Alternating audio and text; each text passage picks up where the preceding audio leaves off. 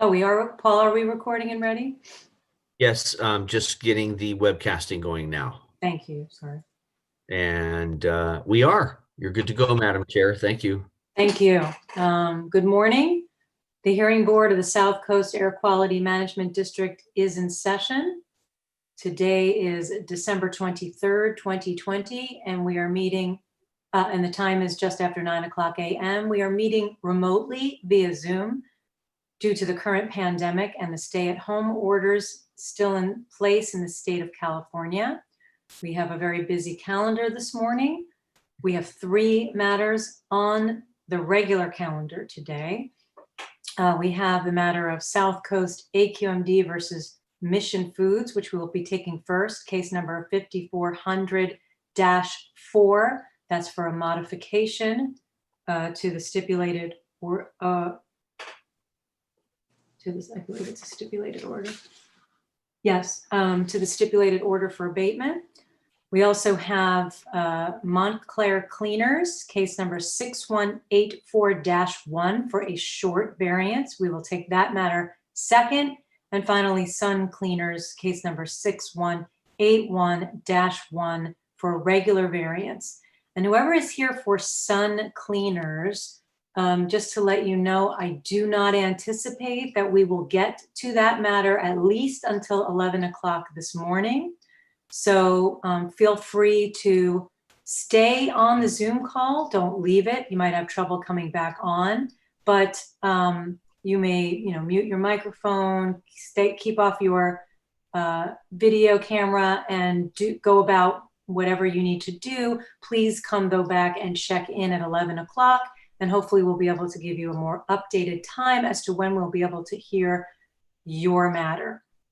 And Montclair Cleaners, I already informed the petitioner. I'll inform both parties, although I believe it's Ms. Manwaring for both, that we will likely not at least get to that matter until 9:30. So again, to check back in at that time. I'm going to just call, since we're still waiting for Ms. Verdugo-Peralta, who clearly is experiencing issues with connectivity. Madam Chair? Yes? This is Karen Manwaring speaking. Just a very brief update on Sun Cleaners. Yes. Jan, if you're listening, I just want to share, Madam Chair, that the district was able to have a conversation with the facility last night and shared a little bit of information about the calendar, including that one matter would be relevant, and advised them that they should, recommended that they listen to that, but the matter that you're taking up first would not be as beneficial. Okay, thank you. Thank you for that. And thank you for letting the petitioner for Sun Cleaners know that. I appreciate that. Okay, so I'm going to call, while we're still waiting for Ms. Verdugo-Peralta, I'm going to call the first matter, which is Mission Foods, case number 5400-4. And who is present today representing Mission Foods? Good morning, Madam Chairperson. This is Jim Arnold. I'm the attorney for Mission Foods. And I have with me today on video is my colleague, John Beard, who's also an attorney. And I can see as dressing better than I am today. Thank you. And also, we have available by telephone Mr. Daniel Padilla, who we have filed a declaration for Mr. Padilla regarding the difficulties we've had complying or getting the work done within the year that we had under the order. And we also have available by phone, but with no declaration at this point, Mr. Paul DeLeo, who is the manager for Western operations for our client Mission Foods. So, thank you. Thank you for that. And who is present for the executive officer today? Karen Manwaring on behalf of the executive officer. Thank you, Ms. Manwaring. And just some preliminaries. I'm not going to mark papers because I'm going to wait until Ms. Verdugo-Peralta is present so she can mark hers as well. But I will mention that this matter was requested to be on consent. There were a fair number of questions that were asked, and it got to a little bit of back and forth. And so I took it off consent to make sure that we weren't having a hearing through email, and we were able to have all those questions answered and be able to deliberate with the witnesses present. So I very much appreciate the parties attending. And let's begin also. The parties will notice that this matter was first heard back in 2019, and there were 2 members of the board who were not present at the original hearing. And one of those members is now present. So I'm going to go to first Dr. Bernstein. If you can please state on the record whether you have viewed the webcast or otherwise gotten up to speed on all of the evidence that has been presented thus far in this matter. Yes, ma'am.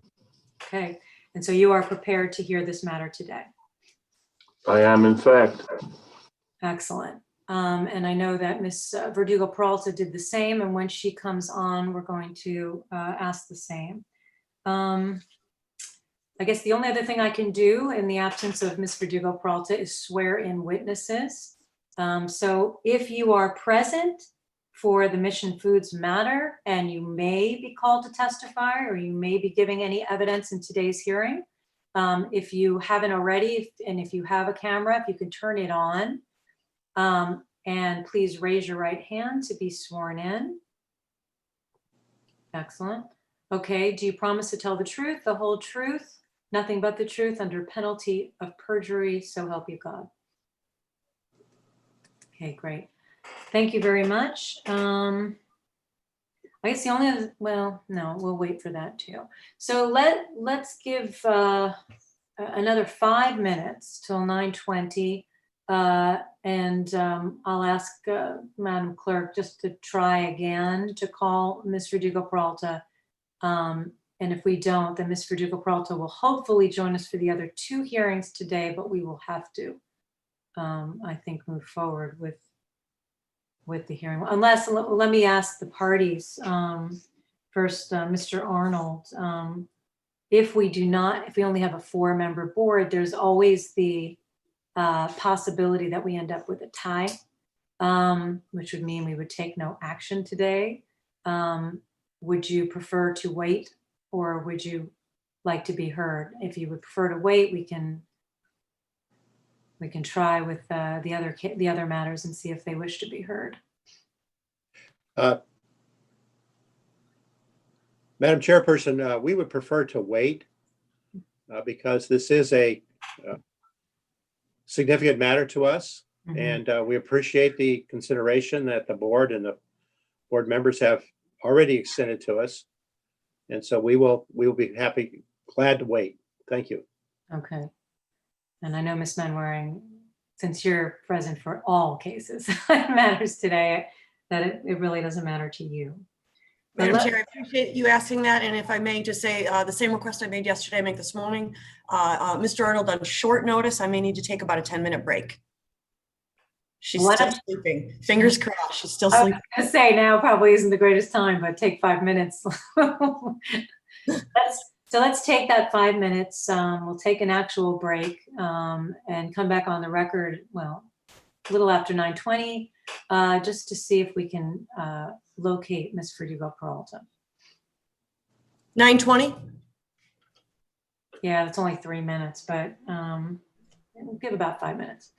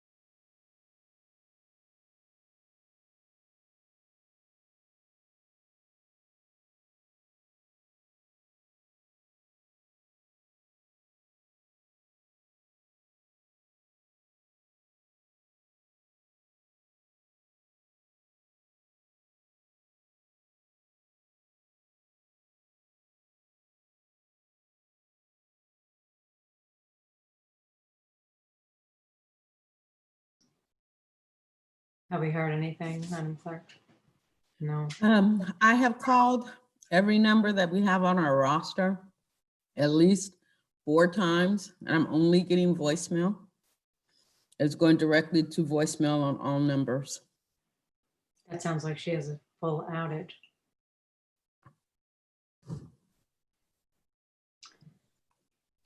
At some point, we will have to move forward with a quorum. I think we can only really wait till 9:30. No.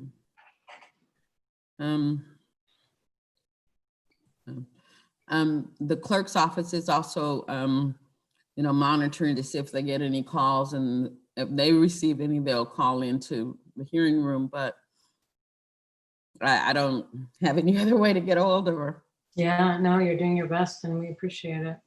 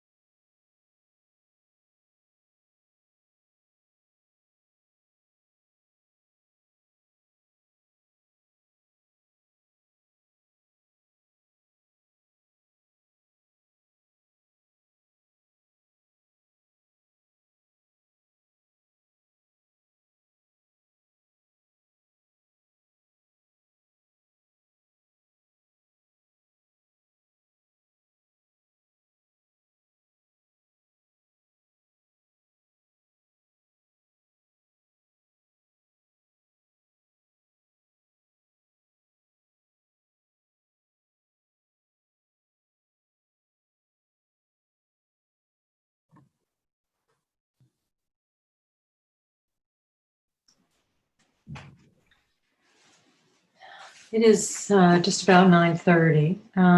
If we haven't heard from Ms. Verdugo Peralta in 2 minutes or a minute, I think we have no other choice but to begin the hearings today. And what I will offer to the parties is, let me see if they're back.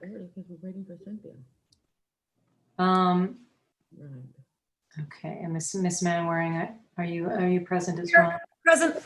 Okay. The thoughts I'm having is we will not get through all of our hearings today if we do not begin. So understandable that you would want to have all 5 members. However, what I think we can do, what we can offer is to begin the hearing, to go through and to close the hearing today in terms of collecting any additional evidence. In particular, Ms. Verdugo Peralta was not one of the members who had questions and wanted to take the matter off of consent. So we will open and close the hearing, receive evidence, and then what I will do is I will take the temperature, so to speak, of the board, and if it seems that we will have a clear majority one way or the other with the 4 members that are present, we will move forward and complete the hearing. If it seems that there may be a tie, what I will offer is that we would close the hearing so the parties do not have to come back in terms of bringing back witnesses, and we could continue the matter for final deliberation and motion on a day before December 31st, so it would have to be next week, simply to allow Ms. Verdugo Peralta to then view the webcast, get up to speed, and deliberate so that we would have 5 members of the board to deliberate. Is that acceptable? I think it's I think it will have to be acceptable, but does that sound like a reasonable plan, Mr. Arnold? Yes, I think it does. Thank you. Okay. Okay, so then with that, we're going to move forward. And if Ms. Verdugo Peralta does come in the middle of this, we still will have to do the plan because she will have missed some of the hearing. Okay, so let's begin by marking the papers in this matter. We do have a minute order, so where are we up to? I believe we are up to for, okay, all of the papers for consent. No, not all of them. Okay. So let me mark, I am going to mark the stipulation, even though normally I do not when a matter is taken off of consent. However, I'm going to mark it because the parties agreed in there as to the declarations being admitted into evidence. So I'm going to mark that as exhibit D, as in David, for the respondent, Mission Foods. And then we have a declaration of Mr. Daniel Padilla in support, and I'm going to mark that as exhibit E, as in Edward.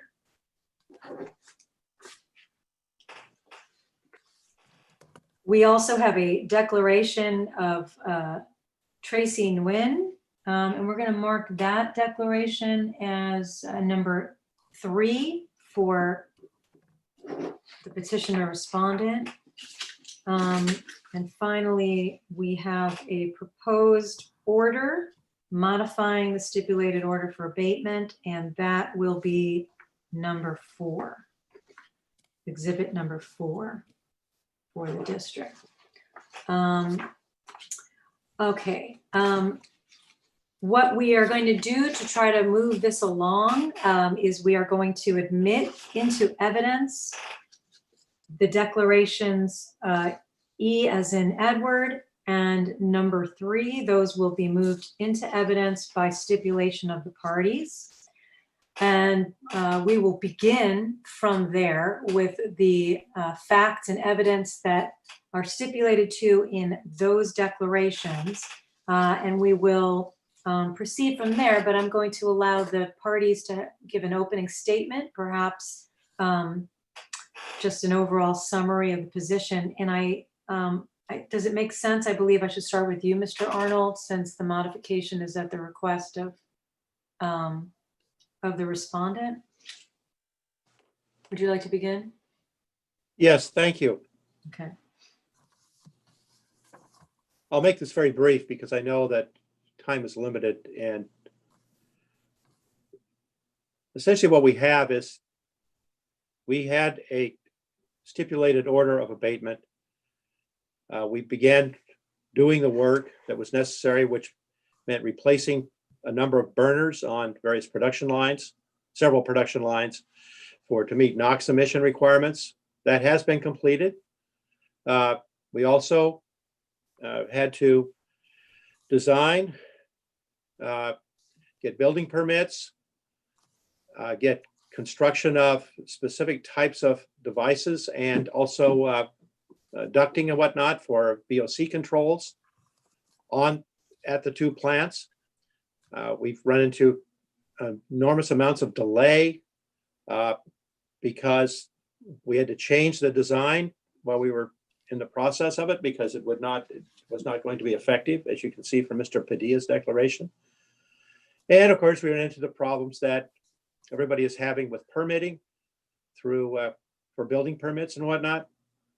And the result has been that we've not been able to complete the work despite due diligence, despite an enormous amount of effort and an enormous amount of cost within the 12 months that we had available to us.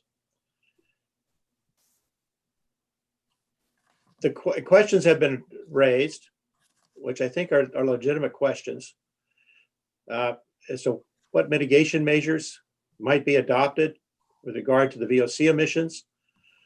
Can the ingredient which seems to relate to the VOC emissions be minimized in some fashion, and can production be moved someplace else?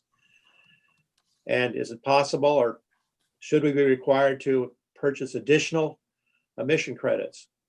And testimony that we'll present here is that there really is there are no mitigation measures that we can adopt because of the physical situation that we have, the contracts that we have, et cetera.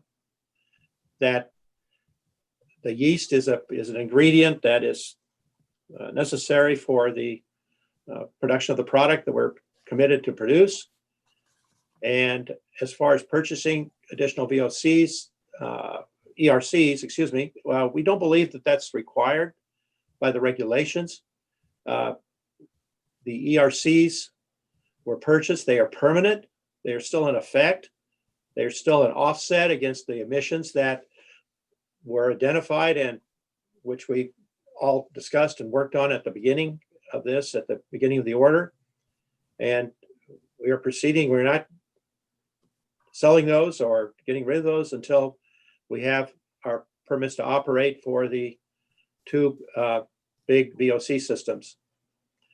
That's the essence of what we're going to present here. Of course, everything relates mostly to the facts, and we have the declaration of Mr. Padilla with regard to the construction, and we have Mr. De Leon, who can address the questions having to do with mitigation, the production issues, the questions of the allocation or adjustment, or what can be done with regard to the actual operations of these two plants. So that's where we're at. So that's our opening statement. Thank you, Mr. Arnold. Ms. Manwaring, do you have an opening statement for today? Yes, Madam Chair, members of the board. Thank you. Good morning. Madam Chair, we certainly understand your decision to take this off of the consent calendar. And Mr. Bulkapan, we appreciate your interest, and I personally apologize that I wasn't able to answer your questions more directly. Madam Chair, in one of the email responses, which I do not think have been marked as exhibits yet, and I defer to you whether or not that's appropriate, but you made reference to this being a complicated case and that being why you took this off of consent. And I agree that this was a complicated case when it came before this board in February of 2019. And Dr. Bernstein, It is a yeoman's effort to come up to speed on this case, so thank you for doing that. When we started, we're talking about 2 facilities in 2 cities. We're talking about process equipment and control equipment. We're talking about burners and a VOC control system. We're talking about 2 criteria pollutants, NOx and VOCs, and a situation that implicated Reg 13, which is a very complicated regulation that applies to the district. Permits have issued, and the VOC control system is being constructed. It is my opinion that the request before you today is not complicated. Either the parties present sufficient evidence of good cause to issue the modification, or we fail to present sufficient evidence to establish good cause for the modification. I posit that the declarations before you do establish good cause and sufficient evidence to issue the modification that we've requested. What is it that we've requested? Extend the compliance deadline 6 months and allow us to come back before you in 3 months for a fuller status hearing and update. And I don't want to hide the ball. I don't want to be back in front of you in March. I'm going to continue to push Mr. Arnold and his client to come into compliance. If you do not agree with the parties and do not find good cause to issue the modification, let me share the likely outcome. If not extended before December 31st of this year, this order expires. The facility will be in immediate violation at both facilities of a permit condition. They have a permit condition that requires them to operate the ovens through the VOC control systems. It is under the abatement order that they are allowed to operate without those VOC systems being constructed, which they're in the process of constructing under permits to construct, which have issued by the district. So without the abatement order in place, they're in violation. As Mr. Arnold indicated, his client will be able to do what they want based on a business decision with the ERCs. A settlement agreement that has a monthly cash component in place will no longer be operative because it is contingent upon an abatement order. And then my office will work with the district compliance staff to start over.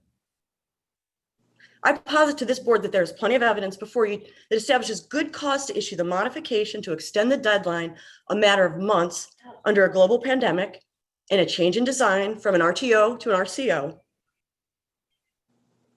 with the understanding that if not in compliance in 3 months, these parties will be back before you to answer any questions you may have. Lastly, I'd like to make a general comment that is not specific to Mission Foods, but just to remind this board what it is the district counsel's office does. An abatement order is an enforcement tool. Allowing an abatement order to expire means the district's ability to enforce is not as strong. Also, when an attorney represents a client, it is both a right under the rules of evidence and procedure and my responsibility to my client to try to limit the evidence to relevant evidence. So if I object to a board member, or if I ask, what finding does this go to? It is only because I'm serving my client. With that, I would ask that this board issue the modification as requested. Thank you. I see Ms. Verdugo Peralta is here. Let us promote her.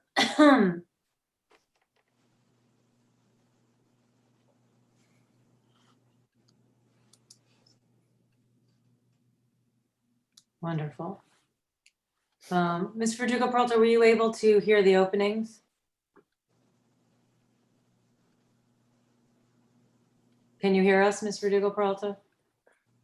Can you hear me? I know. Okay. Can you hear the, can you I hear? can't hear you guys. Oh. Okay, are you, okay, so I can't ask if you're home. I'm going to leave and come back on again, Okay, Same PC. unless Paul can do something. I'm same PC, Madam Board She Member. she can't hear it. She can't hear you, Paul. She's fully in. I And, suggest that's what she Al, tries. Teresa, can you call her and let her know that? I think that's the best way, Al. Okay. It looks like it's, Madam Chair, the same residence.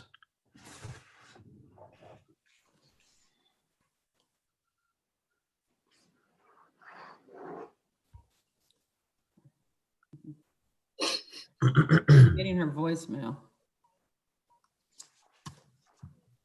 I can see you guys. I just can't hear you. Can you hear us now, Madam Peralta? Cynthia? Madam Chair, it's still going to voicemail. I can keep trying, but keeps going to voicemail. Hold I on. don't know if her phone line and her computer are on the same thing or not. Hold on 1 second. I'm gonna do this.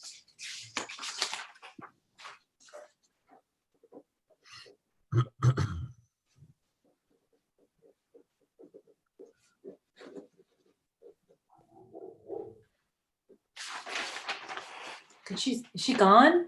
Yeah, she's I was gonna do this. yeah, she's trying to come back. I'm She went looking, out and hopefully will come back in. and I'm looking, Madam Chair, you know, as she sometimes calls in on a separate phone line. Okay, Paul, I think there she goes. Can you hear us now, Cynthia? Can you hear us? Julie, put the sign up again. Yeah. Okay. Good idea. See, she's not looking now. When she started looking. She's not looking. Ah, no, she's not. There you go. Yes. Yes. Okay. So I can't see it. it's not centered. It's not centered. Oh, Julie center it. is that Not- better? Oh, that's it.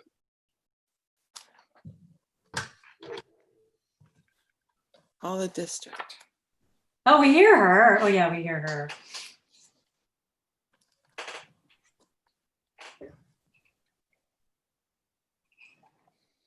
She held up her phone. I don't know if she's going to use the phone to listen.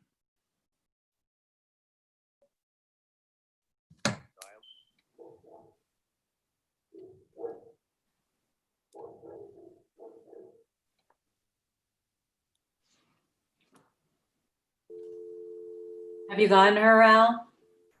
No. No.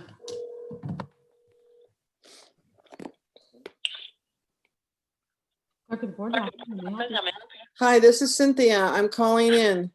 Okay, we can hear you. You can't hear us. Right. Tell her to try calling.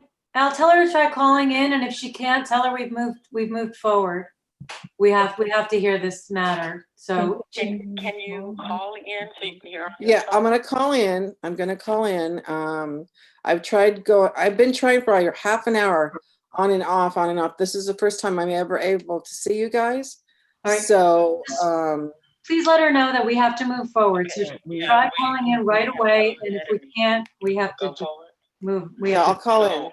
Okay. So what? Okay, bye.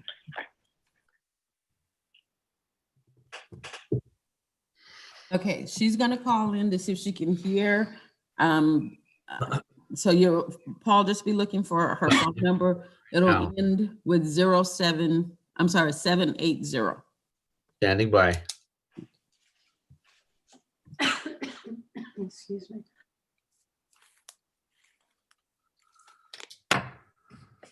Welcome to Zoom. Enter your meeting ID followed by pound.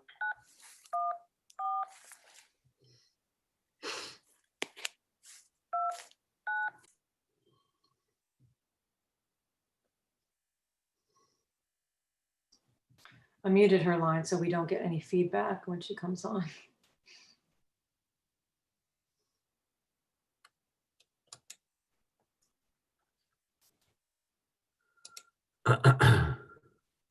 Okay, I see.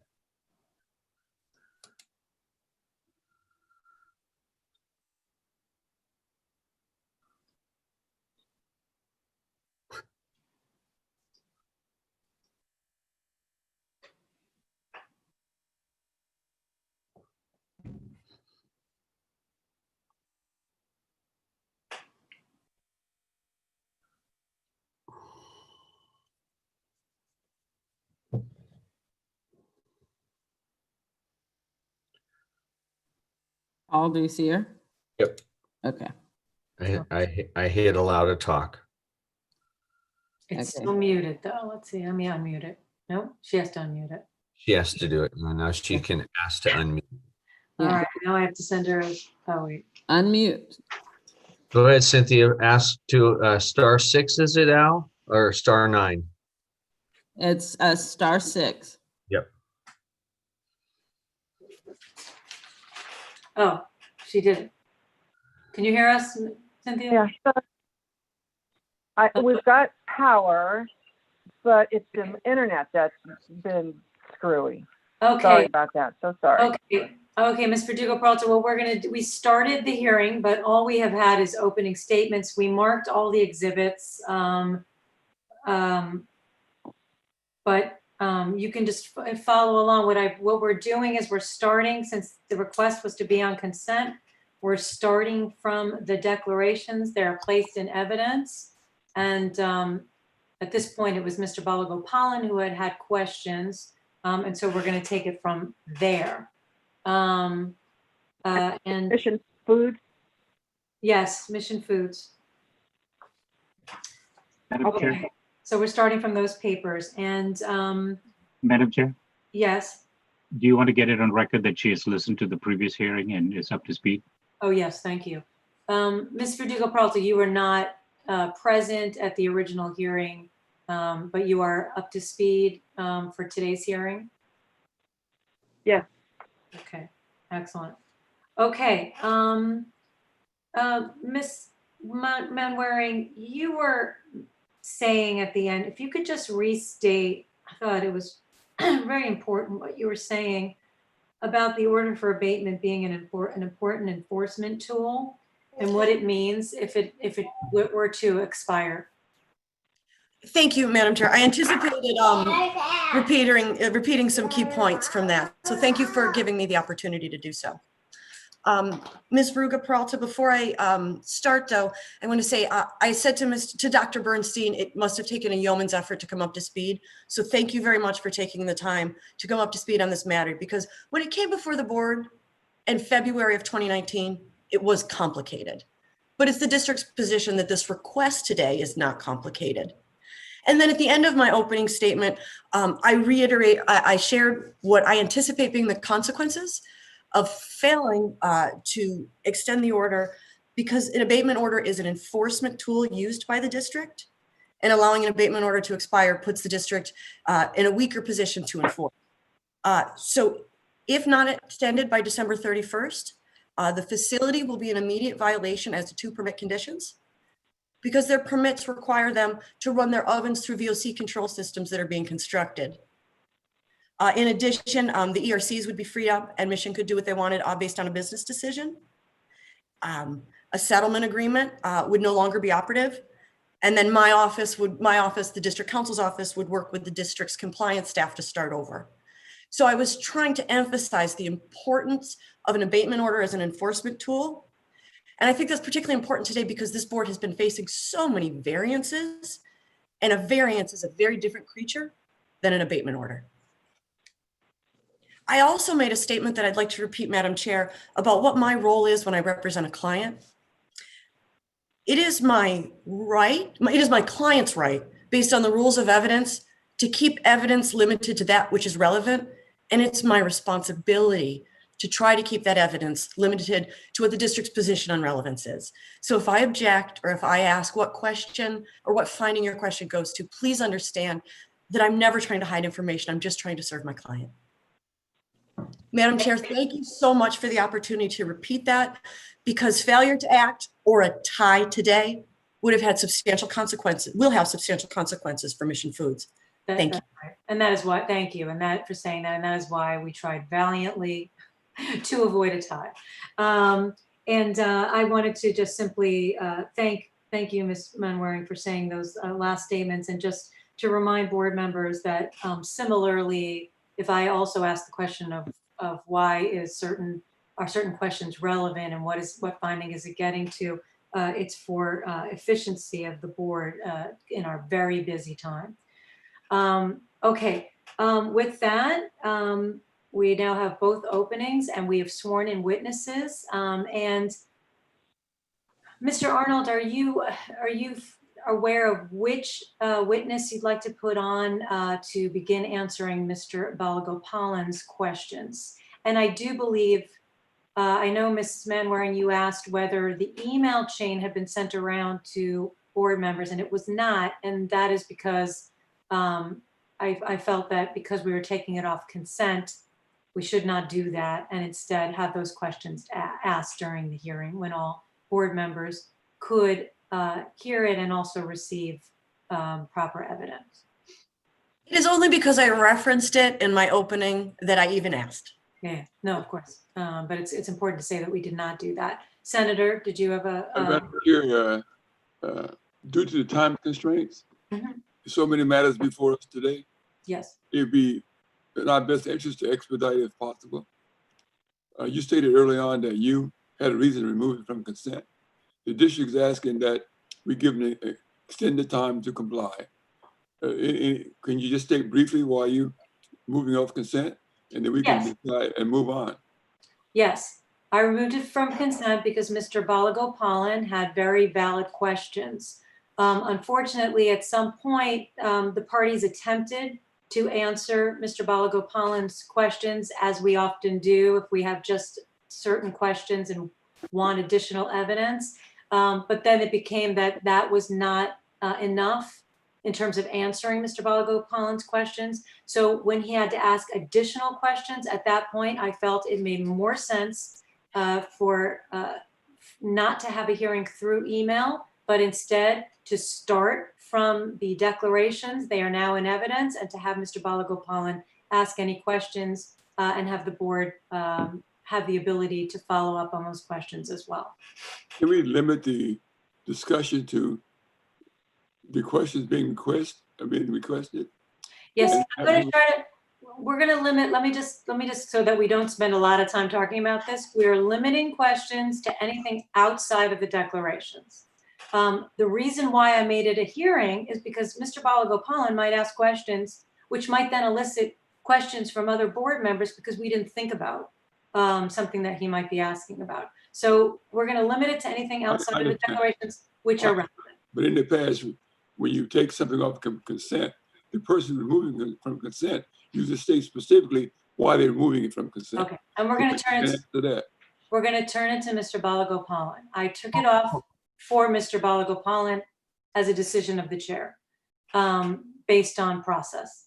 Mr. Balagopalan, your questions had to do with.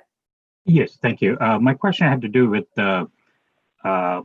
mitigation. What mitigation measures are they going to take for the next 6 months to reduce VOC emissions? So I asked several questions. I think that Mr. Arnold reiterated was whether they can reduce the amount of yeast they're using. Can they do production temporarily elsewhere because the yeast is what's contributing towards the VOC? And if they can get additional emission reduction credit, which they got for the initial order abatement. And I also wanted to know the basis, because right now, approximately from the.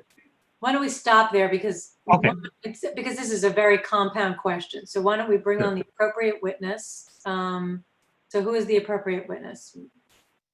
The appropriate witness, Your Honor, is Mr. De Leon, who can discuss if there are mitigation measures in the manufacturing that can reduce VOC emissions as we go forward.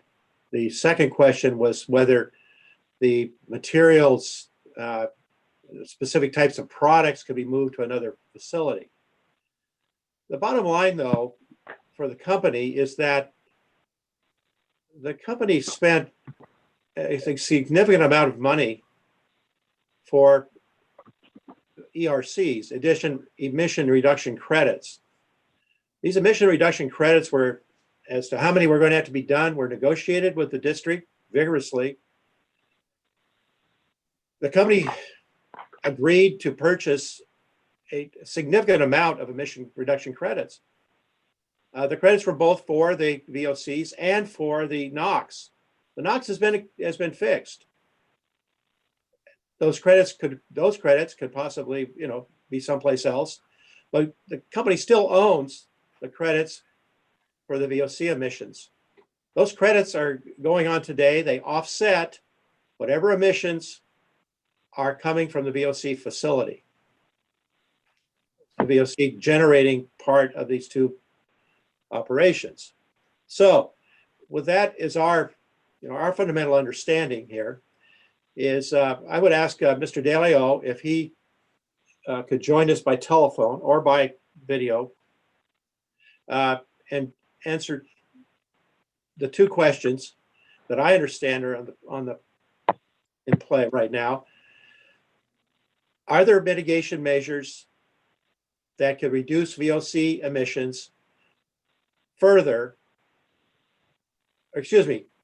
beyond the offsets that we have? Are there mitigation measures which could reduce VOC emissions during the next 6 months beyond the ERCs that we already have? What steps could be taken, Mr. DeLeo? And first, Mr. DeLeo, if you could just state and spell your name for the record. Also, give us your title, and then finally, just indicate that you took the oath today, and then answer the question. Madam Chair? Yes. Yes, good morning, members of the board. My name is Paul Delao. I'm sorry, yes? After the witness responds to your question, the district would like an opportunity to make a blanket objection and then move on for efficiency, if we may. Okay, so after he introduces himself, you should make the objection. Okay. Go ahead. Why don't you just introduce yourself then first, and then we'll take Ms. Manwaring's objection. Sure. Good morning again. My name is Paul Delao, spelled P-A-U-L, last name D-E-L-A-O. I am the Director of Manufacturing for Mission Foods for the Southwest Regional Director. Thank you. Ms. Manwaring, your objection. To the extent this information goes beyond good cause to extend the order, the district objects and reminds the board that any mitigation offered by respondent would be in addition to the mitigation that was put in place when this order was issued. So this would be above and beyond what was in place. There are less emissions occurring from the facility at this time based on the NOx controls. So to find good cause to require additional emissions would call into question, or at least require some explanation connected to the original order. That said, if any board member believes this is necessary for good cause, the district does not object to that extent. Thank you for that. Mr. Balagopalan, before the question is answered, do you feel that it is relevant to your decision on good cause to extend this order? Yes, and I'm only focusing on the VOC and not the NOx, which so yes, because yes, so I'll just leave it at that for now. Okay, so let's try to get answers to the questions for efficiency. Okay, and Mr. DeLeo, you know what question you need to answer, or should we repeat it?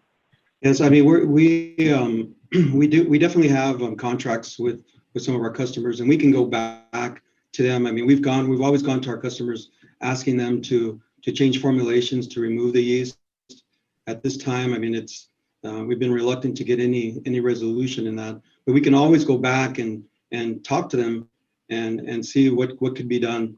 Other than that, I mean, it's with our capacities, we have moved, and we always look at trying to move products with yeast out of the Southwest area.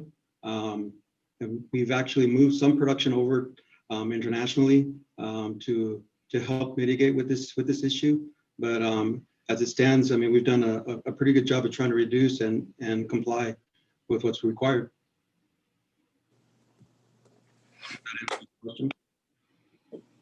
Mr. Balagopalan, any other additional questions? Yes, no, thank you, Mr. DeLeo, for that response. In the previous order, I think there was a declaration that's 10 to 15 pounds of VOC per oven that are emitted. Is your understanding that's approximately how much is still been uncontrolled per oven at two facilities? I think there's 7 in Rancho and 3 in Paramount. So total of 10 ovens emitting about 10, let's say on the low end, 10 pounds uncontrolled. Yes, I mean, I would have to verify that again, but yes, I mean, that would be true. Okay. So with the measures you've taken, you said by shifting production elsewhere or trying to minimize ease, have you been able to, I know you haven't tested it. Do you think you have reduced it to some extent? Yeah, absolutely. Okay. Now, okay, and then can I, appropriate, I did have a question mainly on the ERC. Can I ask that question now, Ms. Bruzak? Is Mr. DeLeo, are you the person to ask, the witness to ask about that? Your Chairperson, Mr. DeLeo has not been involved with the estimation or the purchase of the ERCs. That was handled at the time of the order through another, I mean, through the company, of course. But as far as how many ERCs were necessary or how many ERCs were needed or whatever, that was a matter that was negotiated with the district at the time. And So, Mr. Balago, oh, go ahead. Mr. DeLeo could, excuse me, Madam Chairperson, Mr. DeLeo can answer to the extent that he knows anything about that, but I just simply want to kind of focus this hearing so we can move along to whatever resolution we're ready to get today.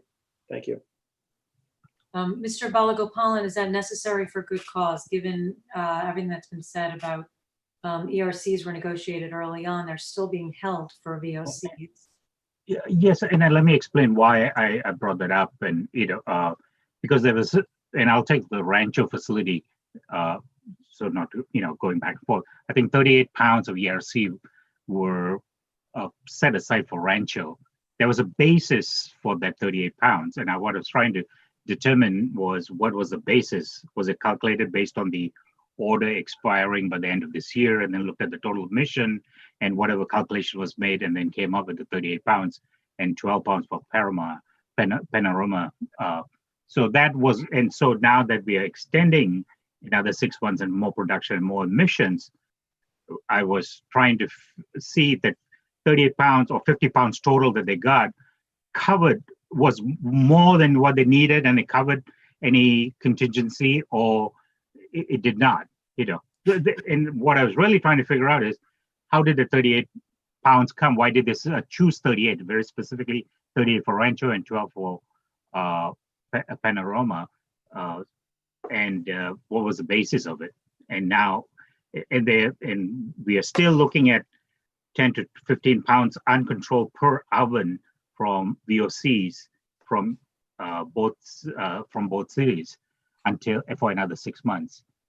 So and that's why I was getting into what kind of mitigation, what steps can be, can be done, if any, to minimize that impact. As we saw recently, the VOC has been a contributor to the ozone levels in the basin exceeding for several hundred days. Understood. So is there a witness who might be able to answer that question? Madam Chair? Yes. To the extent that those questions go to the negotiations of the party, I would have to continue to object. Okay. And so you're asserting a privilege over that? Yes. Okay. We've already responded with the amount associated with condition 1 of the original order is a lesser amount than what was calculated for total emissions. It was a negotiated condition. Also, we've already put in the record that ERCs are in perpetuity until retired. So the duration of the order does not impact the mitigation that was already included in the order when issued in February of 2019. There are no additional VOCs coming off of the facilities from when the issue was ordered. there are less knocks. I- That is why the district has tried to respond with this condition was negotiated.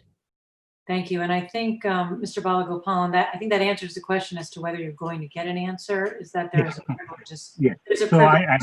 I think we can move along because without, having that answer, I cannot find good cause.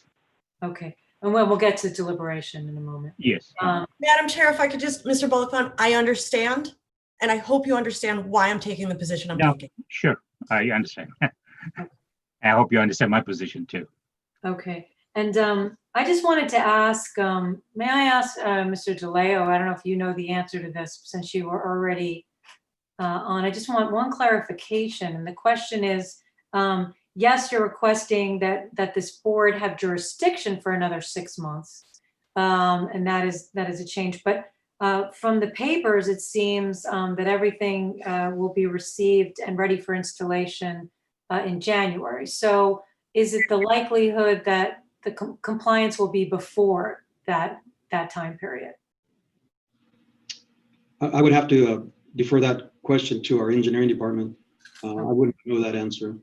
Okay. Is there anyone who could just answer, just so that it's on the record, that there's a possibility, a probability that you will be in compliance even before the 6 months?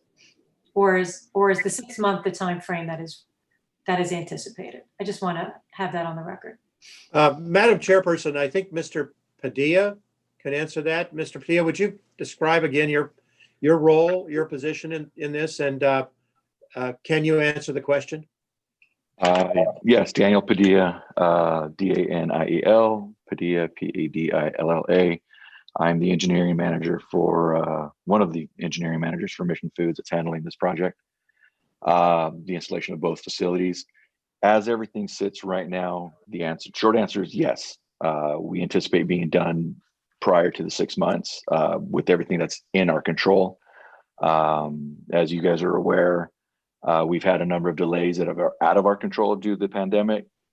There's a few steps that we have to go in order to fire up the equipment, including fire and safety, which requires a pull test, and the availability of inspectors. So, like I said, short answer, yes, with everything that's within our control. Thank you. That's all I wanted to know for the record. Senator, did you have something you wanted to add or ask? Yes, I mean, the district has already said repeatedly they have a stipulated agreement between both parties exists. If you change that, let's go back to negotiation, which means this goes off the table.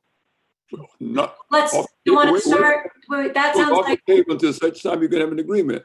that sounds like deliberation. Do you want to start deliberations once we I close? think we can start it right away. We're wasting time. Okay, we're not wasting time. Again, it was taken off so that Mr. Balagopalan could ask the questions that needed to be asked on the record with evidence. That's on the record. That's fine. I appreciate that. Okay, do we have any other questions, Mr. Balagopalan? Okay. No. Okay, all right. So then I'm just going to see, as we would, whether this was on consent or not, whether there is any member of the public who is present on this matter who wishes to be heard. And if so, if you are on the Zoom call itself, if you're on the Zoom live, I don't know what you call it. If you're on the Zoom, there's a raise hand feature, bottom of your screen, whatever you're on, please use that, or turn on your camera or turn on your microphone. If you're on the phone, it's *9 to raise your hand. And I'll just give a few seconds to see if there's any member of the public who wishes to be heard on this matter. Okay, I see none. So I'll turn, Mr. Arnold, do you wish to make any closing other than what you've said in your opening? No, the only thing I have to point out, or the only thing I feel is that a deal is a deal. We have not sold the emission credits. They are actively, day by day, reducing emissions for both NOx and VOC in the South Coast Air District. And we've done everything that we can under the circumstances. We've endured delays from permitting authorities. We've endured delays from design problems. And we, quite frankly, the goal of the client here is to be in compliance. It feels that the mission of the district is important. It needs to be complied with, and it is doing everything that it can to do so. That's all I have to say. Thank you, Mr. Arnold. Ms. Manwaring, do you wish to give a closing? I'll be very brief. Thank you, board members. I do hope you understand my role and responsibility here, and I implore you to modify the order as requested and extend the compliance deadline. Thank you. Thank you. Board members, since I'm gonna just a shortcut this. I'm gonna start deliberations because I know this order was originally signed by Mr. Balagopalan, and Mr. Balagopalan, I think, if you don't mind, I'll take the lead here because I think it's very clear the reasons why you are not in favor of finding good cause for this modification. I do believe I can find good cause. First of all, I'm taking very seriously what has been stated by Ms. Manwaring. Of course, to recalibrate this board, I think it's very important. I think she hit right on the head. We are very in variance mode right now. And in variance mode, we're looking, sort of to give a protection from enforcement. This is an enforcement tool. This is a stipulated order for abatement. It's been in place since February of 2019. I believe given everything we have read, Mission Foods has diligently attempted to be in compliance with every condition, every provision. They have done all of the oven modifications that are necessary. And for many reasons, which were outlined in the papers and in particular in the declaration of Mr. Padilla, Exhibit E as in Edward. First, having to do with the fact that they had to switch from RT, they were totally in compliance, moving along. They submitted their applications for a permit for an RTO. They had to switch to an RCO because they could not get the guarantees that they were going to meet those VOC limits, which was extremely important. They recalibrated after that and got back on their feet, put in a new permit application. The district turned it around very quickly. And by the end of 2019, they had those, they had placed the purchase orders and everything was on track. Then COVID hit.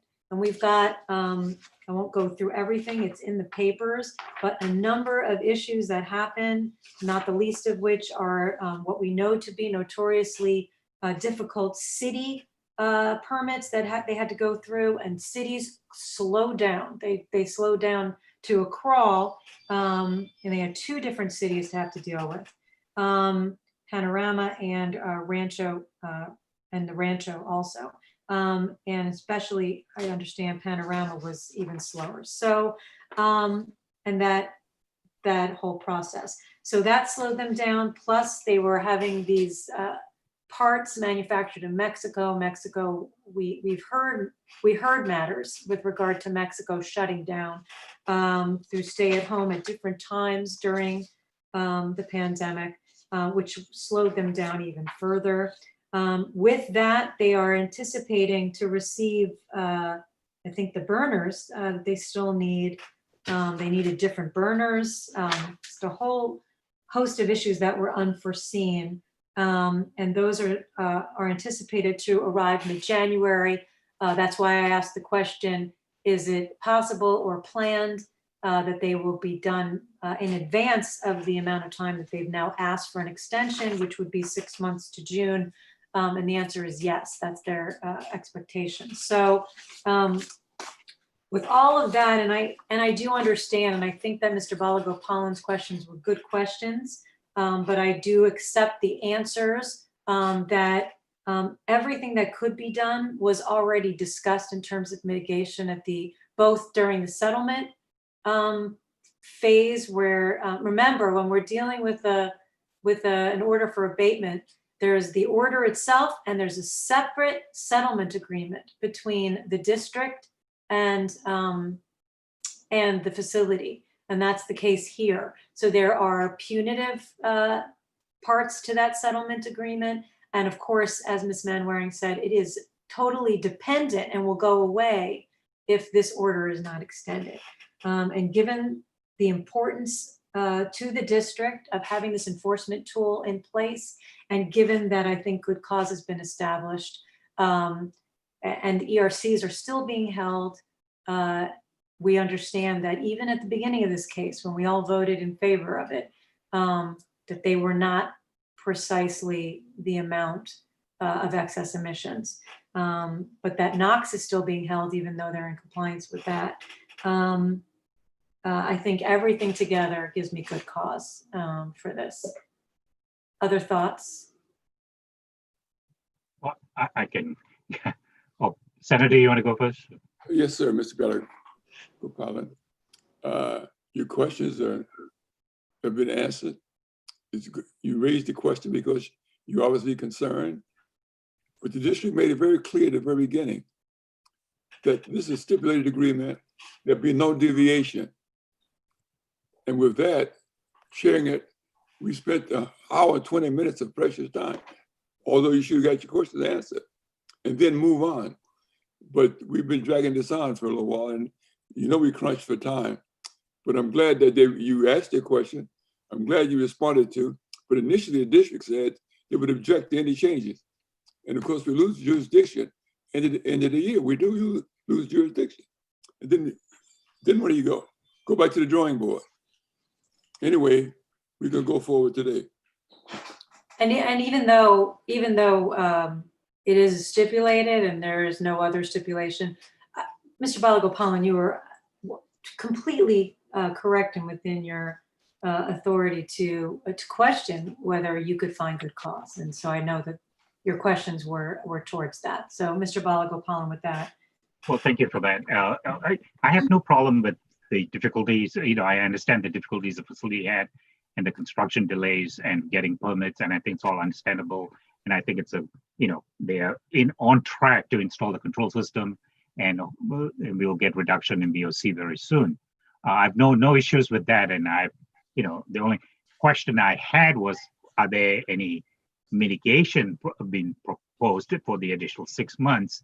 And I think Mr. DeLeo did cover a couple of them, saying, yeah, no, they looked at production shifting elsewhere. In fact, I read an article in the local paper saying they were actually shutting down the plant, moving to Mexico. So I'm very glad they're back here and doing the production here, and the jobs here are saved. So no issues at all. I just wanted to know, as far as when you have the ERC, when you purchase the ERC, they're holding it. They may need, after all the controls is installed, maybe 6 pounds or something like that to offset their additional emissions that after control, and then the rest they get to hold or sell, which is fine. It's there, they've taken it out of the marketplace, so that reduces what's available and in the marketplace, and that's the whole idea of the credit system.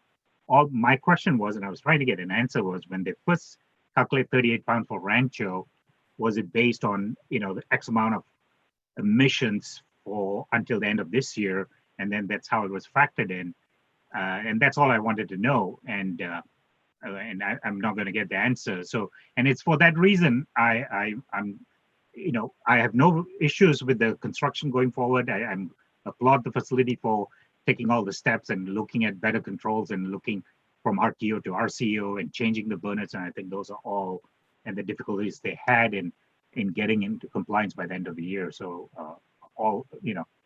that's all very good. It's just that I'm not satisfied with the response I got. And so I cannot find, for that reason, I'm going to have to say, I cannot find good cause. Thank you. Any other thoughts? Yes, Dr. Bernstein, and then Ms. Verdugo-Peralta. Thank you, Madam Chair. I'm going to keep it very short and sweet. I can, in fact, find good cause. In spending hours and up to snuff on this case, the petitioner has acted in good faith, has been transparent, has made every attempt to come to compliance, has had to navigate several detours along the way. And as far as I'm concerned, in looking at the current status, you keep cutting off Dr. Bernstein. They should be granted good cause and a continuation and extension of their compliance date. Okay. Hear me okay? I think we heard that Oh, I can you, say it now. but you're having issues with. Yeah, I guess that's going to be my burden to bear, is that this. it We're can- hearing some which is- background noise too. Yes, that's my dog. Thank you. Oh, that's you. Okay. I'm babysitting. That's why I'm babysitting. Well, I'm babysitting my own, but anyway, yeah, we all have our dogs and our Okay. kids. But you heard my determination, right? You did yes. hear what it. Yes. Thank you. Thank you. And Ms. Verdugo Peralta, you had some thoughts. Thank you, Madam Thank Chair. you, Madam Chair. Oh, I'm gonna mute you on. Okay, go ahead. Can you hear me? Yes. Okay. I feel that they have really done everything that they possibly could. They've done their due diligence. I especially appreciate the comments from Mr. De La O, as well as Mr. Padilla. And the fact that I know how slow the cities can be, and they sometimes will put a matter that's really before them and really not that complicated, but to them it is complicated and it goes to the bottom of the stack. So the fact that they have continued to press forward on this, I commend them for that, and I can find good cause. Thank you. I'm going to make a motion just to make this quick. And I just wanted to say, also, I think we heard today that there are penalties in the agreement, although we don't know what they are, as those specifics are not made public and they are privileged. And I think they have every incentive to move forward as quickly as possible, which I think should give this board some comfort in making the modification. So I'm going to make the motion, since I was the second originally on the original motion, an order in the matter of South Coast Air Quality Management District versus Mission Foods, case number 5400-4. I move that we grant the modifications that are requested to the existing stipulated order for abatement, and that I further move that we adopt the proposed order modifying stipulated order for abatement that has been marked as exhibit number 4. We have one change that we need to make, and in particular, the order section of that simply amends the relevant conditions of the original order. And there is one blank for a status hearing for March. And I'm going to ask Madam Clerk at the end of March, because I think the idea is to do this halfway through the 6 months and to check in on status. And so between the 23rd, 24th, 25th, 30th, and 31st, are there any free days in our calendar? You are on mute. Okay, sorry. Each of the days that you mentioned are open at this time. And I'm just gonna, oh, thank you. I'm gonna ask the parties if there's a preference and availability in terms of those last, we'll call them the last 2 weeks of March, 23rd, 24th, 25th, 30th, and 31st. And if there is no preference, I'll just choose March 30th, which is a Tuesday. Madam Chair? Yes. I really hate to be the cog in this process right now, but the district would prefer that the status hearing be no later than March 24th. Okay. Due to a previously scheduled obligation. Okay. If March 24th work for Mr. Arnold for the respondent? You are muted, Mr. Arnold. I'm sorry. I may have muted people when I heard. Madam Chairperson, we have no objection. The 24th is fine. Okay, thank you both. Then I'm going to further move that we amend Exhibit 4, number 28 on page 3 under the order that a status hearing will be scheduled for March 24th, 2021. There are no other changes to that, and that completes my motion. Is there a second to that? Second. Okay, Dr. Bernstein has seconded the motion. Is there a discussion on the motion? Okay, I see no discussion. Mr. Balagopalan, how do you vote? No. Senator Holden, how do you vote? Aye. Ms. Verdugo Peralta, how do you vote? I'm sorry, you're muted.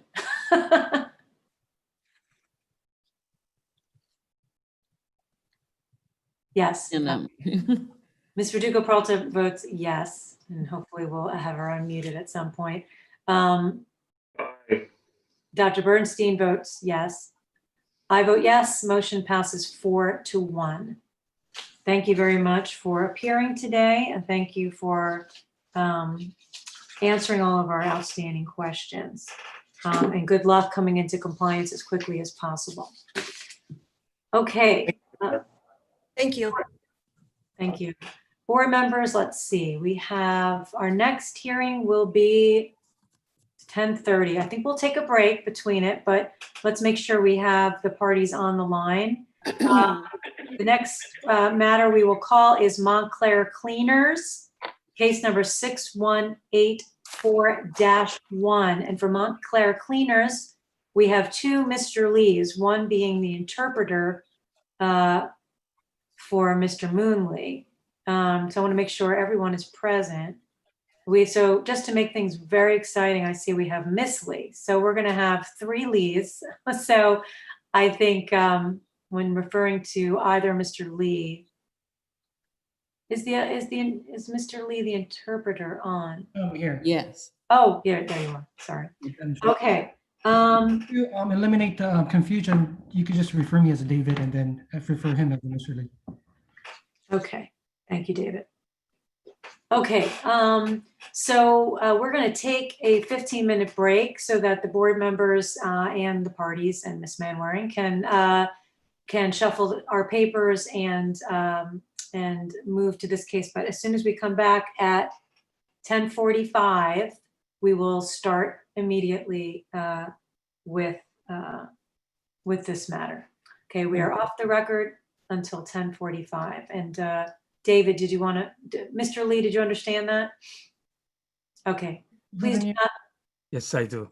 Okay, great. Please do not leave the Zoom meeting, but do mute your microphones and you may turn off your video if you need to. I'm going to work, try to.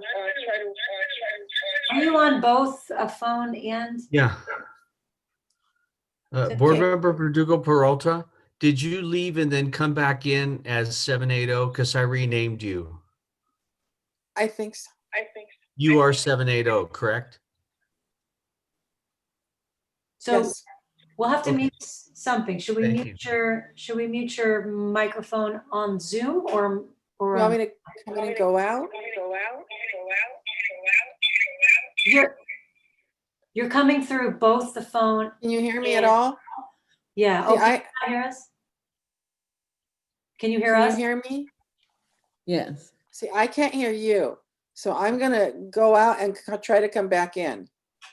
Okay. And then mute one.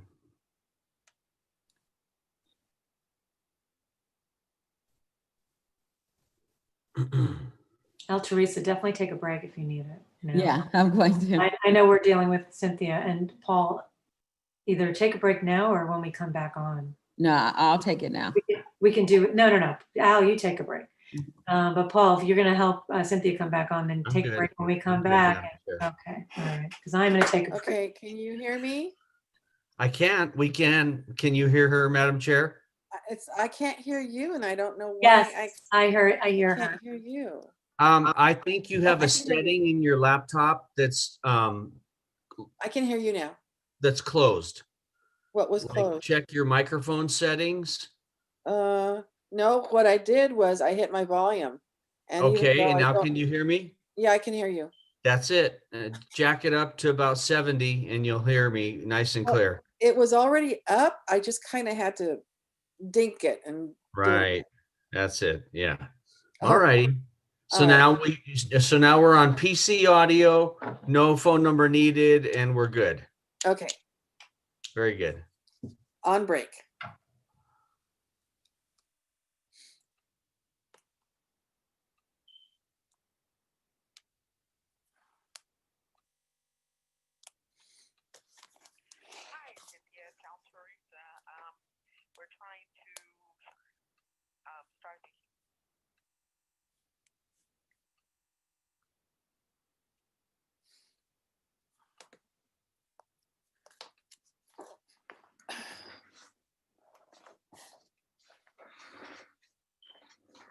Art.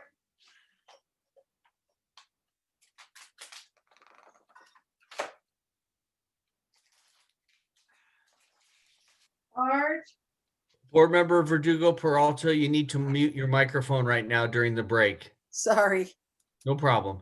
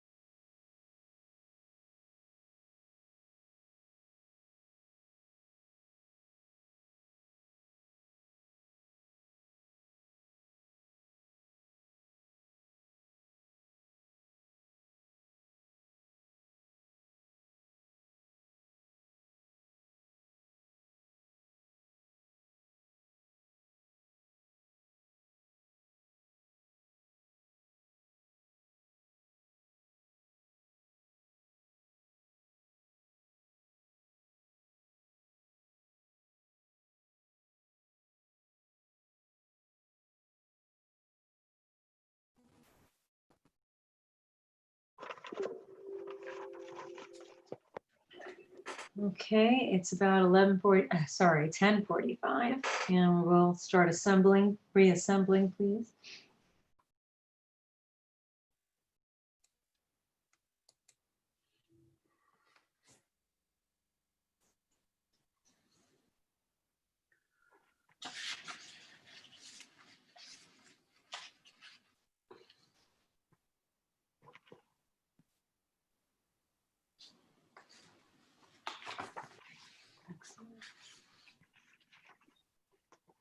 Okay, we're just waiting for Senator Holden to come on camera.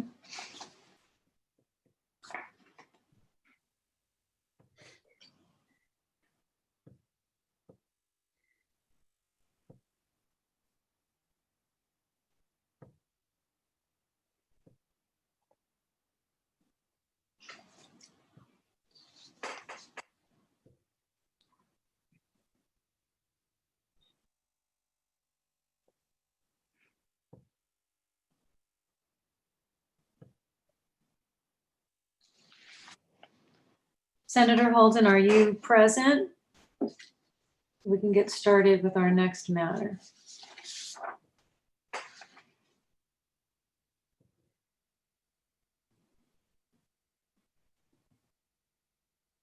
Oh, great. Okay. President Convo. Sorry? Oh, President. Wonderful. Okay, I think we are all here then, and so we are back on the record, and we will take up the next matter, which is Montclair Cleaners, case number 6184-1 for a short variance. And I understand from Mr. Lee that if Mr. Lee does not understand what we are saying and wishes for an interpretation, you will signal David Lee, who will make that interpretation. Is that correct, Mr. Lee? Yes. Okay. Mr. Lee, you are here representing Montclair Cleaners. Is that correct? Yes. Okay. And who is representing the executive officer today? Good morning, Madam Chair and Board. Josephine Lee for the executive officer. Okay. Thank you. And before we begin, let me, I don't have the oath. Hold on one moment and let me pull up the oath.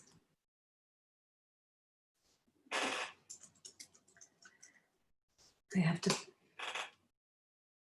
one moment.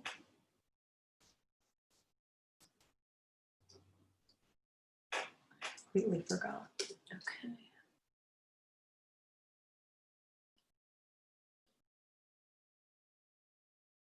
Here it is. Okay. And this will be for David Lee. Okay. Mr. Lee, Mr. David Lee, can you please raise your right hand? You already are. Okay. And Korean is the language we are translating? Yes, ma'am. Okay. Do you solemnly swear under penalty of perjury that you will make a true interpretation to the witness from English to Korean, and that you will make a true interpretation of the witness's answers to questions from Korean to English to the best of your ability? I do. Wonderful. Thank you. And for Mr. Lee and anyone else, I see others who are raising their hand. If you plan to testify to be sworn in, do you promise to tell the truth, the whole truth, nothing but the truth under penalty of perjury, so help you God? Yes, I do. Thank you all very much. Okay, we have several documents, and in particular, board members, the clerk during the break sent by email a declaration of both an email and also an accompanying declaration of Mark Vanderoe. And Ms. Lee, is that the same declaration that we have that we've seen in other matters dealing with the dry cleaner 1421 rule? That's correct, Madam Chair. Okay, so let's begin by marking so board members, you should already have reviewed this in context of other matters, but we're going to mark the email from the district to Mr. Lee as Exhibit A, as an apple, and the declaration of Mark Vanderoe as Exhibit B, as in boy.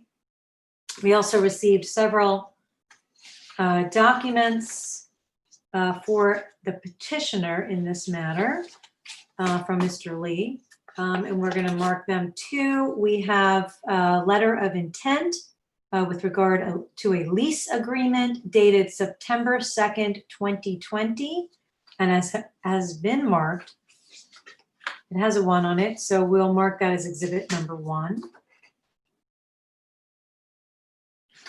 I want to make sure I have.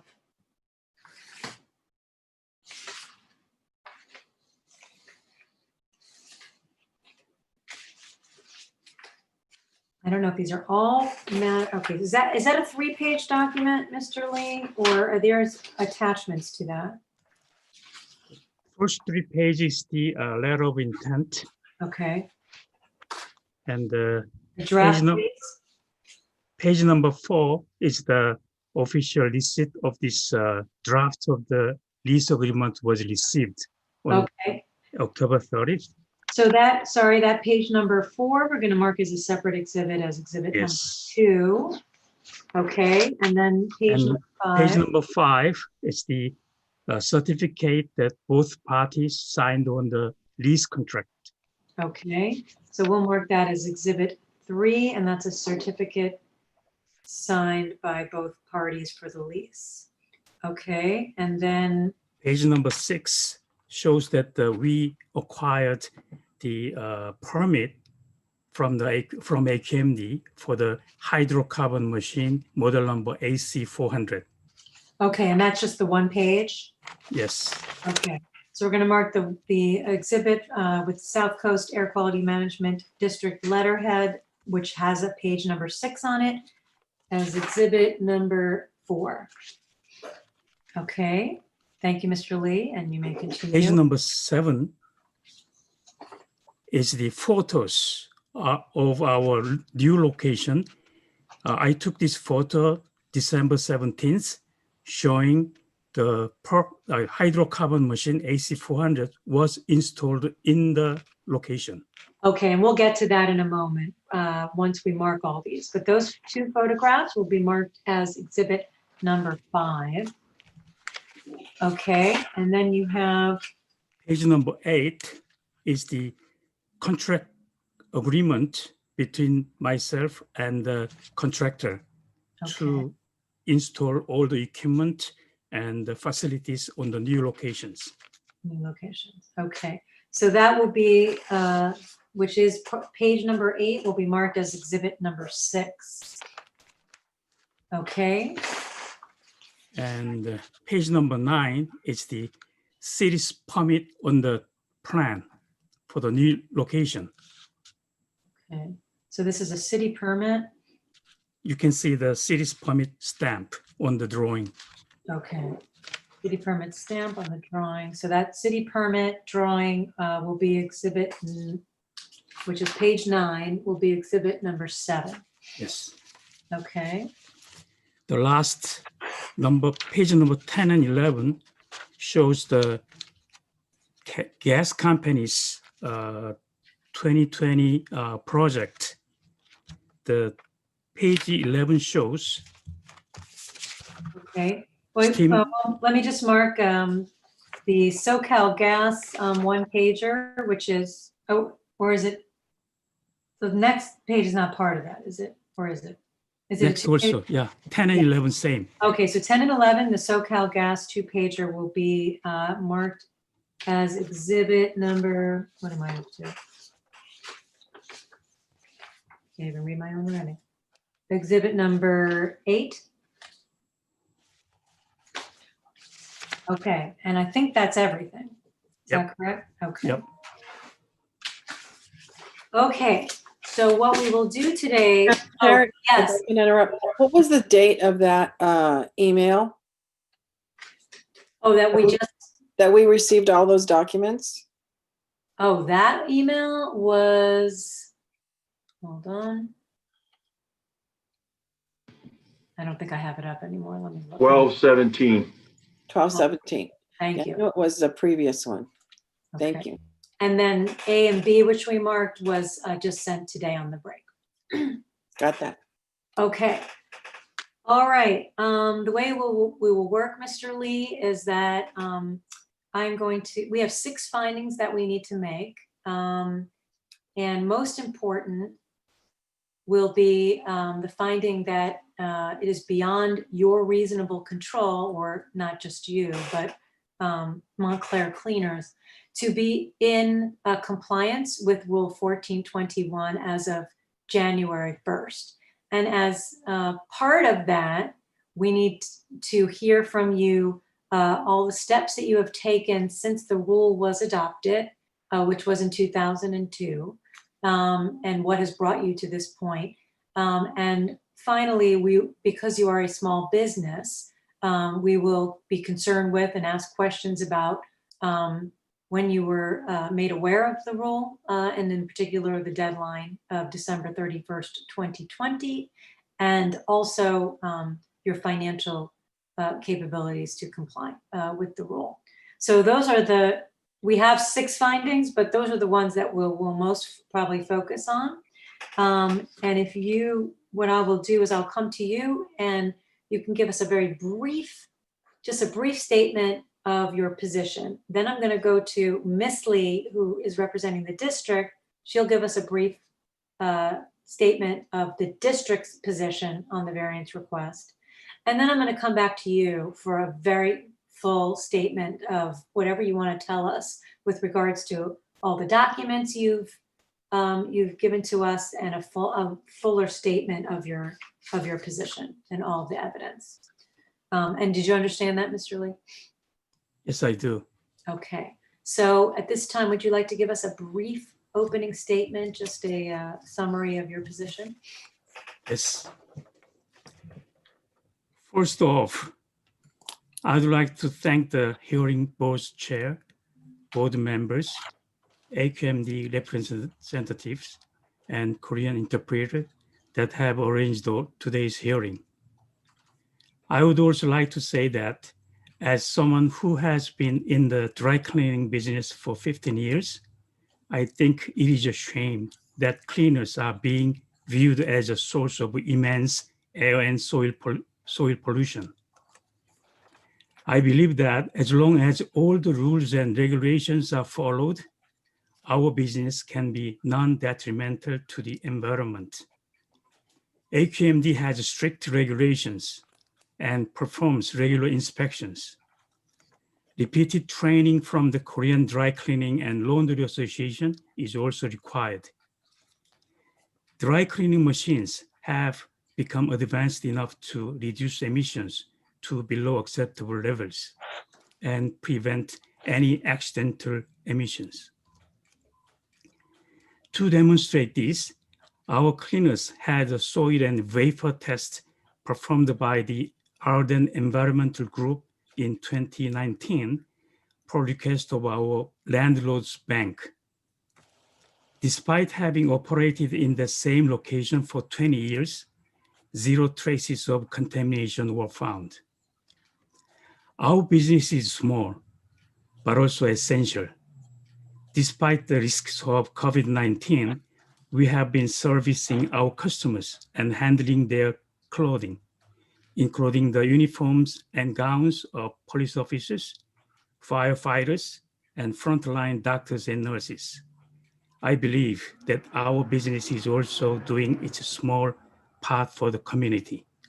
Thank you for the listening. Thank you, Mr. Lee, for that opening. Ms. Lee, would you like to give the district's opening? Good morning, Chair Prusak and members of the board, and good morning, Mr. Lee with Montclair Cleaners. And thank you, David Lee, for your assistance with the presentation. As mentioned earlier, Mr. Lee, if you require interpretation at any point during this opening, please indicate and I'll be happy to pause. Before you this morning is a petition for a short variance seeking relief from Rule 1421. As the board is well familiar with, Rule 1421 was amended in 2002 to discontinue the use of all PERC or perchloroethylene dry cleaning systems after December 31st, 2020. As stated in previous hearings, the district is reviewing such petitions on a case-by-case basis.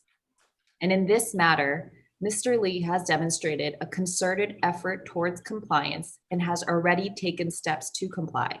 Therefore, the district remains unopposed to this variance request, subject to the evidence and testimony provided today.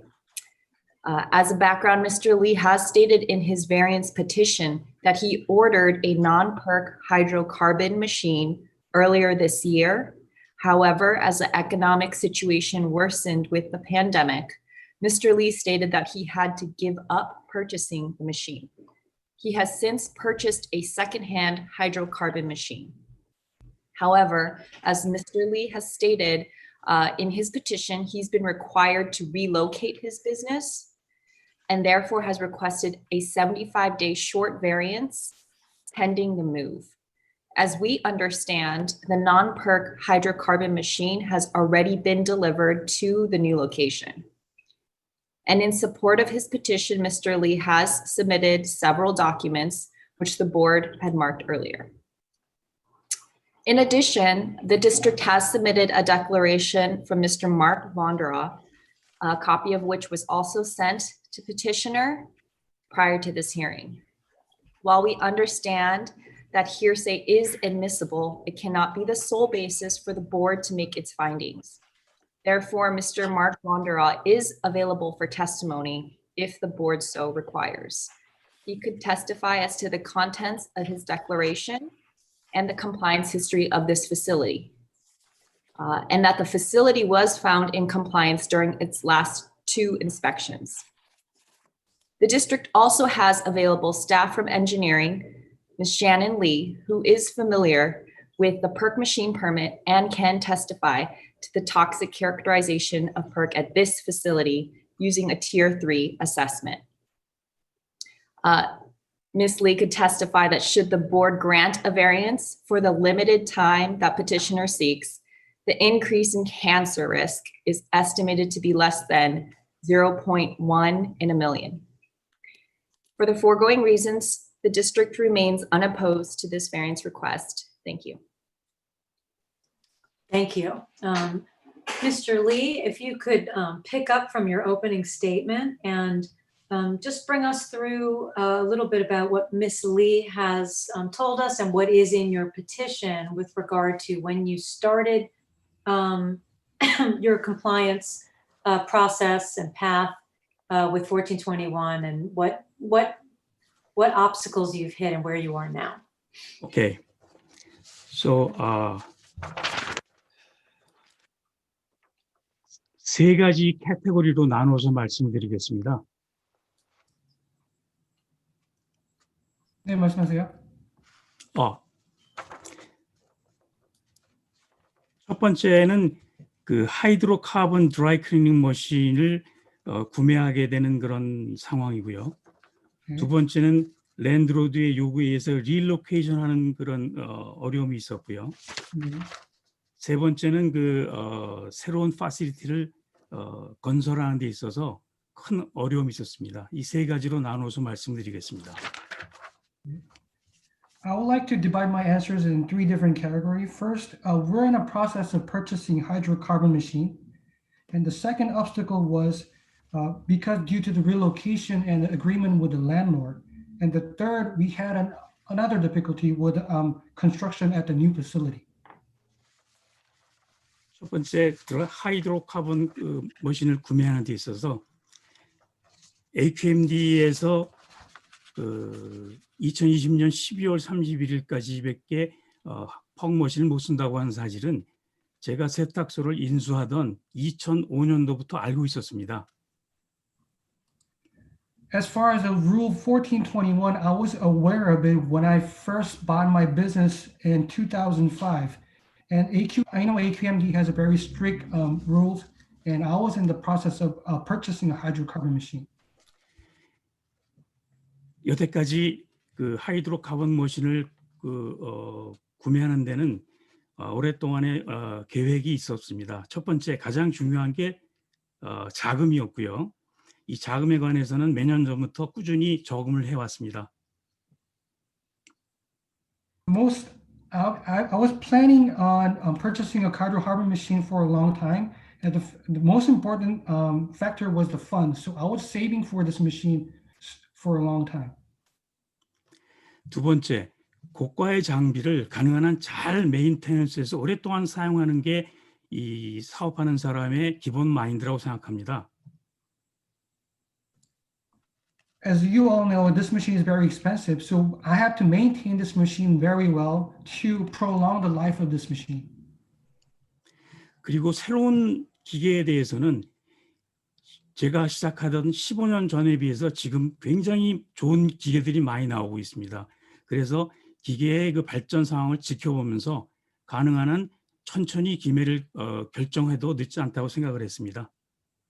Compared to 15 years ago when I first purchased my business, there's been a innovation in machines, and machines has been developing very fast. So I was just waiting to pick a right time to buy a right machine. 그래서 매년 장비 쇼에 나가서 그 장비에 대한 트렌드를 스터디하곤 했습니다. So I was attending these seminars to see the trend of the machine, where it leads to for the future. 그리고 자금이 준비되어 있는 한 1년 정도면 충분히 장비를 교체하는 시간이 된다고 생각을 했습니다. And I thought as long as I have the fund, the 1 year would be long enough to replace my old machine to a new one. 그래서 올 1월 달부터 장비 구매를 위해서 구매들 발주를 냈고 장비를 확보했으나 팬데믹으로 인해서 다시 그 장비의 오더를 캔슬할 수밖에 없었고 이미 받은 AQMD의 퍼밋마저도 인액티베이트 시키는 일이 있었습니다. I was planning to buy this machine starting from the January of this year, but then due to the pandemic, which was hit in March, we had to cancel the order of this machine. So I also had to decline and cancel the permits from the AQMD as well for the new machine. 할 수 없이 올 6월 달에 그 제가 최초로 사기로 마음먹었던 장비를 포기하고 대신에 세컨핸드 머신을 구매를 했고 그 장비를 이미 새로운 장소에 설치를 했습니다. So I couldn't wait any longer. So in June, I gave up the initial machine that I was picked, and instead I bought the second-hand machine, and it's already installed in the new facility. 그리고 올 12월 11일 날 그 새로운 장비에 대한 퍼밋까지 AQMD에서 발급받았습니다. And I also received a permit from AQMD in December 11th for the new machine at the new facility. 자, 두 번째 릴로케이션에 관한 설명을 드리겠습니다. I would like to explain about the relocation factor. 3월 초에 랜드로드가 그 구두로 그 릴로케이션을 할 것 같다고 귀뜸을 해 주었습니다. In the beginning of the March, I was heard from landlord that the facility will be relocated. 그리고 5월 29일 날 리튼으로 된 letter of intent를 받았는데 그곳에 나와 있는 내용이 가히 충격적이었습니다. And I received a letter of intent on May 29th, but the content of the letter was very shocking to me. 첫째, 렌트를 26% 올리겠다는 노티스가 있었고 First of all, the landlord notified me that he will raise my rent by 26%. 그리고 무빙 코스트가 5만 5천 불 정도 예상을 했었는데 그것에 20%밖에 안 되는 12,500불밖에 지불하지 못하겠다는 노티스도 있었고 And he also notified me that we estimated the moving expense to be close to $55,000, but then only 22% of the whole moving expense, which is about $12,500, will be provided by the landlord. 그리고 그 스페이스도 1,500 스퀘어피트에서 1,250 스퀘어피트로 줄이겠다는 것이었습니다. And the new facility will be decreased by 250 square feet. Original business was 1,500 square feet, but it will be reduced to 1,250 square feet in the new facility. 그 노티스를 받은 후로 6월 달부터 6월 9월 달까지 헤아릴 수 없이 많은 그 전화 통화와 그 미팅을 가졌습니다. 그 이거를 협상을 하기 위해서. Since I received the letter, I started negotiating with my landlord starting in June till September of this year to resolve this matter.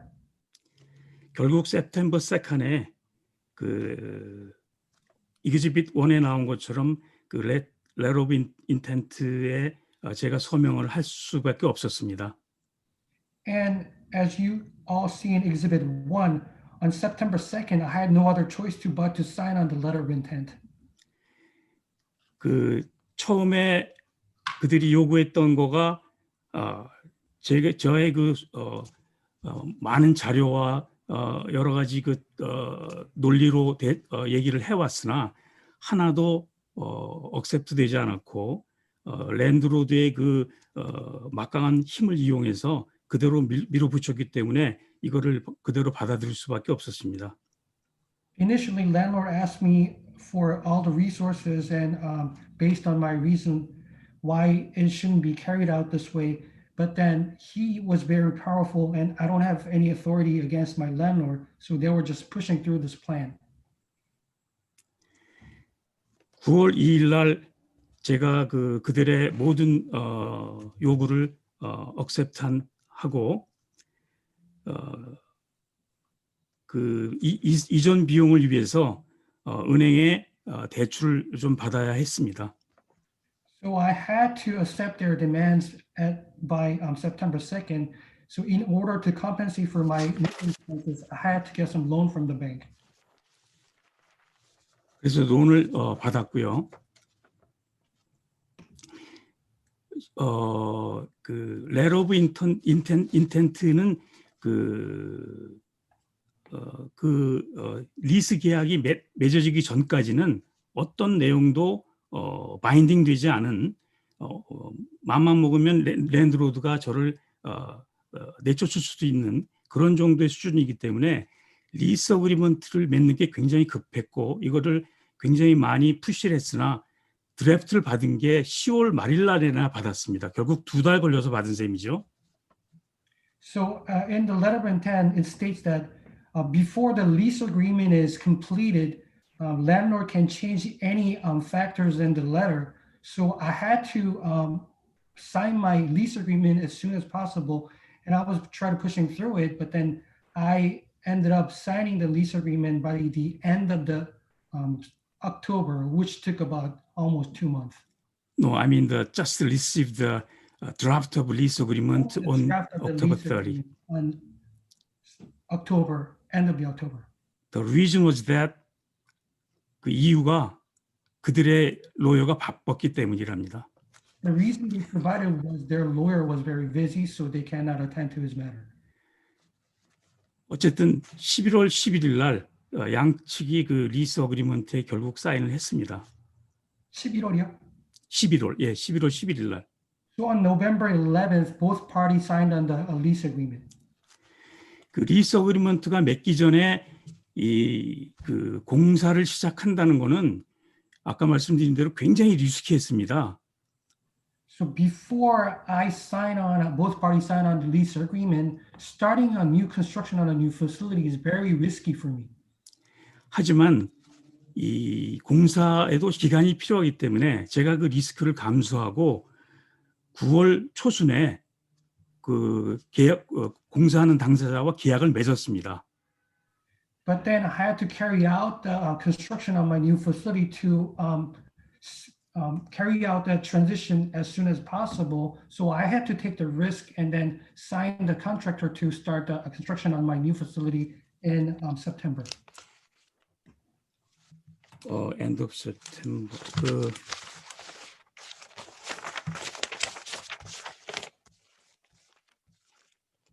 페이지 넘버 8에 보면 그 계약서 사본이 September 3rd라고 되어 있습니다. If you look at the page 8, you can see that it was signed on September 3rd. 그리고 시티 퍼밋을 신청을 했고, And I applied for the city permit. And I applied for the city permit. 9월 3rd. 9월 3rd. 9월 3rd. 9월 3일 날 9월 3일 날 시티 퍼밋을 신청을 했고 And I applied for the city permit. and city permit을 첫 번째 서밋한 것이 September 10입니다. The first time I submitted the city permit was in September 10th. 그리고 4번의 수정을 거쳐서 And after 노벰버 full revision, 노벰버 5에 간신히 그 CD의 퍼밋을 받을 수 있었습니다. I was able to accept city permit by the November 5th. 이것은 리스 계약이 맺기 전에 제가 제 온 리스크로 이 돈을 써가면서 이 시티 저 플랜 아키텍하고 시티하고 다 진행을 미리 시작했던 겁니다. 왜냐하면 12월 30일이 다가오고 있었기 때문에 퍽 머신을 빨리 종단하려면 이렇게 리스크를 감수할 수밖에 없었습니다. I would like to inform the board that I took my own risk before I signed the agreement, and I had to carry out the construction and sign and start talking with the architect on the new facility because I knew that the deadline is coming on December 31st to get rid of the perk machine. So I did my best to try to compensate that. 결국 시티 퍼밋이 나고 이 컨트랙터한테 그 사실을 통보하고 공사를 시작해달라고 노벰버 9에 요청을 했습니다. So finally, I got my city permit on November 5th, and then I told my architect to start construction on November 9th. 그런데 Just if I can just interrupt for just a moment, I realize I didn't do this earlier. I'm simply sharing my screen for any member of the public who wants to follow along and get the exhibits for today's hearing. And this is where you can do that. But my apologies for interrupting. I'm going to leave that up and you may continue, Mr. Lee, and I apologize for interrupting. No problem. 그 컨트랙터의 사장님인 미스터 로우한테 들은 사실은 또 한 번 저에게 충격을 주었습니다. What I heard from my contractor, Mr. Rowe, was very shocking to me. 공사를 1월 1일서부터나 시작할 수 있다는 얘기였습니다. He told me that he could start his construction, the earliest he could start his construction is January 1st of next year. 제가 계약 공사를 맺고 계약금까지 이미 지불한 상태인데 그런 그 통보를 받았고 그 이유가 무엇이냐면 게스 컴퍼니에서 전 세탁소를 대상으로 스팀 트랩을 무상으로 교체해 주는 프로젝트가 에너지 세이빙 그 프로젝트의 일환으로 12월 한 달 동안에 끝마쳐야 된다는 그런 사실이 있었습니다. I already made a down payment on with my contractor, and he said the gas company is helping out in accordance with the energy saving rules. They're helping them to install a steam trap for the cleaners only during the month of December. 한 정보에 의하면 한 업자가 스팀 트랩을 갈 그 계약을 확보한 물량이 22만 개를 확보했다고 합니다. And according to my source, one contractor signed a contract to install the stream trap for 220,000 steam trap, and this is by one contractor. 맨 마지막 페이지에 보면 스팀 트랩 한 개당 100불을 컴펜세이션 받는다고 되어 있습니다. If you see the last page of the exhibit, you get a compensation of $100 for each trap. 토탈 그 업체가 확보한 오다가 $22 밀리언입니다. Which calculates to $22 million for one contractor. 그렇게 돈 벌 수 있는 찬스를 그 사람들이 저를 위해서 희생하지 않겠죠. And they will not sacrifice their chance to make $22 million to just to show me and comfort to my needs. 그래서 1월 1일서부터 공사를 시작할 수밖에 없었고 대신에 미스터 로우가 1월 1일서부터 가능한 한 모든 맨파워를 동원해서 가능한 한 빨리 우리 공사를 해주겠다는 약속을 해주긴 했습니다. So this was the reason why my contractor, Mr. Rose, said they could only begin their construction in January 1st of next year. And he told me that he'll take his every manpower to finish his construction as soon as possible. 이상 제가 최선을 다했으나 제 힘으로 안 되는 여러 가지 요소가 있었고 이것을 긴 시간에 걸쳐 설명을 드렸습니다.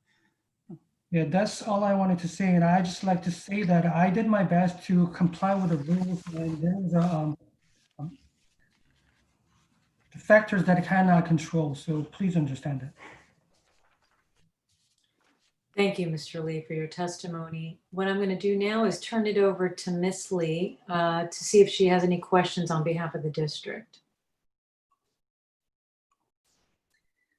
Thank you, Madam Chair. And thank you very much for your thorough opening, Mr. Lee. And I just want to commend you for your efforts to come into compliance. Again, if you need me to pause at any time for interpretation, please let me know. Just to go through some formalities, Mr. Lee, did you take the oath today? Yes, I did. Thank you.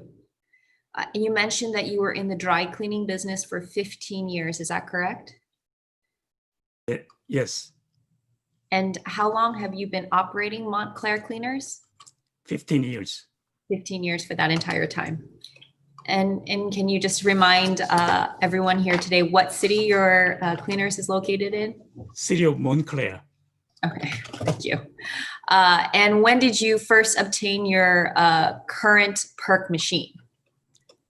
Actually, the ex-owner bought that machine, and I took over the business, including the perk machine, 2005 December. Okay, thank you. And do you happen to know when the current perk machine that you have was manufactured? I don't remember exactly. Okay, I believe according to your permit, it would, if I said 1999, would that sound correct? I believe so. Thank you. Do you have any other dry cleaning equipment on site? No, that's only one machine. Thanks. And do you know the current mileage of your machine? In other words, how many pounds of clothes you can process with 1 gallon of perk? An estimate would be fine.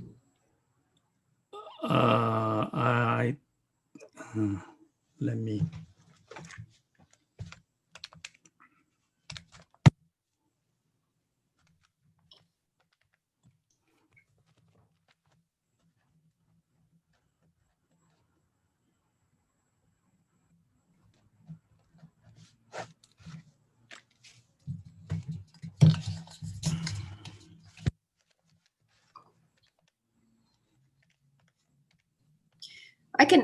I can move on, Mr. Lee, if you'd like time, maybe during the break later to look for that information. Okay. Okay. So currently, do you have an estimate of how many cycles you run in a week? Nowadays, due to the pandemic, I run 3 days a week, and average 2 times a day means a month. I mean, 4 weeks, 24 cycles for 4 weeks.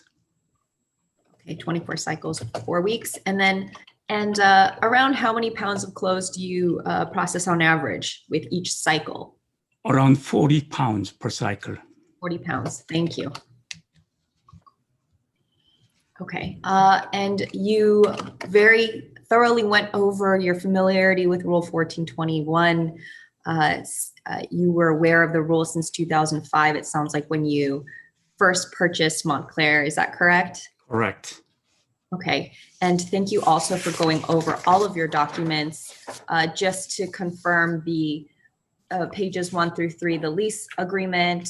I think everything actually may have been fairly covered. Madam Chair, I believe petitioner has laid sufficient foundation for all of the documents to be admitted into evidence. And so the district wouldn't object if Mr. Lee, you would like to make that request. Mr. Lee, would you like us to place all of your documents that we have marked into evidence for this matter? Thank you. Okay, then all exhibits 1 through 7 or 8. Sorry, I think it's 1 through 8. Exhibits 1 through 8 are in evidence. I just have. Go ahead, Ms. Lee. Thank you. I just have a few clarifying questions from your earlier statement. The new hydrocarbon machine has already been delivered to to the new location, correct? Correct. And how far is the new location from your current place of business? Under 50 feet. Under 50 feet. Thank you. And and you received an AQMD permit for the new hydrocarbon machine, correct? Yes, I do. And that permit is for the new location. Yes. Thank you. And I understand you had a lot of negotiation period for the lease agreement, but you still had started to try to get the construction and everything in time for the December 31st deadline. You had mentioned the gas company issue, and I just wanted to clarify, has the steam trap been installed in the new location? Oh, no, not yet, because to install the steam trap, we have to have a steam line, but not yet constructed. Thank you. And is there is the steam trap required for the construction of the hydrocarbon machine, or the installation? I'm sorry. To install the new hydrocarbon machine, we have to install boiler and steam line to the hydrocarbon machine. And then after that, we can put this steam trap in the joint of the steam line and the machine. Thank you. And as you have shared earlier, that's a process that is beyond your control, correct? Correct. Okay. All my questions you actually had gone very thoroughly over. I don't believe I have actually, let me quickly go through all of this. Yeah, I have no further questions, and I just want to thank you again, Mr. Lee. Thank you. Yes, thank you, Mr. Lee. Your testimony was extremely well organized and thorough. Board members, questions for Mr. Lee? Mr. Balagopalan. Oh, good morning, Mr. Lee. Morning. I had a question. Why did your property management want to move you from your 150 feet away from your current location? 그 랜드로드가 그 빌딩 전체에 베이컨트 에어 스페이스가 오랫동안 있는 것을 빌딩 전체를 리모델링을 함으로 인해서 베이컨시를 다 없애려고 노력을 했고, 그 일환으로 저희 세탁소가 코너에 있었는데 코너에 있는 자리를 레스토랑으로 만들려고 한답니다. 그래서 the landlord was trying to remodel the facility, the whole building, because he has some vacant units in the building. And then my business is at the corner of the building, but he wants to relocate me and then bring in the new restaurant on my old space. I see. And when does he want you to vacate by? What did he give a deadline when you have to move out? The 컨트랙에 120일 동안 시간을 줬습니다. He gave me 120 days to move out when I signed the lease agreement. 120. And they are, I see in the lease agreement, they are actually helping you move some of the things and moving your sign and are they also doing the remodeling of the new location? 그 랜드로드가 지원하는 게 아웃레지 사인하고 사인을 자기들 비용으로 옮겨주겠다는 거 플러스 이사 비용으로 $12,500을 주겠다는 겁니다. 실제 비용은 제가 이번에 그 하면서 버젯보다 상당히 늘어났는데 토탈 기계까지 포함하면 $99,000가 들어갔습니다. $99,000. 예, $99,000.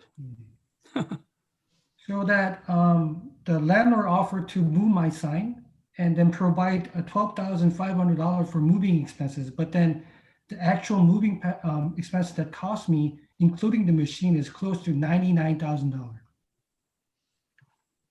Okay, to move what machine? The perk machine to the new location? I mean, what would he move? That will cost $99,000. 마치 새로운 세탁소를 셋업하는 거하고 같습니다. 기존의 세탁소를 운영하려면 그 모든 그 스팀 파이프라인이 있어야 되고요. 스팀을 쓰는 기계가 프레스 머신, 그 드라이 클리닝 머신 뭐 이런 것들이 있고요. 그 다음에 에어도 공급이 돼야 됩니다. 에어 컴프레서에서 모든 머신에 그런 파이프라인도 필요하고요. 그 다음에 베큐움도 있어야 됩니다. 그 파이프라인도 있어야 되고요. 그 다음에 그 프레스 머신, 그 다음에 레일, 그 다음에 그 컨베이어, 이 모든 것을 새로 설치한 거는 다름이 없습니다. So think of it as setting up a new store again. So we have to set up the steam machine, we have pipelines, press machines, and air compressor, and the rail. We have to move everything. So basically, it's like setting up a new dry cleaner again. So that's why it costs so much, and then we have to move all the equipments. And I think I heard Mr. Lee say he bought a used machine, hydrocarbon machine. Is that correct? Correct. And how long?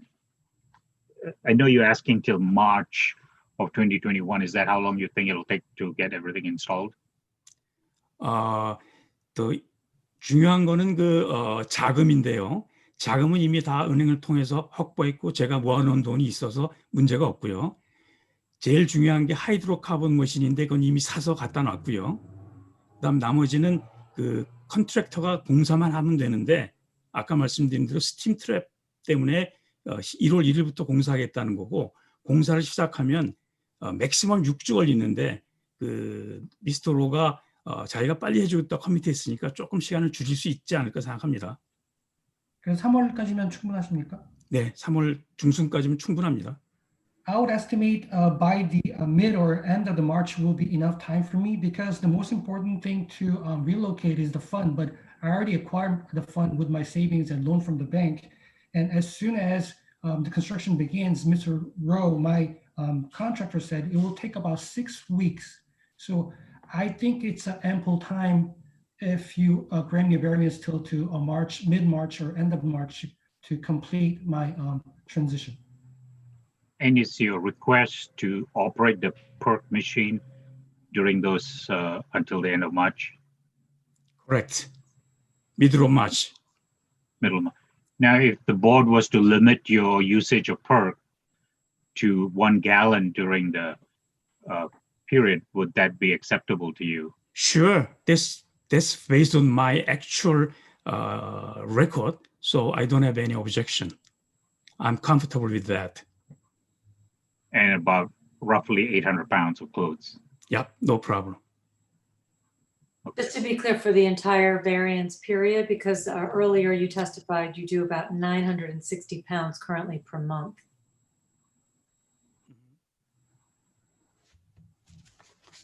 I just want to make sure that you, the question being, if we were to limit you to 800 pounds or 1 gallon for the entire variance, which would be till March, from January 1st through March when it ends, that is acceptable? I don't understand the figure. 네, 잠깐 제가 말씀드릴게요. Can I explain to him? Yes, please. 네, 아까 선생님 말씀하실 때 한 번 사이클에 40파운드씩 돌아가고 네. 한 달에 24번 정도 하신다고 말씀하셨는데 네. 그러면 그걸 계산해 보면 한 달에 960파운드거든요. 근데 지금 이쪽에서는 800파운드 베리언스를 해준다고 했는데 그게 충분하시겠어요? 3월 달까지 더 필요하신 거 아닌가요? 3월 말까지면은 이제 좀 부족하지만 3월 중순까지는 가능합니다. 한 달에 960파운드를 쓰신다고 하셨는데 괜찮으시겠어요? 예, 그 정도면 가능합니다. 왜냐하면 3월 중순까지만 하는데 사실은 3월 초에 펑머신을 인액티베이트 시키고 철거하는 기간까지 포함해서 3월 중순까지거든요. 네, 그러니까 액츄얼 60파운드라고 해서 저쪽 의장님이 여쭤보신 거예요. 네, 그러니까 결국은 액츄얼리 펑머신을 돌리는 기간은 맥시멈 60day 내지 65 days only.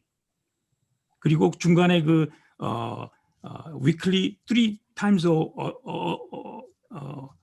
a week만 돌리니까 그 정도면 충분합니다. Yes, I would estimate 800 pounds will be enough. The actual, the machine will come to stop actually on beginning of the March. So I would estimate about 65 days of usage of this machine. So as you mentioned, 800 pounds will be enough. I double checked with him since he said by the Madam Chair, 40 pounds per cycle, which accumulates to 960 pounds a month. And I explained it to him. He said it's okay. 800 pounds will be enough for him until the variance ends. Thank you. Thank you. And thank you for going through that, David. So that Mr. Lee, I wanted to make sure you understood that 100%.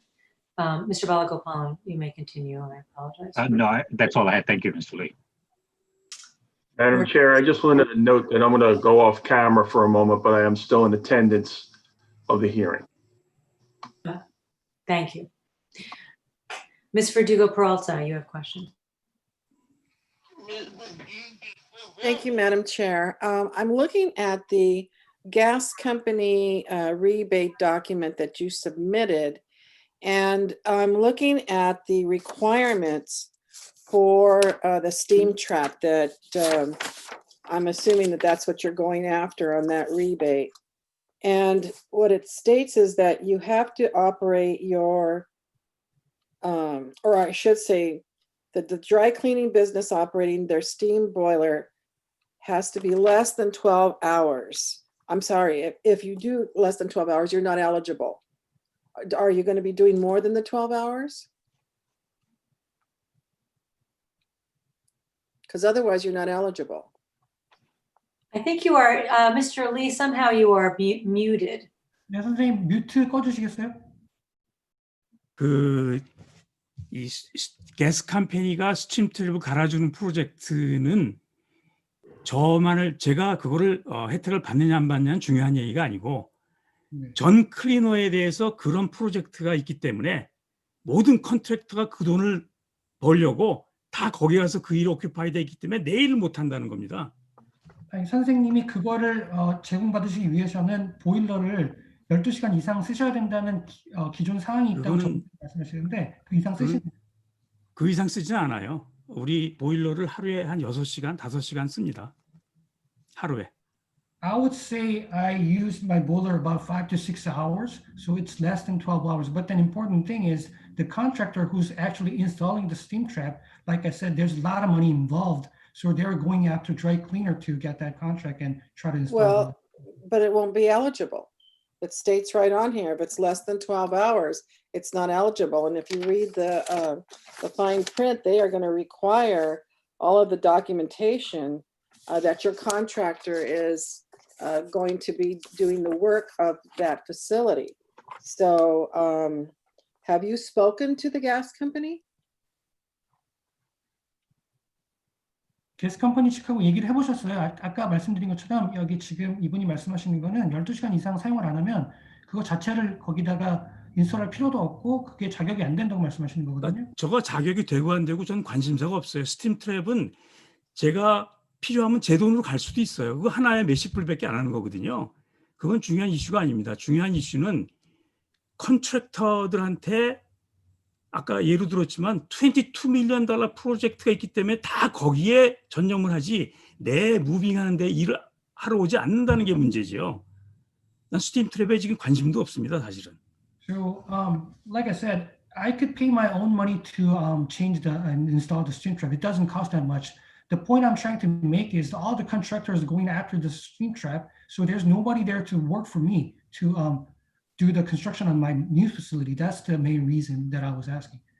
So whether I get the compensation for installing the stream trap, it doesn't matter to me. I could pay my own.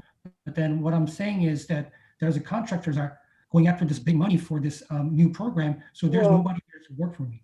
But it has to be for an industrial type of facility. If they're using less than the 12 hours, and this is in the area that you've circled, this is bullet number 2. It's stating right there that if it's operating less than 12 or less than 12 hours, you would not be eligible. May I just ask Mr. Lee a question? Mr. Lee, have you submitted this document merely for additional proof of the reason why your contractor has told you they will not be able to start construction at your new site until January? Correct, accurately. Okay, so it's not because you're waiting to take advantage of any rebates or anything like No, that? I'm not interested in about the rebating. So I don't really understand them, because I don't totally agree with that assessment. I don't understand why the document was really submitted if it's not going to be relevant to this facility. I understand that everything else that you're doing, and I commend everything else that you are, but I just wanted you to also be aware that you wouldn't be eligible. That's all. The attachment about the gas company was submitted because I want to show you that all my contractor occupied, fully occupied because of that steam trap job of the gas company. So they don't have any manpower and time allocated to me. That's why my construction is delayed. I see what you're saying. Okay. Yes. Thank you. Thank you. I'm glad that was clarified. I think it was a little confusing, the whole gas company, but now I think it's completely understanding. And it was your attempt to be very thorough, and we appreciate it. Board members, any other questions for Mr. Lee?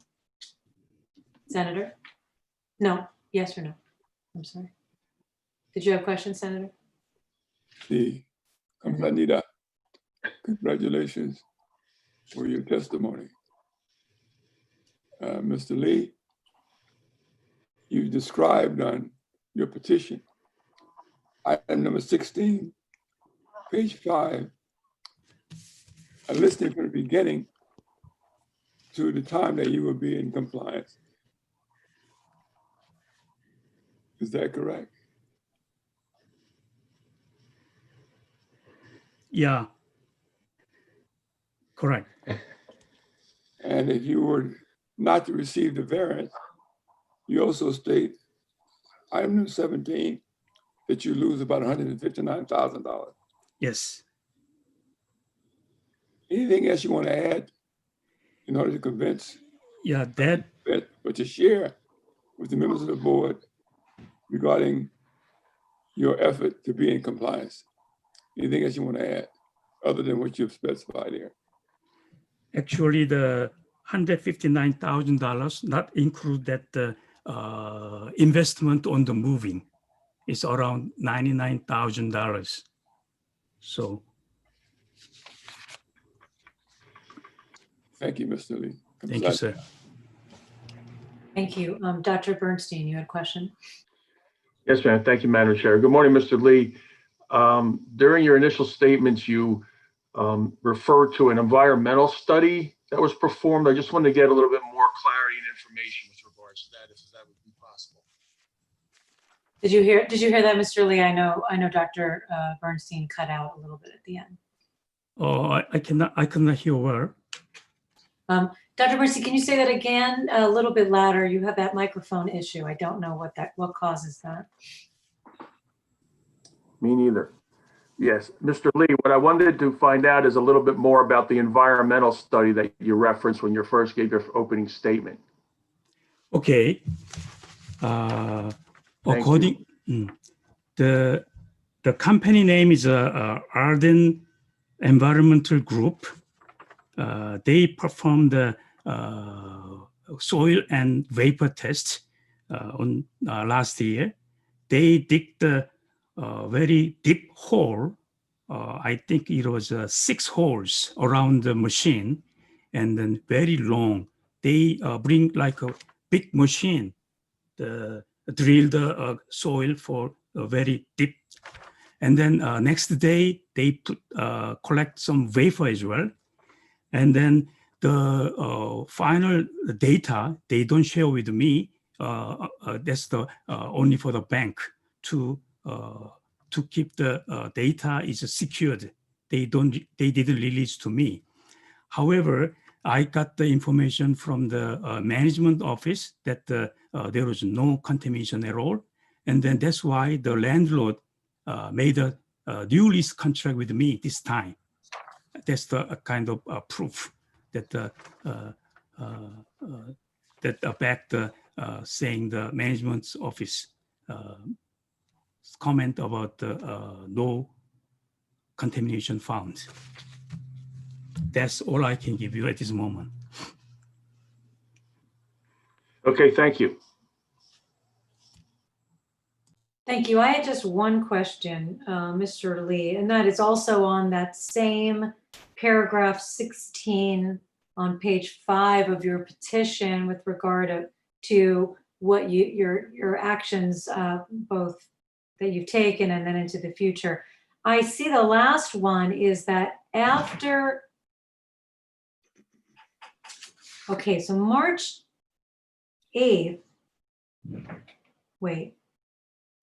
By March 8th, will the new hydrocarbon machine be in place? Oh, you're muted again. Sorry. Yeah. The hydrocarbon machine will be installed by end of February or latest early March. And then if we get the city permit, we can immediately start to run the machine. After that, I'm gonna inactivate this PERC machine in accordance with the procedure of the AQMD. First of all, I have to apply this Form 200C to inactivate the machine. And then we ask the contractor to remove PERC machine according to the law or rules. So is it your intention that once you are permitted to use the hydrocarbon machine, it's fully installed at the end of February or in March, that you will discontinue using the PERC machine immediately and just move over, especially since it's 150 feet away? Almost immediately. Okay. Okay, so if we were to grant a variance and put a condition in requiring that as soon as the hydrocarbon machine is fully permitted and installed, that you begin using it and discontinue use of any your existing PERC machine, that would be acceptable to you or reasonable? That's right. But as far as I know, the variance to comply the variance is that terminate the PERC machine and remove PERC machine. That's the yes, that's the what I have to do. That happen. That's why. It's use of the PERC machine after the date of December 31st that I think we're most concerned about. But so I would like to see that in there. Okay. Thank you for clearing that up. Thank you. Board members, any other questions for Mr. Lee? Senator. You testified, Mr. Lee, that this machine, this company you acquired from the previous owner 15 years ago. Correct? You bought this property. I mean, you bought this cleaners 15 years ago. I bought the business, including the machine, on end of the 2005, 15 years ago. And as far as I know, before that, the old ex-owner run this cleaner with that machine I think for 5 years. So, I'm sorry. Total 20 years, we have been using that POC machine until now. The question was asked of you, the machine that you're not using, when was it purchased? I think your answer said 1999.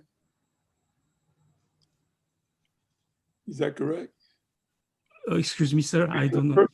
The permit, existing permit indicates that the current machine that you are using was purchased in 1999.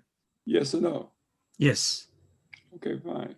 So that 1999 situation keeps coming up and up and up all over again. I think that's something that I want to reflect on. Thank you. Thank you. Any other questions for Mr. Lee?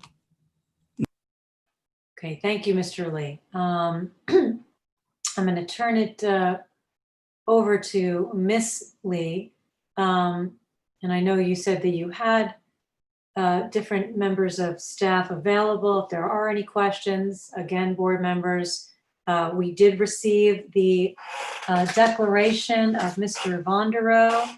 And just a reminder that that declaration, because as of right now, there has been no testimony and cross-examination of Mr. Vonderow.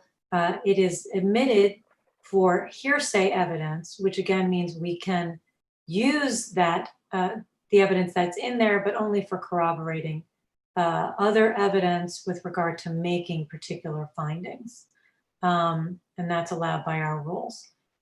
Is there any need, board members, to make your findings, to bring on any members of district staff and ask any questions? Mr. Balagopalan, yes. Yes, just for clarification, Ms. Lee, I think you mentioned that a tier 3 assessment was done. I just wanted to get an idea of what exactly was done as far as the risk assessment. Yesterday we heard that a 2007 document was used, so I don't know. And the risk numbers are the same, so I just wanted to get a better idea if a separate tier 3 assessment was done. Sure, Mr. Balagopalan. The district has available Ms. Shannon Lee as a witness that can testify to your question. Shannon? Yes. Hi, and just to start, can you please spell your full name for the record? Sure, it's Shannon Lee, SHANNON, Lee, LEE. And did you take the oath this morning? I did. Thank you. Ms. Lee, did you hear my question?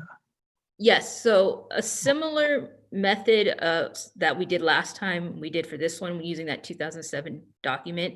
The one change being the Met location, because it's in a different city.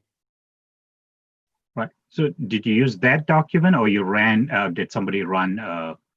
So we used that document for our basic assumptions of the 10 gallons per year, 8 hours a day, 5 days per week, 52 weeks per year, the 60-40 split of a point source volume source. But that study in 2007 was using version 7 of our risk assessment. We reran it using our most current 8.1 version. Okay, so and when you say reran it, you used what, ASCreen?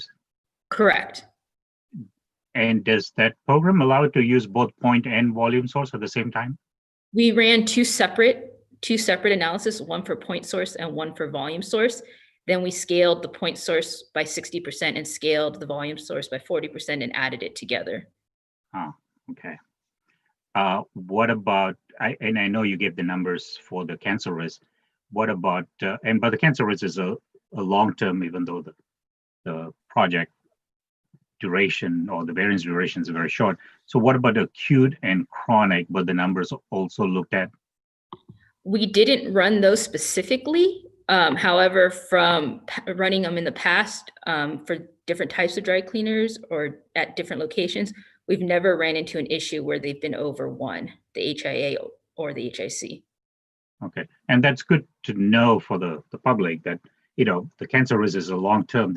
When you look at acute, that's a shorter duration, and that is meeting the health impacts because it's less than the criteria. Right. Okay. All right. Thank you very much. That explains what was done. Thank you. And did we go over what excess emissions might be from this particular machine in terms of pounds per day of PERC? It would be 0.22 approximately. 0.22. Thank you. Board members, any other questions for Ms. Lee or otherwise? I think I misstated yesterday saying 0.02. I thought I heard that, but it's 0.22 pounds per. Correct. Senator? Mr. Lee. Oh, are you going back to Mr. Lee? Mr. Yes. Oh, okay. So let me just, because I didn't realize we were going to do that. Is there any other questions for Ms. Lee before we move back to Mr. Lee for any questions? I'd like to have Ms. Lee. Oh, no question. Okay. I'm sorry. And I should say Miss Sharon, is that your first name? Shannon. Shannon, sorry, Miss Shannon Lee. Any questions for Miss Shannon Lee? Okay. Thank you, Ms. Lee, for your testimony. Okay, you had an additional question, Senator, for Mr. Lee.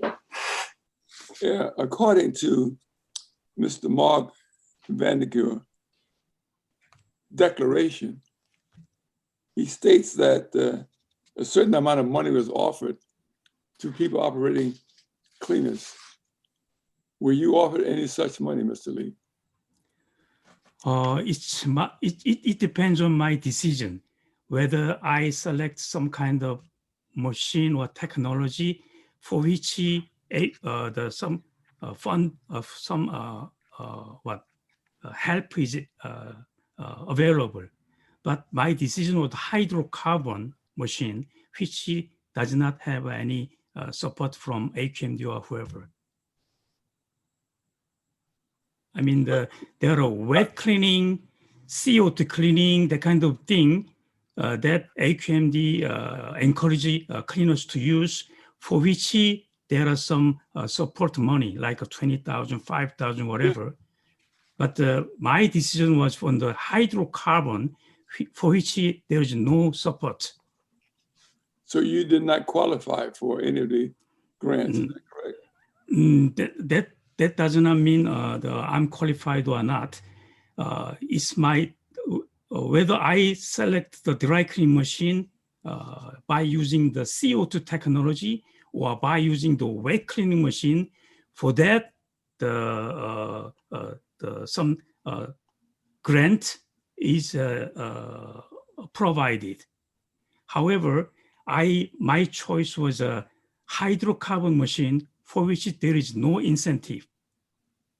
So it depends on my decision, not matter of the qualification or not qualification. So in 2019, you had an active permit to operate your business, is that correct? 2019. 2019. That's just a few years, that was last year. 비즈니스를 하실 그냥 라이센스가 2019년에 그대로 가지고 계셨잖아요, 그렇죠? 지금도 가지고 있죠. 지금도. Of course, I still have the license. Do you recall whether or not an inspector visited with you, you had a permit? In this declaration, he states that all cleaners operators with an active permit were inspected. Were you inspected? As to whether or not you were in compliance with 14, with the new rule? The rule says that the cleaners is not supposed to run this POC machine after January 1st, 2021. So before that, whether I use the POC machine or not is within the regulation or within the law. So were you inspected? Did they inspect your operation to Yes, they determine did. whether or not you were in compliance? Yeah, I'm in compliance. Tell They them what- didn't find anything wrong, you know. I believe you're in compliance. I accept your Yes. testimony. My question is, this is a deposition before us, and I want to know whether or not it's accurate. And you can tell me whether or not you were in fact inspected according to the declaration. At the compliance background, that's what it says. Were you one of the ones who has a permit, were inspected by the inspector to determine whether or not you were in or out of compliance? Or what was the deadline to becoming in compliance? Would you please speak to that? Let me clarify to Mr. Lee your question, Mr. Holden. 이 선생님, 다른 걸 질문한 게 아니고요. 그냥 네. 코드 때문에 그렇기 때문에 이 사람들이 인스펙션을 왔었잖아요. 선생님, 네, 그때 선생님이 그 비즈니스 라이센스하고 그걸 다 인스펙트 받을 때 아무 문제가 없었고 라이센스 그대로 가지고 계셨죠? 네, 그럼요. Yes, I had my license when I was inspected. So there was no other problem when I was inspected. And I was aware of it. My question was you part of the group that were inspected in 2019, given the fact he has an active permit? 다시 또 묻는 건데요. 2019년에 액티브 퍼밋을 갖고 계셨죠? 네, 가지고 있었습니다. Yes, I had an active permit in 2019. At any time when you received notice that you had to comply with 1421, did you receive any mails, anything in the mail indicating that would be the case? Many times. Okay. Were you asked to, and if you did, participate in any meetings to discuss the need to comply with 1421? They offer several times about the public hearings whatsoever, but as far as, because I know about the rule very clearly, therefore I did not attend the meeting. Okay, thank you very much. Thank you, sir. Thank you. Any other questions, Mr. Lee? We were finished with Mr. Lee, but are there any other remaining questions before I close the testimony and hearing? Okay, thank you. I'm going to ask if there's any member of the public who is present who wishes to be heard on this matter. And if you are a member of the public who is on the Zoom call, please see that there is a raise hand function at the bottom of your screen. Otherwise, you can turn on your microphone or turn on your video camera and motion that you wish to be heard. And if you are on the teleconference, it is *9 to raise your hand. And I'll just give a few seconds to see if anybody wishes to be heard from the public in this matter. Okay, and I see no one who wishes to be heard. And so, Mr. Lee, I will turn to you. You have given a lot of testimony and evidence today. Is there anything you wish to say in conclusion as a final statement, or do you just wish to rest on the evidence you've presented? Yes, I have. I prepared for closing statement. Thank you. Thank you for the opportunity to explain my situation and also for the chance to petition for the variance. To summarize, I would like to appeal that despite our best efforts, a lot of things throughout the process of this relocation were out of our hands. Our business is hanging by a thread due to the pandemic and the fact that we are a small business that can be treated as an afterthought. If the board would grant a short variance of 75 days, we will continue to follow all rules and regulations to minimize emissions and try our best to reduce the dry cleaning cycle. And we will also try to expedite the process so that it will take less than 75 days. Thank you. Thank you, Mr. Lee, very much. Ms. Lee, would you like to give a closing?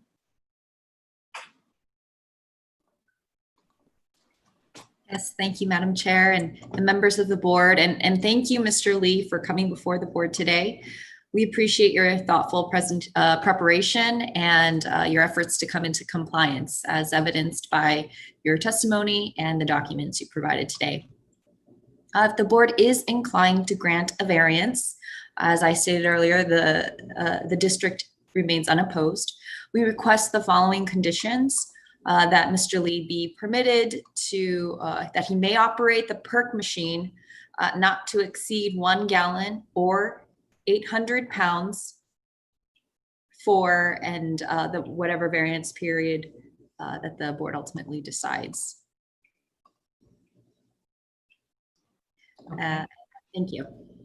Did you have other, you said, and was there another one that you also? No, I believe you had discussed one, but I didn't get all of the details for that. And would you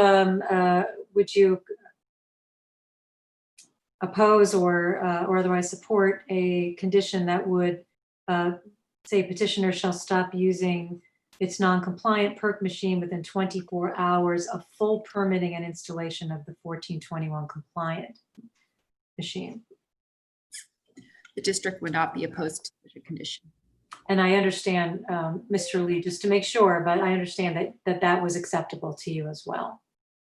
Okay, thank you, Mr. Lee. Okay, and does that conclude your closing, Ms. Lee? Yes, thank you. Thank you. Okay, board members, let's begin our deliberation. Would anyone like to begin? And if not, I can happily begin this deliberation. Ms. Verdugo-Peralta, would you like to begin? Thank you, Madam Chair, and thank you both Mr. Lees for coming before us. The interpreter is just as important as the actual respondent so that we can understand exactly where the respondent is coming from and what the situation is. And in this case, I believe that this respondent has done everything that he possibly could to come into compliance. He is on a path to compliance, and there were circumstances beyond his control that had they not occurred, I believe he would have already been in compliance. So for those reasons, I would not see any problem with him going forward and us granting this variance. Thank you.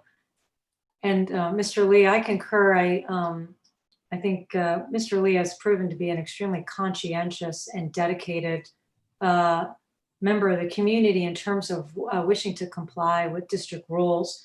Mr. Lee has shown us that he was actually on track before COVID, had a district permit, and also had already ordered a hydrocarbon machine that was compliant. Unfortunately, like other small businesses, and in particular the dry cleaning business, which has been hit particularly hard, unlike others, Mr. Lee pivoted very quickly and went for a used hydrocarbon machine so that he would be in compliance. And again, very conscientious of Mr. Lee, and we appreciate that on the hearing board.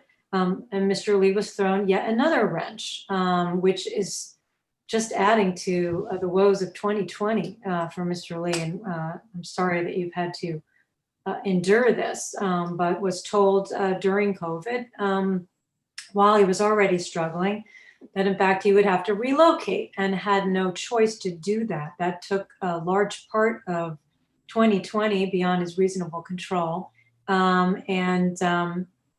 During which time he, at great risk to himself, contracted with his contractor in September, even though he didn't have the finalized lease, so that he could, again, attempt to come into compliance with 1421 on time or as quickly thereafter as he possibly could.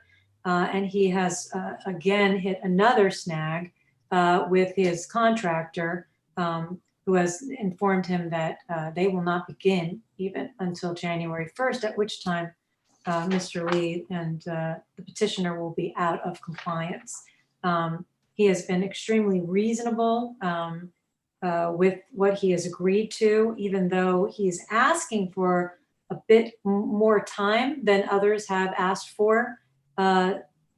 He is agreeing to the same constraint of 1 gallon of perk or 800 pounds of clothes over the life of the variance, and to put that hydrocarbon machine into operation as soon as he possibly can, again, out of his control. So beyond reasonable control, I think, no question, unless anyone else has anything else to say on that, and then we could go through the other findings as well. Anyone else have any thoughts on beyond reasonable control beyond that? I think you and Cynthia covered it excellently, all the different things that happen. So I have nothing further to add on that. Thank you. And Senator, go on.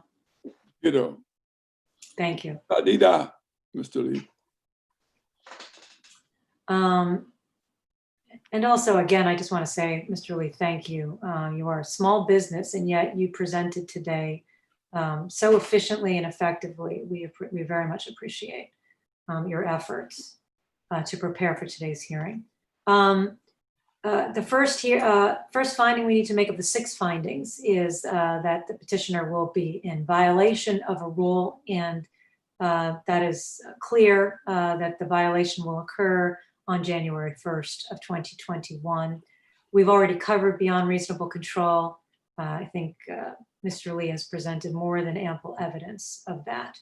To deny the variance, to make Mr. Lee wait and not operate until March, sometime in March, would effectively close his business. And that would certainly be a practical closing and elimination of a lawful business. I also think we've received evidence today that closing would be without a corresponding benefit in reducing air contaminants.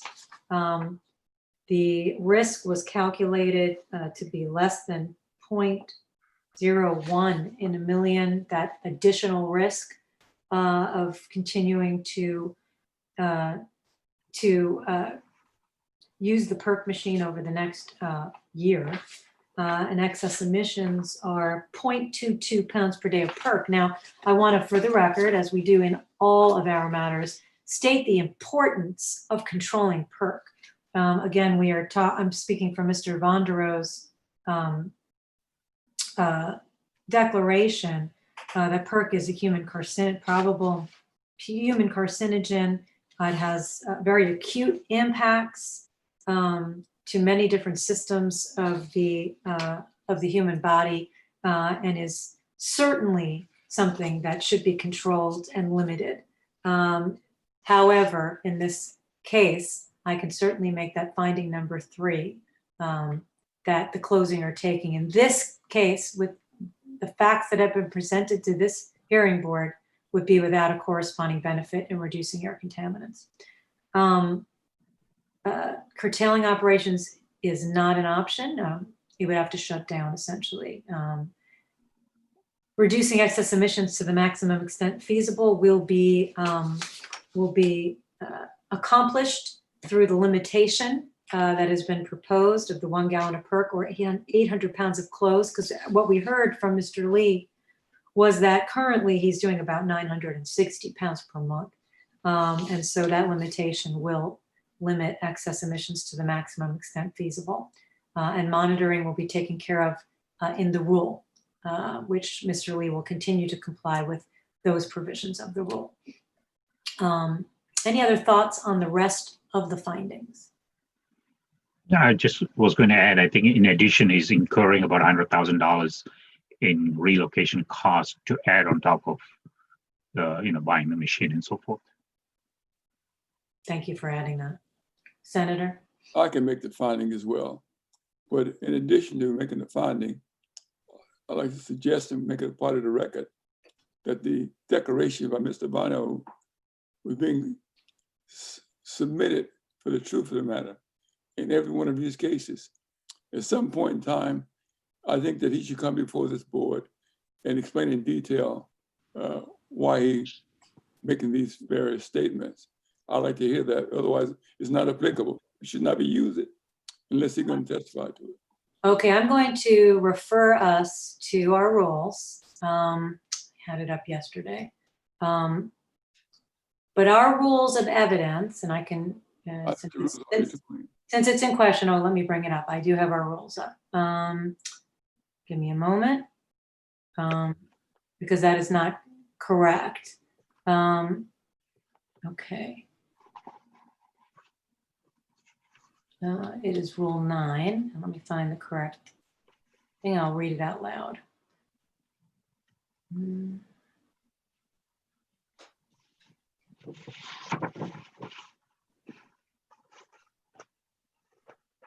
Okay. Nope. Hold on. Haven't gotten to it yet. Okay. Rule 9, evidence. Rule 9. Okay. Rule 9B.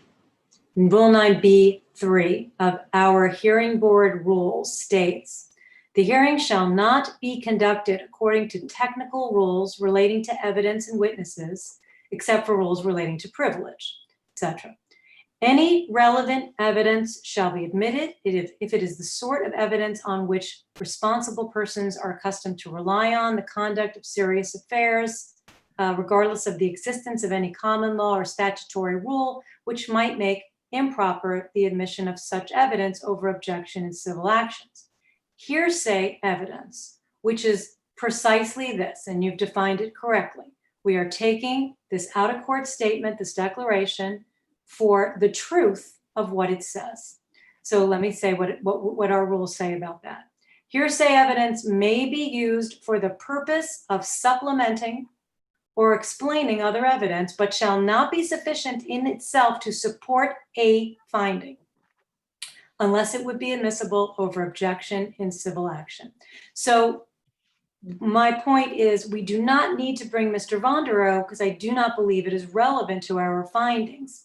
Mr. Vonderow's evidence thus far, and including in this hearing, have been used to supplement findings. We have not relied on Mr. Vonderow's statements for any one finding that we need to make of the 6 findings. And so under our very own rules, we may use it as hearsay evidence.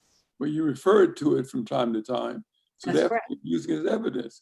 And I'm saying to you, and I think what you read was fine, but it still should be it's being considered as a fact.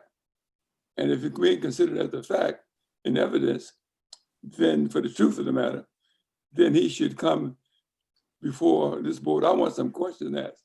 Okay, I would like to again, just, I don't want today to be a repeat of yesterday, dragging out a hearing. I know, I agree, but I think it should, why you object him coming? Hopefully it is understood what I'm saying here. Yes, we may take, let me just say, it is an exception to what you might understand for courts to do with hearsay evidence. Yes, we are taking it for the truth of the matter. Yes, it is hearsay evidence. We may do that. What we may not do is say, based solely on what Mr. Vonderow says in his declaration, I'm going to make the finding that there's a violation or something, any one of the 6 findings. We may not do that, but we may refer. Yes, I have referred to it. I am not basing any one of our 6 findings solely on it.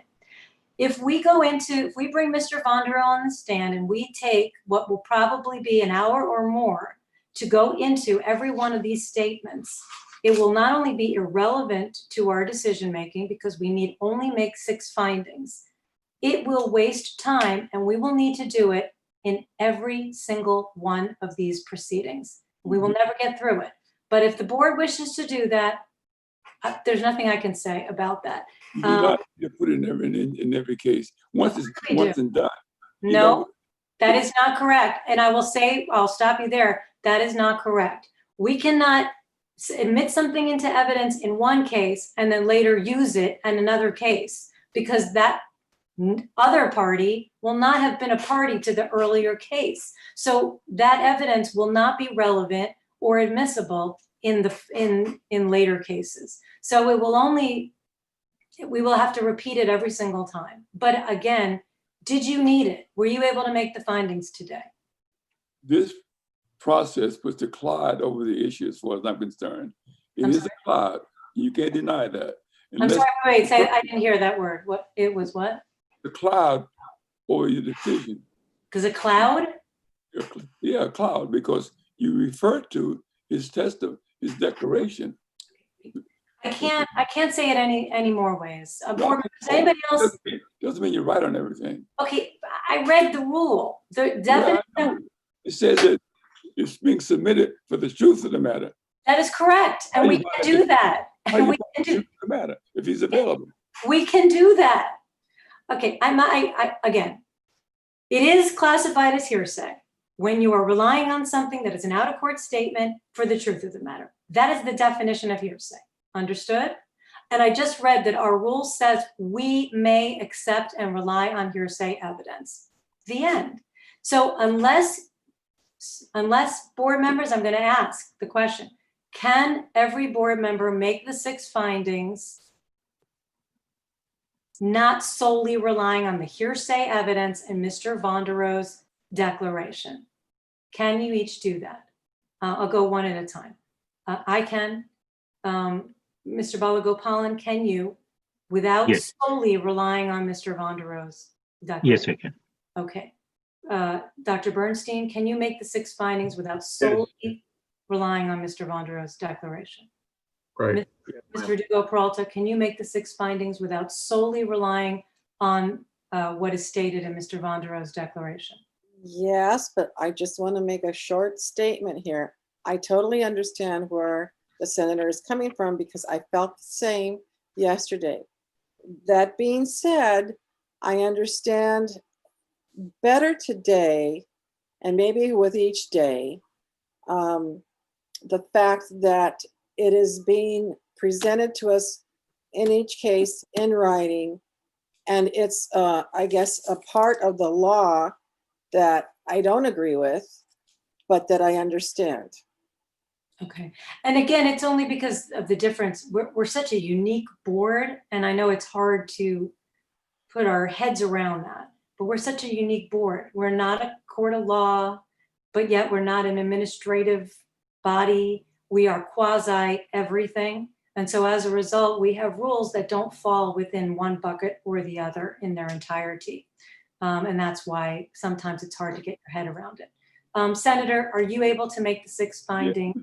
Let me just say to you this. Okay. I can make the 6 findings. Thank you. And if, wait, may I finish, please? Yes, I just don't want to leave this hearing with a cloud. There's no cloud. First of all, Madam Chair, if we can make the 6 findings in every case without accepting the declaration as a matter of fact, then why introduce the declaration? You don't need to do that. Yes, you do. I want to be able to refer to the harms of PERC, to have that on the record. Well, then, I want to be able to do that. Accept it as the declaration of the fact. I want to hear the person making the declaration. I want him to come before me and sit so I can ask him. Okay. And again, you understand, and Ms. Manwaring tried to explain why it is that she objects and asks for relevance, which finding are certain things that are being asked for. Why are they relevant? So that she can protect her client. And I try to explain that for the same reason of efficiency and keeping this board on track when we are having such a difficult time with being overscheduled. I will say the same reason, that's the same reason I am going to say, I'm going to assert my chairmanship and cut off questioning that is not relevant. So if you want to just for wanting to really just get to the bottom of this declaration for the sake of getting to the bottom of this declaration, that's not relevant. And so for that reason, I do have to cut that off so we don't spend an inordinate amount of time. That's the only reason why I'm saying that, because I just polled every one of the board members and I asked, can you make the 6 findings without solely relying on this? And everyone said yes. So the answer is anything beyond that would be irrelevant. Well, strike solely. If you strike solely, then or strike it, don't insert solely. Can you find it Sorry? for the I'm not 6th? striking solely because that's our rules. Okay, I have to cut off our discussion on this because we are going to yet again waste hours arguing amongst ourselves when we really need to make a decision. We did that earlier this morning. I'm sorry? We did that earlier this morning, an hour and 20 minutes. Okay, I'm sorry. We spent a lot of time trying to get one board member who has a lot of connection problems due to no fault of her own. That is why we took a long time this morning. Okay. Would anyone like to offer a motion? Okay, I will offer a motion. I can, if you like. I know you're loaded, but I can do it. And so are you, Mr. Boligo-Pollen. So I think you made the last one yesterday. Do you want me to try? I'll try. Oh, that's good. With assistance. With assistance. We will happily assist you. Okay. Peralta. All right, here we go. In the matter of Montclair Cleaners located at 851 Evening Canyon Road in Brea, California, case number 6884. I'm sorry, let me correct you. I think that's the home address. The location address is different. He's not in Brea, he's in Montclair. Montclair, so sorry. So sorry. I don't know what that is. 9477 Central Avenue, Montclair. No, there's an alarm going off in my home. Hang on just a second. So sorry, boy, I swear. Okay. My husband must have opened a door. Okay, so. Is it okay? Okay. Yeah. Just threw me there. Okay. Located at 9477 Central Avenue in Brea, correct? No, Montclair. Montclair, sorry. I move that we accept the 6 findings that we find for the respondent. And it is a petitioner, just to be clear. I'm sorry, petitioner. Mhm. And I told you I needed help.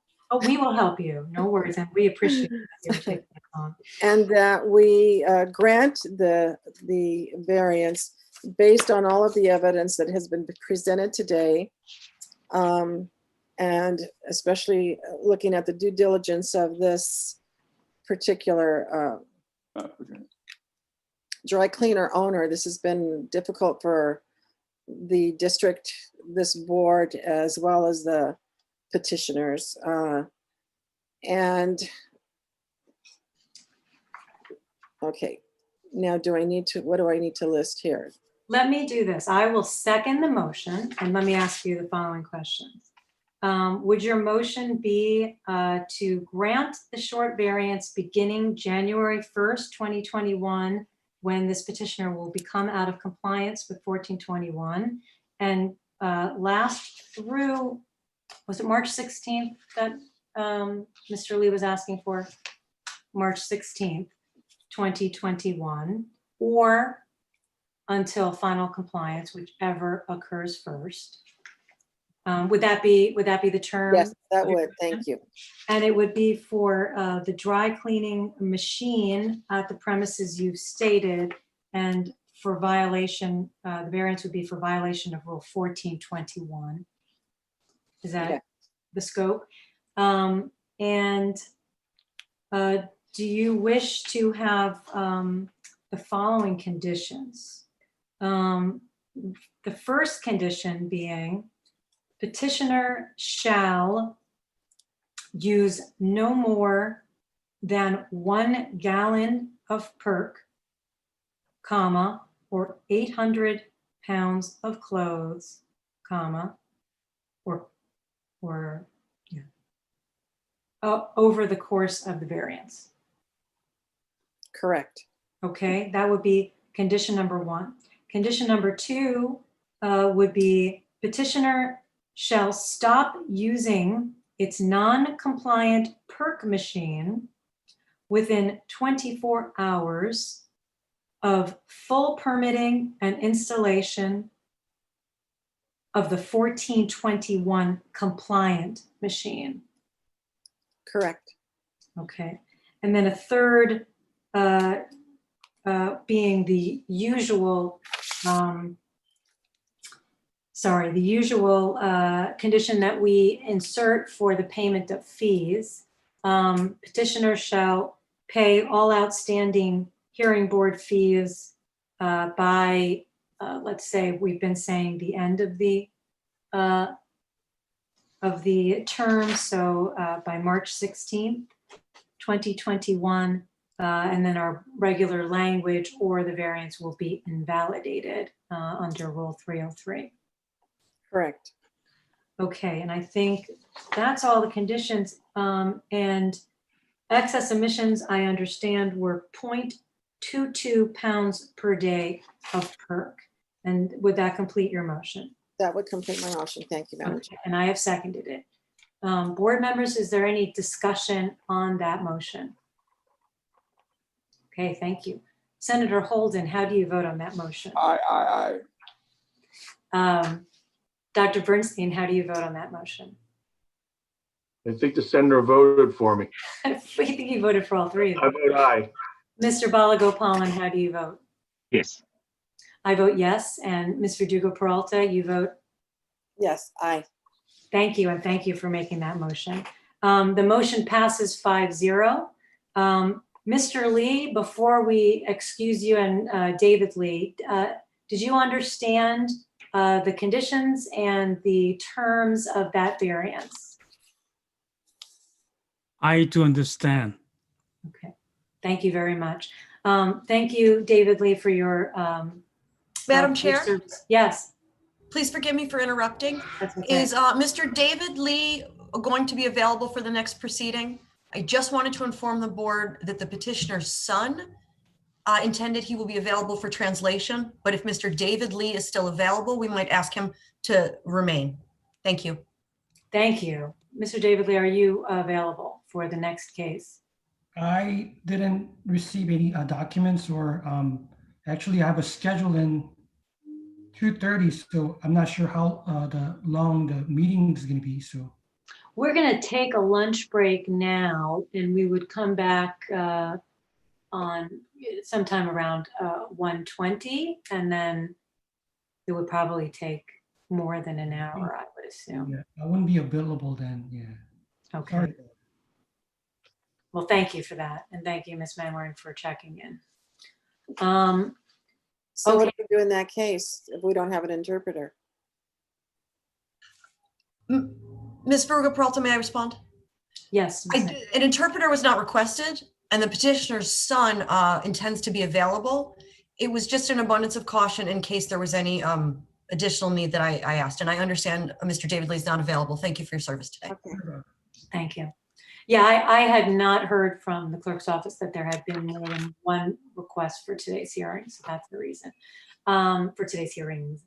Okay, board members, that was very fluid. So it's now 12:35. So let's take, how long of a lunch break should we take? Do we, 1:20? Is that sufficient? Yeah. 20. Okay. All right. So, and for sun cleaners, just so you know, we will be back on with that third matter, with your matter at 1:20 promptly. David Lee, thank you so much for your service today and your assistance for the board. And members of the board. And thank you, everyone, and good luck, Mr. Lee. Thank you very much. Thank you, Mr. Lee. 네, 감사합니다, 선생님. 안녕히 계십시오. 네, 수고하셨습니다. Okay, we are sorry.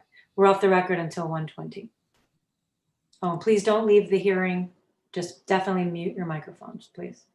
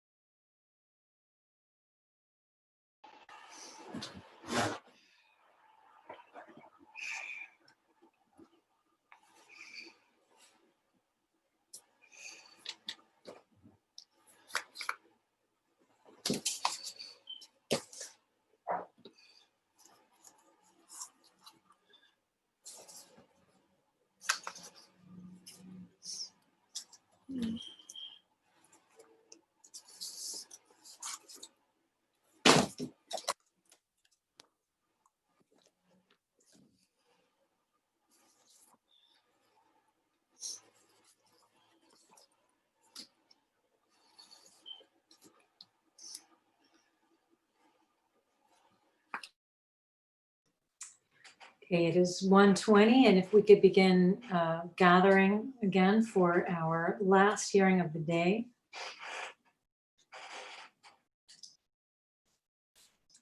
And Madam Clerk, did we hear it all from on the ex parte from District Council? I can ask the front desk. She didn't mention it, but I've been, not out. You don't have to. I didn't see anything. I didn't know if you knew. Thank you. Okay. That's a little better. Say hi, Zoe. Hi. Oh, you have a visitor. Who's that, Miss Veruga Peralta? I'm sorry? Who is your guest, your coworker there today? Oh, that's my best little helper, my granddaughter, Zoe. Oh, very nice to see Zoe.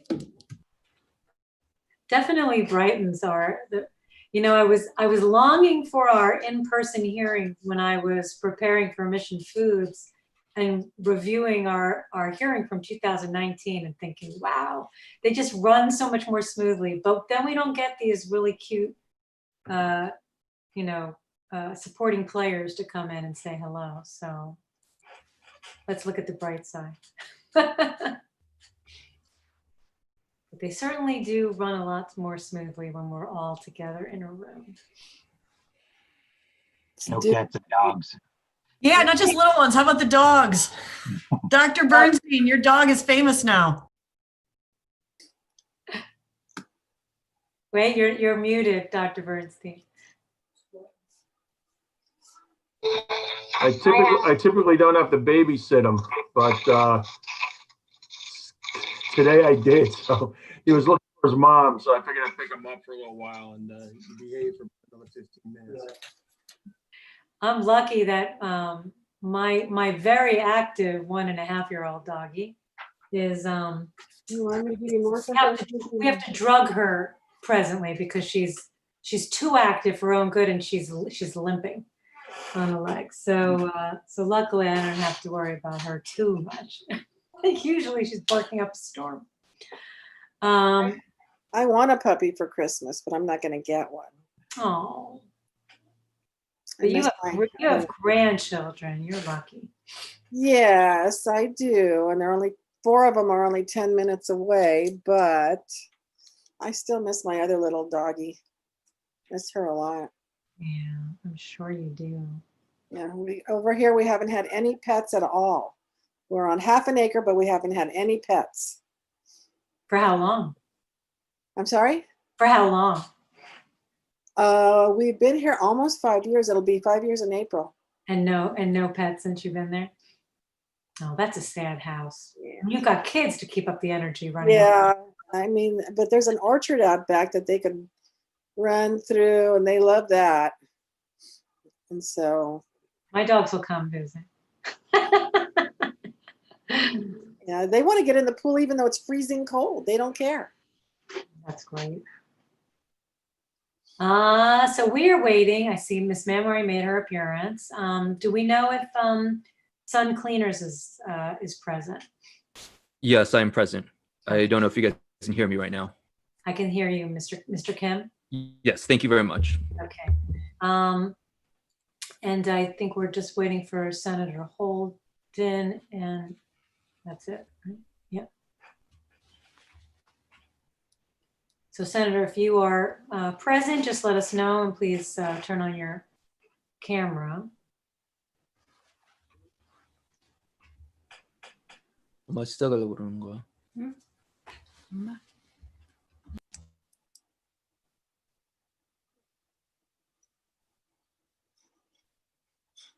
Ah, wonderful. Okay. We are back on the record and we have one remaining matter on the calendar for today. And that matter is Sun Cleaners, case number 6181-1 for a regular variance. And who is present today representing Sun Cleaners? I'm representing on behalf of my mom, who is the owner of Sun Cleaners. I am her son. My name is Jeno Kim, and I will be serving as an interpreter for her. Okay, and Mr. Kim, do you happen to have, or does your mom, I guess you're together, do you have video capability at all? Yes, I do, but for some reason it's not turning on. I have no idea. Let's see. Okay, there we go. Now it's. There you go. Sorry, I apologize for that. No, thank you. Thank you. That's definitely helpful since we can't be in person in our hearing board room. Thank you. And who is representing the executive officer today? Karen Manwaring on behalf of the executive officer. Thank you, Ms. Manwaring. Mr. Kim, were you and your mom, I know that Ms. Manwaring had come on earlier and said that she had mentioned to watch the previous matter we just had so that you could get an idea for how the hearing would go. Were you able to do that, you and your mother? Yes, I actually sat through both of the hearings. Okay, wonderful. So what I will do is, first I wanted to mark 2 exhibits that were circulated to the board members. They were an email, and the email had attached the declaration of Mr. Mark Vonderow. And we're gonna mark the email as Exhibit A as in apple, and the declaration as Exhibit B as in boy. And were there any documents that we have not received from you that you wish to submit? At this point, no. Okay. So then what I'm going to do is swear in our witnesses. Let me ask you, so Mr. Kim, are you going to be giving any of your own testimony, or is it all translating testimony of your mother? I'm going to be translating primarily for my mom, Okay. but there will be some instances where I will be intervening and adding on to what she has to say as well. Okay, so as usual, I have to now search, but I'm gonna administer 2 oaths today then. I'm going to administer an oath to you as an interpreter, if you could take that oath, and then I'm gonna administer an oath for if you're also going to be giving testimony, and certainly for your mom and anyone else who is going to be testifying. But first, should have kept it up. But hold on 1 second, and I will get that oath. Here it was. Okay. All right. So, Mr. Kim, I'm going to begin with you. If you could just raise your right hand. Okay. And do you solemnly swear that under penalty of perjury, you will make a true interpretation to the witness from English to, is it Korean? Yes. Okay, from English to Korean, and that you will make a true interpretation of the witness's answers to questions from Korean to English to the best of your ability? Yes, I will. Okay, thank you. And if you can ask your mom and anyone else who might be testifying either for yourselves or for the district, if you can please come on camera and be sworn in. Oh, actually, those for the district have already been sworn in.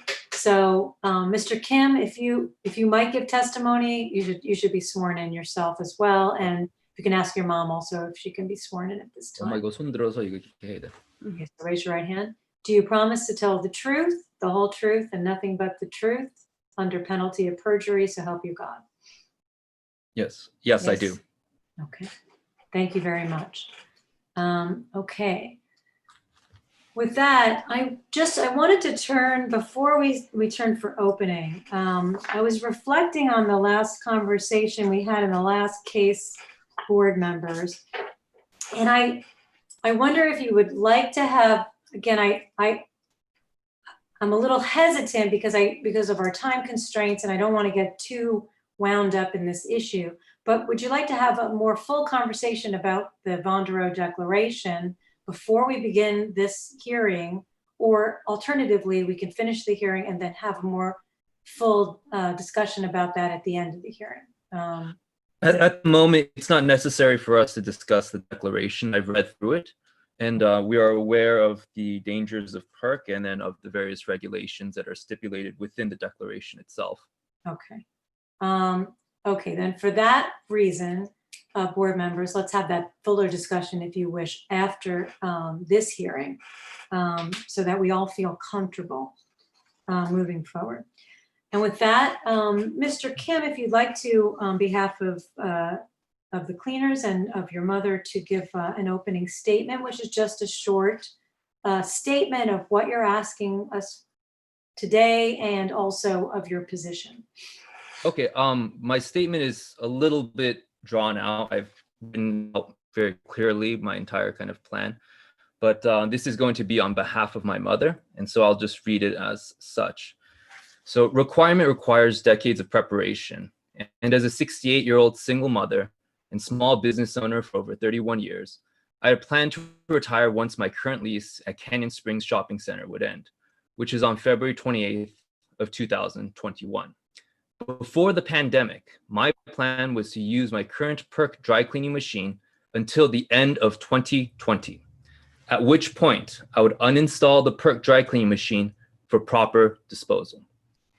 Once removed, I had planned that for the next 2 months in 2021, I would operate on a small scale without the use of PERC, and finally close my doors on February 28th of 2021.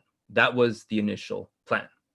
Sadly, however, 2020 radically changed my retirement and closing plans.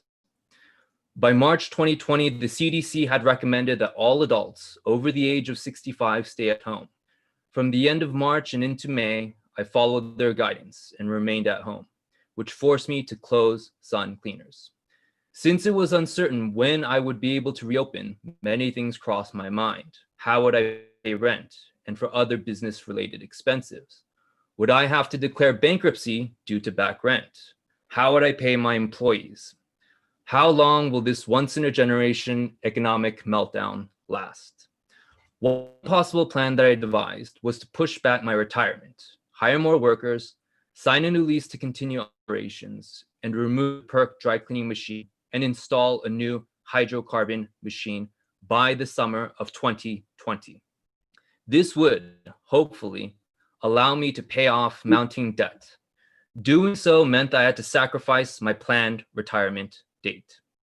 In the summer, I began to shift towards that path. I contacted Michael Wee of MW Equipment in Glendale, California, about the cost, financing, and installation of non-PERC dry cleaning machines, such as hydrocarbon, which meets regulatory standards. Summer was a challenging moment because I was uncertain if I should purchase a hydrocarbon machine during a period of severe economic decline. Such an investment is enormous financial risk, but it is one that I have come to accept. I must get into more debt and push back retirement to pay off mounting debt accrued during the pandemic. What is my plan forward? I want to purchase and install a hydrocarbon cleaning machine. But first and foremost, I must sign a new lease. The current lease expires on February 28th of 2021. Without a signed lease, purchasing and installing a hydrocarbon machine is an enormous financial risk. For the past few months, the negotiations to sign a new lease is ongoing. At the moment, we are unfortunately at a stalemate. Alan Arch, director of leasing at my shopping center, has made offers which are not feasible, and would force us into bankruptcy, especially since we have to invest in a new hydrocarbon machine and have back rent totaling in the amount of $23,528. The inability to sign a new lease is the main reason why I cannot immediately install a new machine at this time. Second, once the lease is signed, I will contact Michael Wee of MW Equipment to remove the PERC dry-to-dry machine, execute a plan to finance hydrocarbon machine, and set up a date of installation. According to Mr. Wee, removing the current PERC machine may take approximately 2 days, barring any complications from the pandemic. Ordering and installing a new hydrocarbon machine may take an additional 10 days, barring any complications from the pandemic. Third, I humbly request the board to grant me a variance to continue using my PERC dry cleaning machine intermittently into 2021 until I sign a new lease and order a new machine. While the variance is in effect, we do not anticipate significant excess use of PERC, largely because of the stay-at-home orders and severe slowdown in economic activity. Nevertheless, having dry cleaning services available will attract and maintain enough patrons to keep my business afloat until we transition to a safer alternative. Sun Cleaners has always remained in compliance, and soil and vapor tests have demonstrated that our facility did not exceed PERC limits. We will take the steps necessary to calculate how much excess PERC will be used in 2021. Without a variance, business would dry up and result in devastating losses, which may force us to close and bring economic harm to the shopping center and neighboring businesses. Thank you very much for your time. Thank you, Mr. Kim, and thank you to your mother for that opening statement. Very thorough. Thank you so much. Ms. Manwaring, opening on behalf of the district. Thank you. If I may, Joan, could I ask you, is Ms. Park the appropriate way to refer to your mother? Yes, Mrs. Park is fine. Thank you. Thank you. All right. Good afternoon, Chair Prusak and members of the board. Good afternoon, Ms. Park and Joan, for being here today. Before you today, again, is a petition for a regular variance seeking relief from Rule 1421, which prohibits the use of PERC dry cleaning systems after December 31st of this year. As we've informed this board, the district is reviewing our petitions on a case-by-case basis. And upon reviewing the original petition submitted on behalf of Sun Cleaners, the district must oppose the request as made in the petition. The petition does not outline a path to compliance or otherwise indicate an ability to meet the required findings. Additionally, it appears that this is one of the older machines that we have looked at, and that should be a factor into reasonableness. And I'll ask Ms. Park about the age of her machine, any modifications or replacements that have occurred. I did speak with the petitioner's son, John, last night, and I want to thank him for his courtesy and the time he spent with me. We talked about finding number 2 and what beyond reasonable control means. And I talked to him about why I thought Sun Cleaners would have a difficult time today establishing that compliance with Rule 1421 by this deadline was beyond their reasonable control and what type of information this board will be looking for. I do understand that the petitioner has more to add, and that was a lot more information in the opening statement that I'd heard before. The district has available the same evidence. We have staff from engineering and staff from compliance. We do understand the limitations of our evidence. And if the district believed a negative compliance history or lack of notice was at issue, we would affirmatively present Mr. Vonderal. But we're not alleging that Sun Cleaners has a negative compliance history.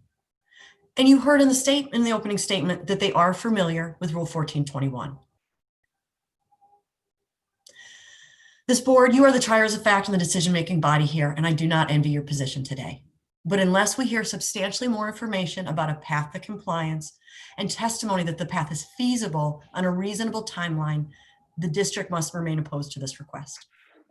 If you do hear evidence and testimony that makes you believe you can make the 6 findings, the district will be prepared to discuss conditions. Thank you. Thank you, Ms. Manwaring.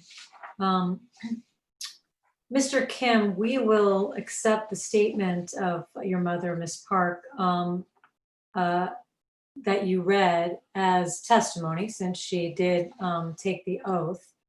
So at this time, are there any other specifics or additional evidence or additional statements that you would like to add that you think would help? And And would it help for me to go over further the beyond reasonable control standard, or do you feel that Ms. Manwaring, as she stated, went over that sufficiently for you in your prior conversations?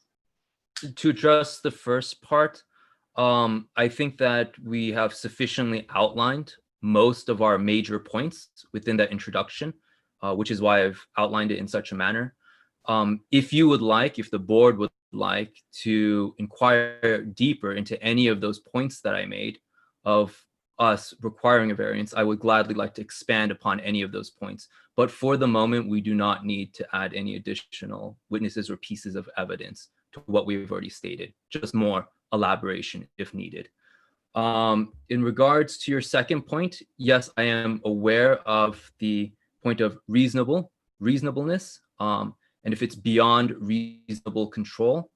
Karen Manwaring explained to me yesterday, and she explained in very clear terms what that means. There has to be circumstances which are beyond reasonable control, beyond what we can control. And although in the initial petition that I submitted, I did not articulate that very clearly. This petition, my mother, she handed it to me, and then she says, fill this out, hurry up and submit it. And I had no idea what I was doing. I didn't understand the procedures that would follow. But after speaking with Ms. Manwaring yesterday, I have a better understanding of some of the expectations. So in the introduction, I further articulated the points, and I do believe firmly that this is beyond our reasonable control, namely because my mother had initially planned to retire by this year, and she would discontinue the use of the PERC machine. However, her retirement has been pushed back because of the pandemic, because of mounting debt, which she has to pay off, and therefore she has to continue to work. And so I believe that is beyond reasonable control for us. And we do have to be in compliance for the future, one sign at least. We have spoken with vendors, but the problem is we have to sign a lease agreement first before we make such a large purchase. Thank you, Mr. Kim. And before I turn to Ms. Manwaring for questions for Ms. Park, for your mother, I just wanted to thank you and thank Ms. Manwaring for having that conversation last night, which certainly helped to expedite things and to help you prepare for today. Ms. Manwaring, do you have questions for Ms. Park that you can ask through Mr. Kim? Yes, I'd like to get some initial information out, and then we're going to turn it over to the board. Okay, thank you. All right. Mr. Kim, I know I've been referring to you as Gino, but is it okay if I call me Mr. Kim here? Technically it's doctor, but it's okay. You could just call me Jenna, that's fine. Dr. Kim, thank you. Okay, Dr. Kim. Okay. My questions for your mother are as follows. Could you please confirm that she took the oath this afternoon? 엄마가 오늘 그 oath 한 거 그냥 결정할 수 있지? 그냥 내 대답해. 네. Yes. And tell us again, how many years have you been operating as a dry cleaner? 엄마가 몇 년 동안 일했어? 30년 넘게. Over 30 years. In the specific machine at Sun Cleaners now that is a PERC dry cleaning system, do you know when that machine was manufactured? It was manufactured in the year 2000. Were there any modifications after 2000? 그 2000년 후에서 엄마가 거기에서 뭐 기계에서 뭐 바뀐 거 있어? 없어. No, she did not make any modifications to the machine. Is there any other equipment at your location? Do you have laundry machines or presses? Laundry 기계 같은 거 다 있지. Yes, she does have laundry. She does have regular washing machines that use regular water and detergent, and she also has pressing machines to iron and press clothes. Could you estimate a percentage of your business that goes through PERC versus what goes through the other services?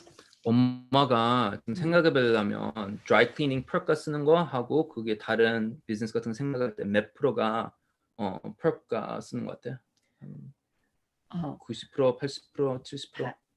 퍽은 라운드에는 80% 그렇게 쓰고 한 20%뿐이 안 써. 퍽은. 그 PERC은 조금만 쓰는 거야? 퍽은 조금만 쓰는 거야. 왜냐하면 옛날에는 퍽을 많이 썼어. 거의 다 옛날에부터는 옛날부터는 많이 썼지 한 80%. 80% 퍽을 근데 썼지. 지금은 20%. 지금은 많이 체인지했지. 한 그렇게 20%? 해서 Okay. 20%만 퍽 써. 알았어. So she's saying that before the pandemic in regular operations, she would be using approximately 80% of the perk machine to do cleaning and most of the business. However, due to the pandemic, she has throttled back use of the perk machine a lot, and she's mainly doing other forms of business because she doesn't run the machine as often this entire year. So this year, she's saying that probably about 20% or so of her business is perk.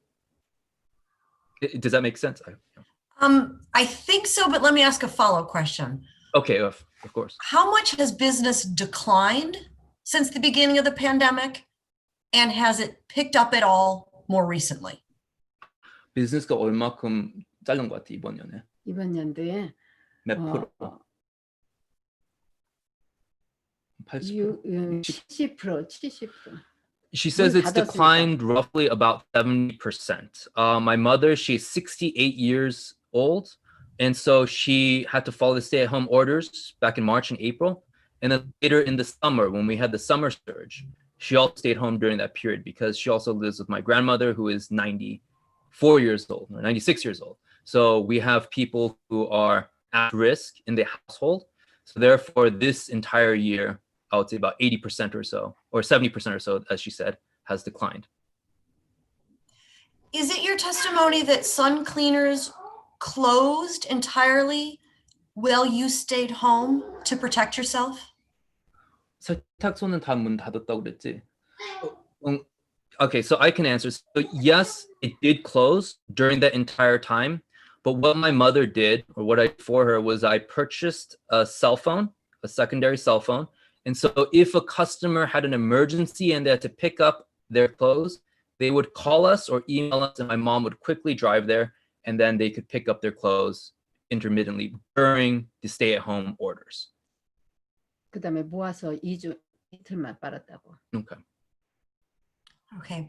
Dr. Kim, I'm going to circle back a little bit to get percentages again, because now that I've asked the next questions, it wasn't really clear to me. So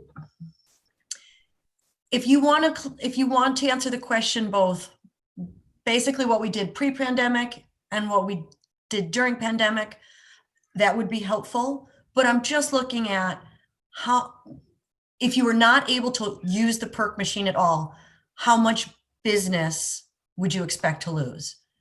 그 엄마가 아주 안 쓰면 그러면 비즈니스가 그냥 팬데믹 생각하지 말고 비즈니스 안 perk 빼잖아. 그럼 얼마큼 없어질까? 한 80% 되지. 지금 라운드리 갖고 오는 사람 중에서 드라이클리닝 할 게 10% 20% 되기 때문에 그것 때문에 오는 거야. 그렇지 않으면 그 사람들이 그거를 잘못해주면은 딴 데로 갈 거야. 그렇기 때문에 많이? 80%. My mom would say that her business is probably about 80% or so dependent upon perk. And this is a little bit more complicated because she's saying that a lot of customers, for example, they bring in laundry and they also bring in an order of dry cleaning. She is saying that if she says we don't have dry cleaning services, these people are going to just do their laundry at home. The very reason why they come is to have that dry cleaning service. So while the perk use may not be that high, it is unto itself that machine itself, that dry cleaning, that brings in the customers, that bring in other forms of business. So if she were to remove the perk machine completely, the dry cleaning machine, she would estimate that her business would decline approximately 80%. Thank you very much for that explanation. That made a lot of sense. That was quite reasonable. Thank you. During these proceedings, we've heard the term mileage, as in the mileage of the perk machine. Just does Ms. Park understand what mileage is? 엄마가 그게 얼마 그 perk 기계가 오랫동안 쓰는 거 그게 이해가 될 수 있지. mileage는 얼마나 차처럼 오래 쓰는 거. Yes, she understands that. All right. What is the mileage of your machine? 그 엄마 기계에서 mileage가 얼마큼이야? 엄마 이거 치지 마. 얼마 아니 나한테 그냥 얘기해 줘. 엄마 생각에. 엄마 생각에 원 갤론당 800 그 1년에는 얼마큼 정도 쓴다고 그랬지? 1년에 몇 갤런?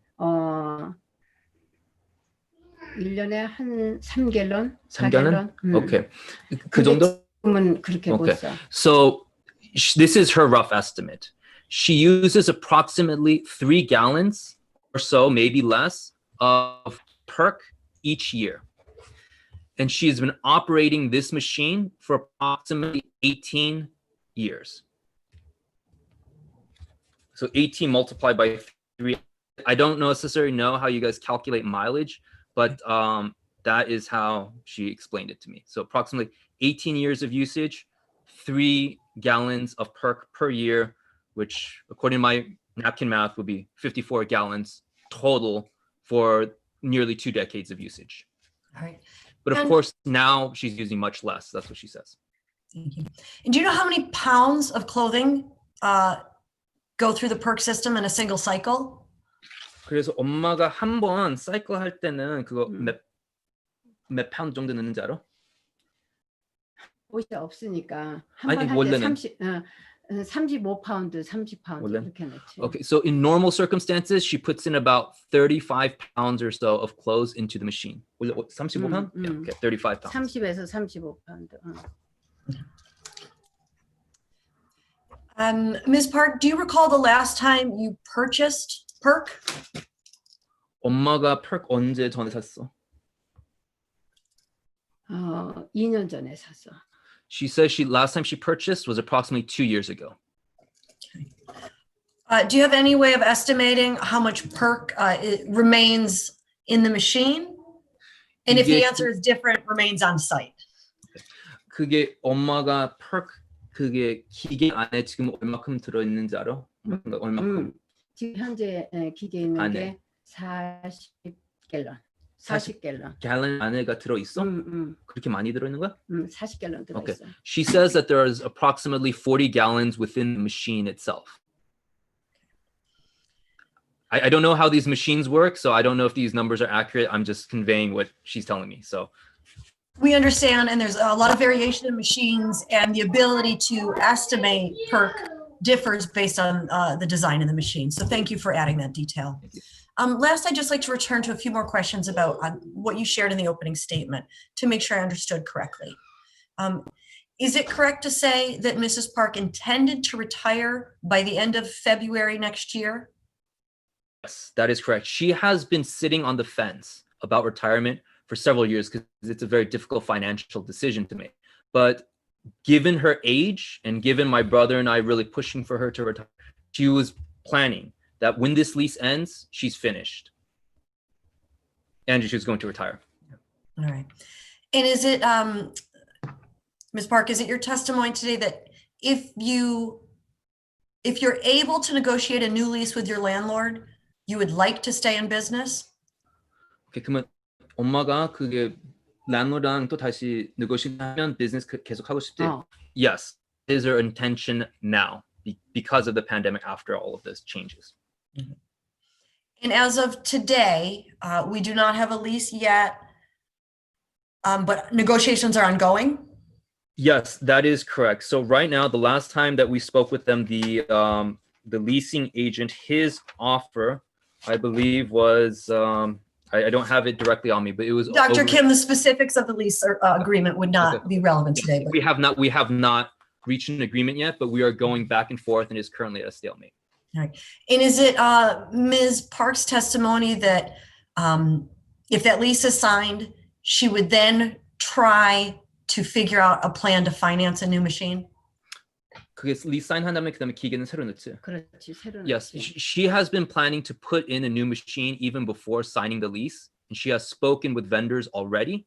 She has spoken with how long it would take, and she has already made those estimations. But the thing that's holding us back, the main reason, is the lease itself. Once that is signed, we will immediately speak with Michael Wee, and then they will immediately begin to remove the perk machine, and then they will immediately begin to install a new machine that is within compliance.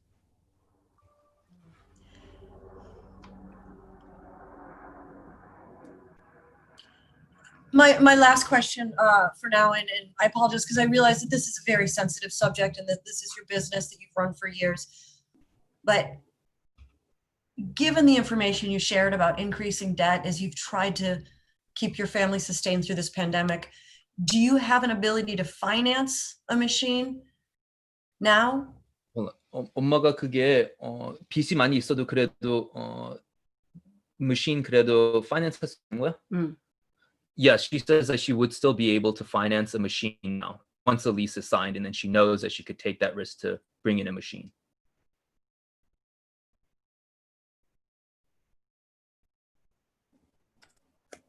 All right. Dr. Kim, I have no further questions for your mother. Do you mind if I ask you a question? Oh yeah, certainly, please, by all means, Okay, Dr. Kim, my question to you is, you took the oath and you stated that you and your brother are pushing your mother to retire. Yeah. Do you think your mother's intention to stay in business, is it your opinion that the plan to sign a lease and finance a machine is feasible at this time? Yes, I do believe that it is feasible. The only thing that I would holding her back, in my personal view, is just her age. She's getting older, she's 68, but she believes that she could continue to work. But yes, I think that she can. And I believe that, yes, she can continue to work and bring in a new machine. All right. Dr. Kim, thank you so much for your time. Ms. Park, thank you for your time. I'm going to defer to the board on any remaining questioning. Thank you. Thank you very much. Appreciate it. Thank you.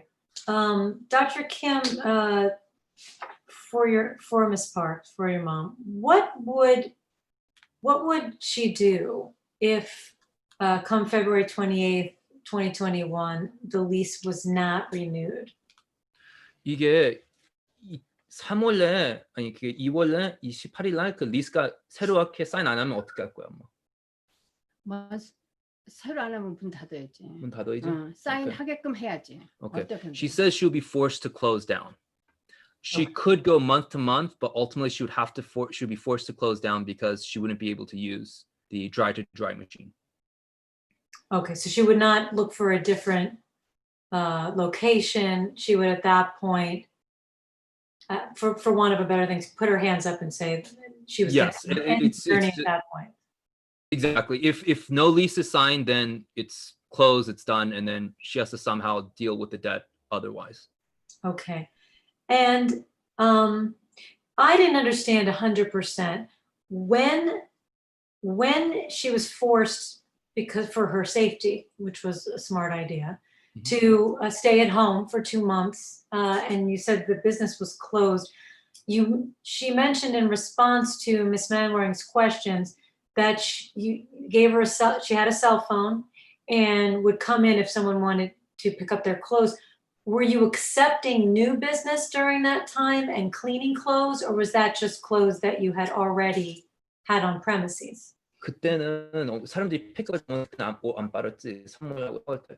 아니 임시로 해달라 픽업하고 잠깐 빨았지. 그때 근데 일주일에 한 번이나 2번 빨았지. Okay.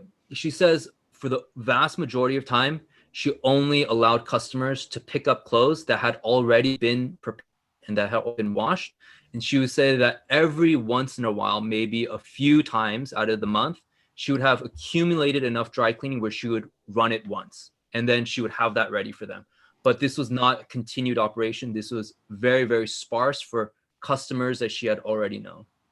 And what would she say is the impact to her business from that 2 months, out of everything that you've said here in terms of the hardship that she's faced during COVID? Are you asking about the financial impact? Yeah. The financial, so yes. 그게 문 닫은 거가 얼마큼 그 빚이 나왔지? 그 23. So 그 돈이 얼마큼 자른 거 80%가 잘렸지? 그렇지. Okay.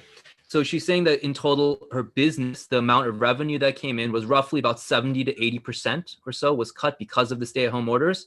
And she was also staying at home during the summer surge as well, during June and July.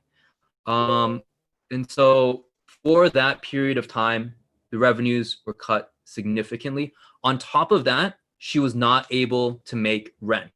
So as of today, she has about $23,528 in back rent, which she has not paid.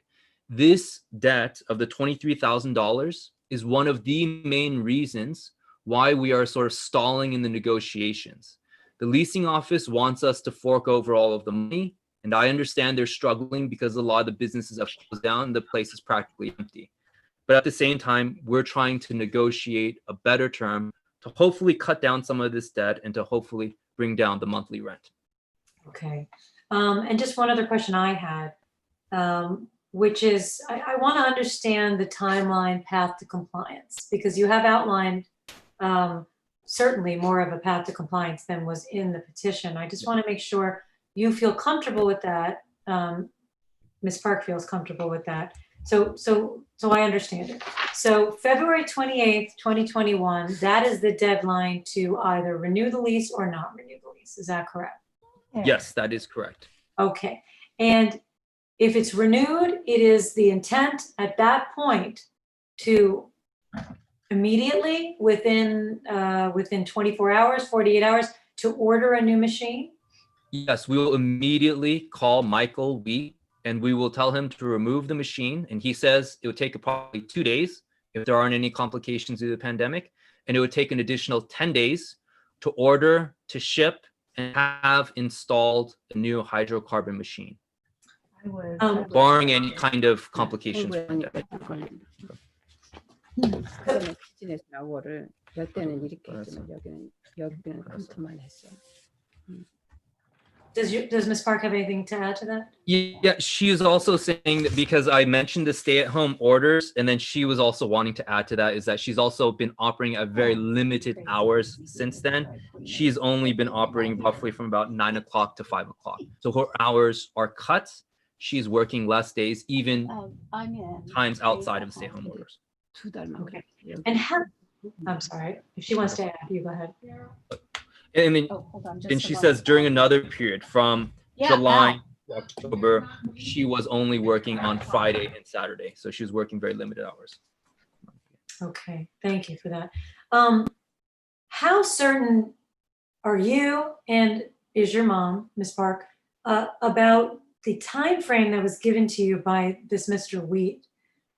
Because we've heard other matters with regard to 1421, and the timeframes have been longer sometimes. So I just want to make sure you understand how certain you are with that time frame. 엄마가 이 사람이 자신 있어. 그 뭐냐면 다른 사람들이 펄 기계 넣는 거가 좀 엄청 힘든다고 그랬어. 근데 이 사람은 빨리 할 수 있다고 그렇게 얘기한 거야. 그 사람이 자신 있게 그렇게 얘기한 거야.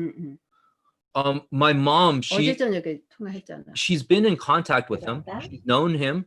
And she says that he, even last night when she called him, says that he can bring in a machine and take it out within the estimated time frame that I have provided. But I also like to remind you that my mom has also shopped around. She has called other people and their prices were higher and there was more complications, which is why she is sticking with Michael Wee in particular of Glendale. Okay, thank you for that. I said that was my final question, but one other question. I know you mentioned a very small usage. Sorry, Miss Wayman, if you can hear me, for some reason you keep unmuting. So just be careful with whatever you're pressing. Okay.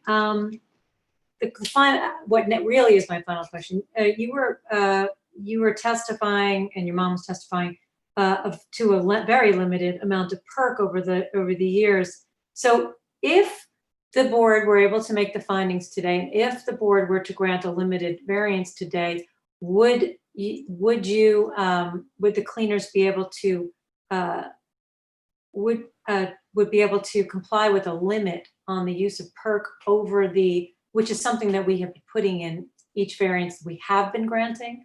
A limit of 1 gallon of perk over the entire time of the variance. 이 사람들이 1갤런 더 쓸 수 있다고 그러면 엄마가 그때 할 수 있을 것 같아? 그러니까 시작할 때 1 gallon가 오랫동안 충분해? Yes, she says that 1 gallon should be sufficient given the economic activities that are currently happening. Thank you very much.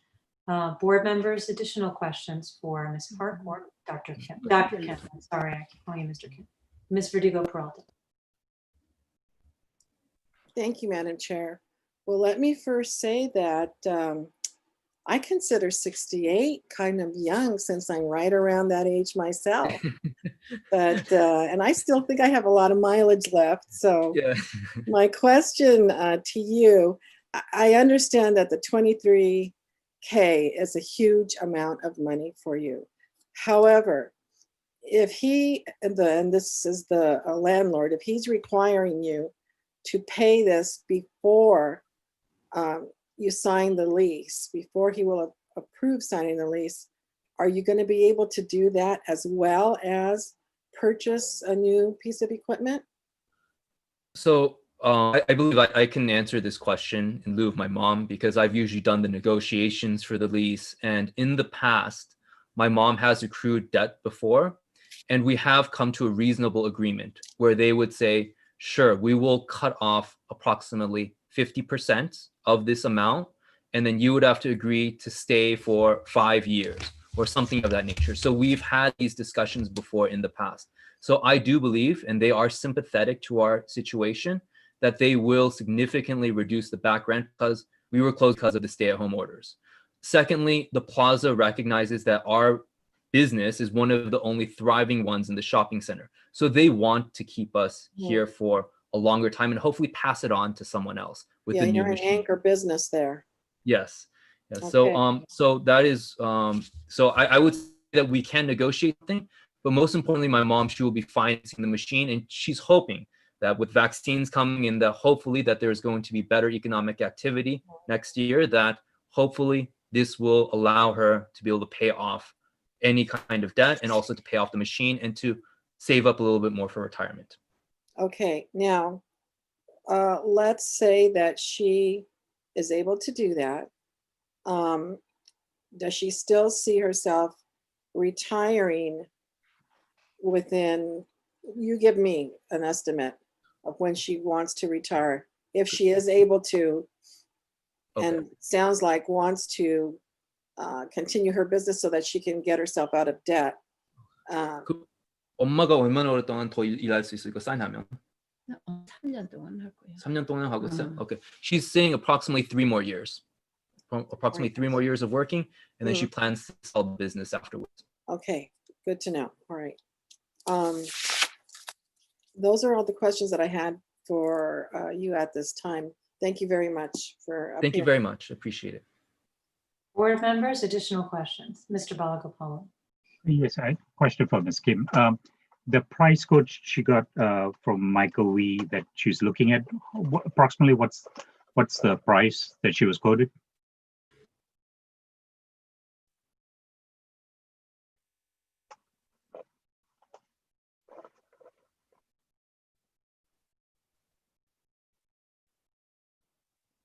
Frozen.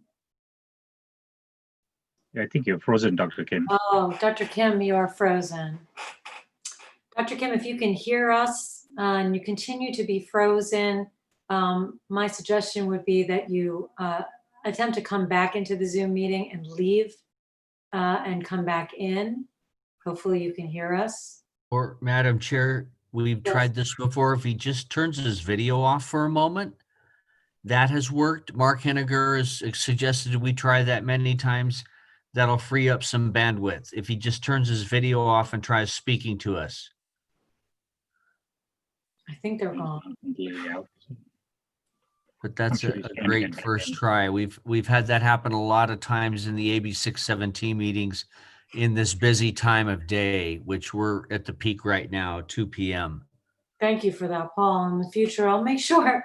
Yeah, it's a trick. That's a suggestion. No. Yep. We'll wait. We'll just wait and No hopefully worries. Dr. Kim will come back in. He will. Mhm.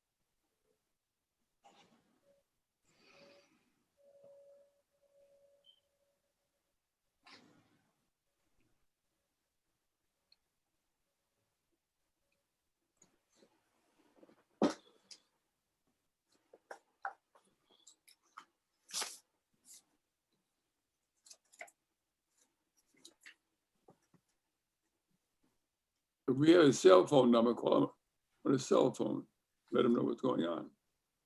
I'm not sure if we do. There's a number on the petition, but I don't know if that's. Miss Manwaring? We have a phone number for him, yes. Oh, right, there he is. I'm terribly sorry. I don't know what happened to my computer. It just died. Oh, wow, that's even worse. Okay, but I pulled out my laptop, and so I'm working off my laptop. So is it okay if I continue? Yes. Yes. Okay, I believe that Mr. Balakonan, I believe he asked about the cost of the new machine, correct? Yes.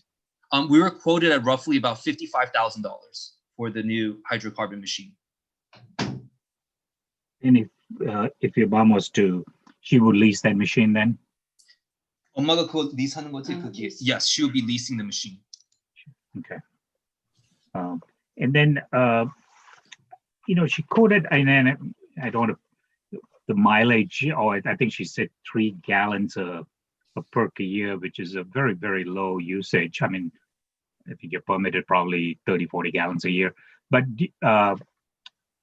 if the conditions put that you can only clean up to 800 pounds of clothes and have to stop until you get a compliant machine, is that something she can live with? Do you know? Can you ask her?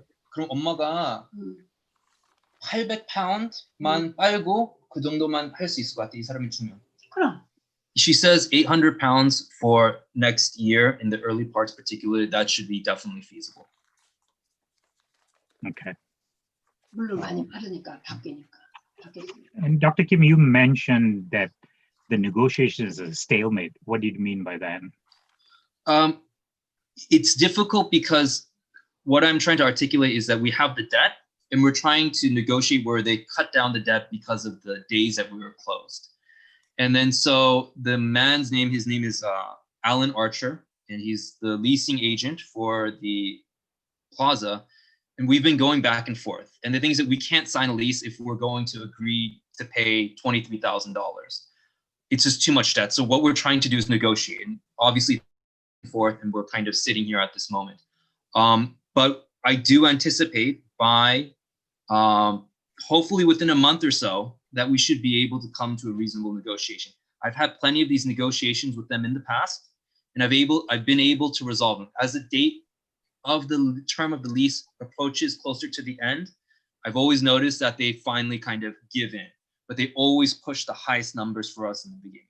That is just from my experiences with them, and thus we're kind of at this stalemate. But I do believe that eventually we will come around and we will sign a lease. Okay, so you have high confidence that the negotiation will result in a continuance of the lease? Yes. If it does not, if they say that you have to pay all of the $23,000 and you're going to have to pay a very high rent, then we will immediately close. We will no longer continue operations, and we will disconnect the perk dry-to-dry machine, and we will get rid of it.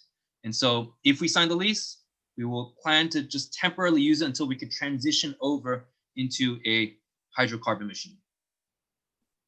Since the business is very, the volume has gone down drastically and you're hardly using it, what would be the impact if you don't use the machine until your lease is renewed? 그럼 엄마가 그거를 드라이클리닝 안 쓰면 그러면 그 비즈니스가 어떻게 될 거야 내년에? 안 되지. 왜냐면 드라이 클리닝 울리고 뭐가 이렇게 얼마큼 정도? 몇 프로? 한 80%? Okay. 그렇게 가꾸는 사람들이 라운드리도 가꾸거든. Okay, she says that her business would pretty much be gone because of the fact that there are people who bring in alterations, they bring in regular laundry, but those people wouldn't even come because they usually bring in something like a wool jacket or wool sweater and say, I have to have this dry clean. So those individuals who want that specialty cleaning, it's going to dry up all the other sources of business as well. So she's saying that she has to have some form of dry cleaning available because that is sort of the anchor which drives in customers and brings in other forms of businesses. Now, it is true that she doesn't use that much dry cleaning, but it's usually people maybe bring in 20 items of clothes, but maybe only 2 or 3 of them might be dry cleaning. Wow. And so that's the main reason. That's the main reason why they come to is for that specialty item. So if that machine is not there, it will spill over into other sectors of the business. Understood. So the store is open now, is it limited several days a week or just how many days a week or how many hours a day? Or?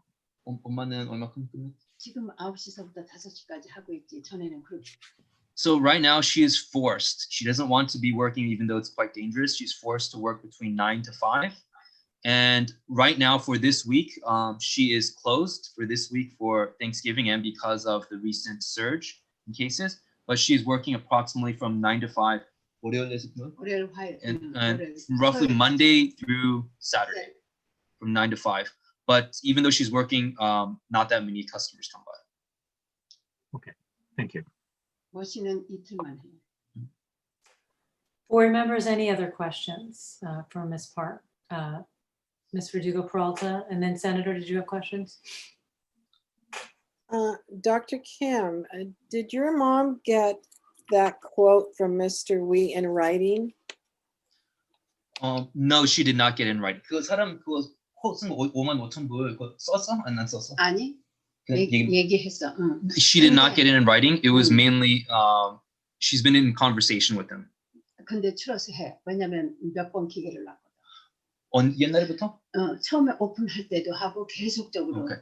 So my mother says that it was $55,000, but she knows Mr. Wee very well. He was the one who actually installed the current print machine that is in the store now. And she frequently calls him if there's any kind of maintenance issues. So he has been kind of the go-to guy. He's not just a random person that she knows. And so that's why she finds him trustworthy in regards to both the estimation of time and also of the cost. Okay, and she's had that business over 30 years, you said earlier, correct? Yes, that's correct. Okay, so she's known him about that long? Or how long? 그 사람. Approximately 30 years in a professional setting. Okay, thank you. Senator, you have questions? You, Dr. Lee, you stated a number of times that you engaged in negotiation with your mother and the landlord. Yes. On the rent. Do you own any property in LA County? No, we do not own any property in LA County. My mother does not own any property at all, actually. The home you live in, you don't own it. No, the home that my brother has a home and I also have a home, but my mother, she does not own a home. So then if you have a home, you do understand that there's a property tax every year. Is that correct? Yes, that is correct.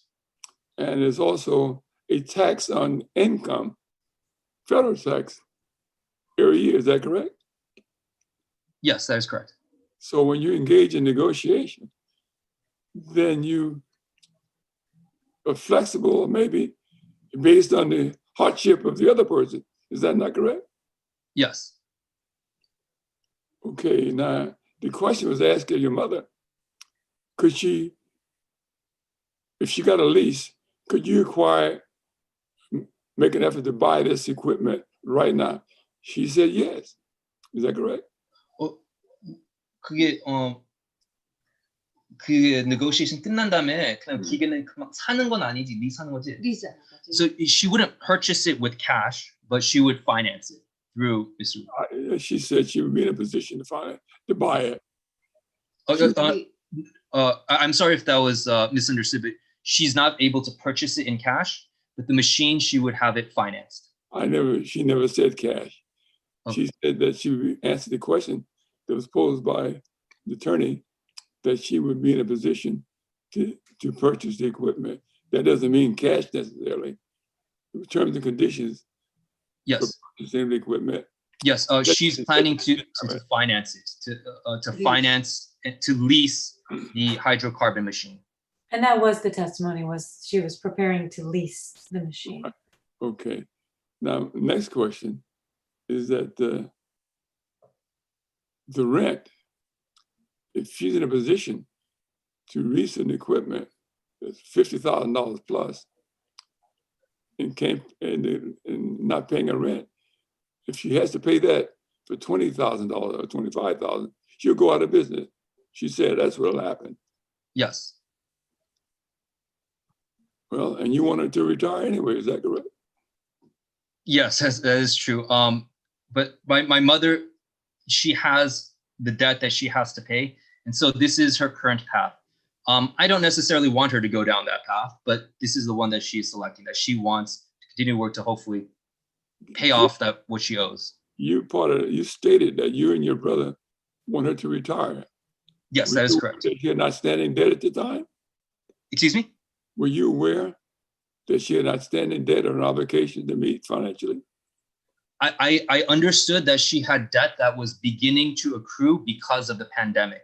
I wasn't sure what type of relief that the leasing office would provide, because they were suggesting that perhaps we can work out negotiations during this stay-at-home orders, but that didn't necessarily pan out.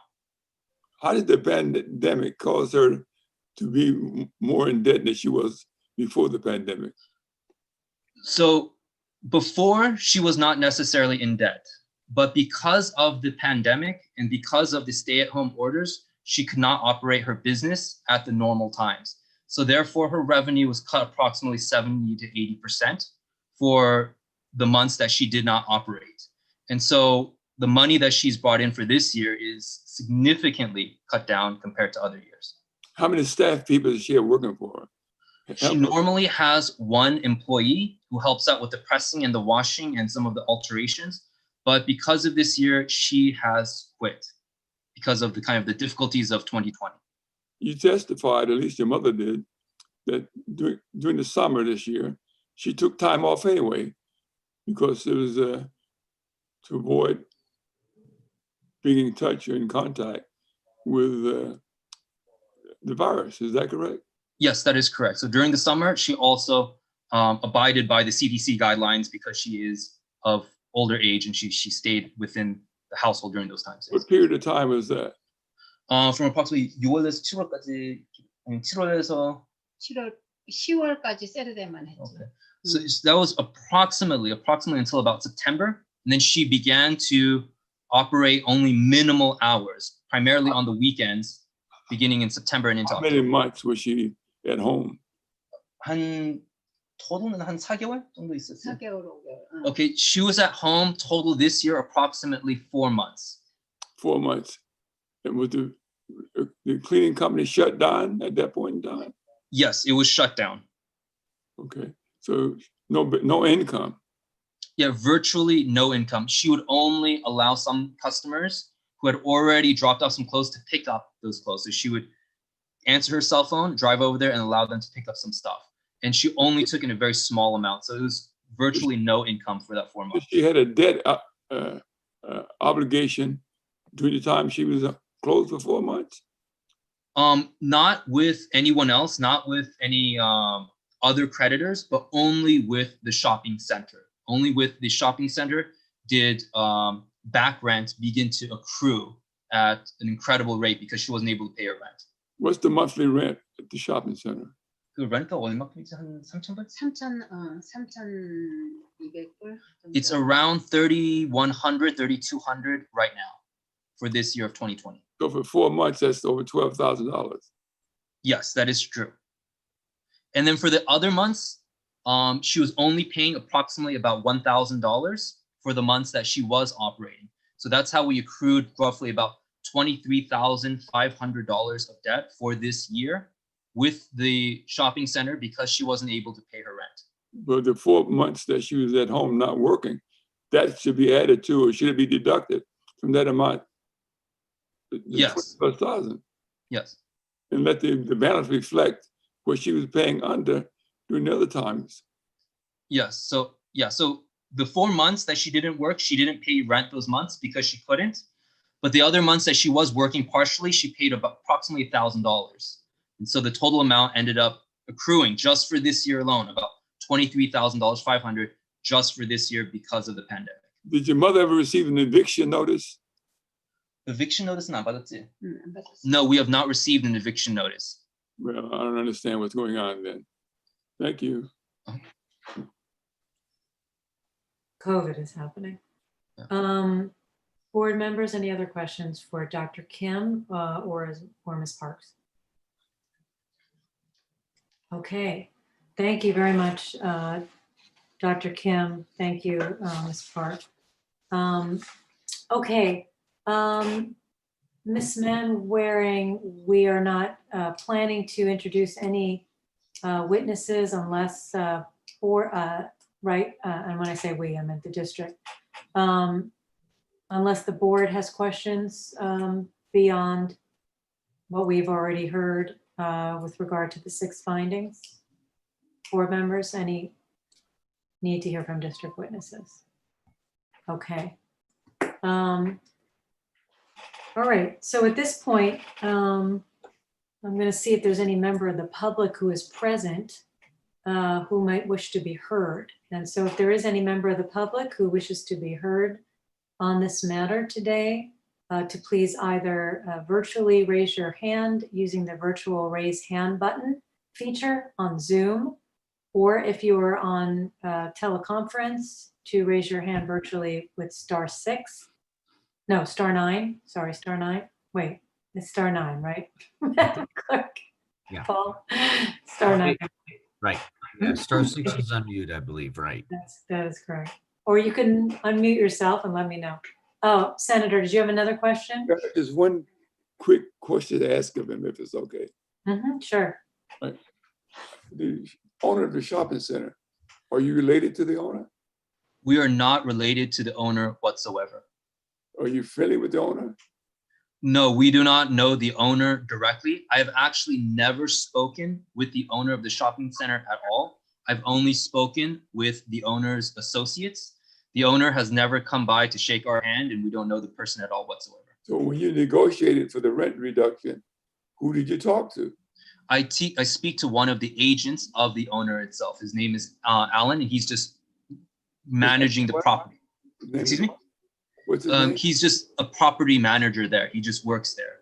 And he's the one who signs the lease. The actual owner of the property, in 30 some years, I've never seen his face. My mother has never met him either. He's just a shadowy figure that owns a lot of other properties as well. And he has other people who negotiate on his behalf. And he lets you stay there and don't pay rent. Yes, I think that they are understanding of the circumstances, because the plaza at this very moment, it is virtually empty. I would say it's probably only about 30% full. So if we were to leave, the plaza is going to be completely dead. Thank you. They can't necessarily evict us. I mean, if they do, it's just, they don't gain anything. There's no tenants to come in because there's already lots of empty spots. It's pretty much a vacant shopping plaza. Thank you. I have no further questions. Anyone else have any further questions before I close testimony? Thank you. Okay, and we had no members of the public who wish to be heard. Dr. Kim, would you like to give a closing statement on behalf of your mom and cleaners? There's nothing new that I can really add, but I would just really like to emphasize that my mother's retirement plans were thrown off the rails this year. This was not her intention to hold on to this machine all the way up until 2020, but because of circumstances beyond our reasonable control, she is forced to try to work something out, to try to make amends, and to try to, again, pay off previous debt, and to also recoup any of the lost income that she's had in order to pad her retirement. Thank you, Dr. Kim. Ms. Manwaring, a closing for the district. Thank you. Thank you, Dr. Kim, and thank you to your mother, Ms. Park, for being here today. This is certainly a sympathetic case, and as I said in my opening, I do not envy the position of this board. But what I heard in the testimony was Ms. Park planned to retire. She did not plan to comply. So, but for the changes. So I'm very concerned about how the two things tie together, and it would. Madam Chair, I need just a moment, please. Yes, let's take a moment before Ms. Manwaring's closing. 아니.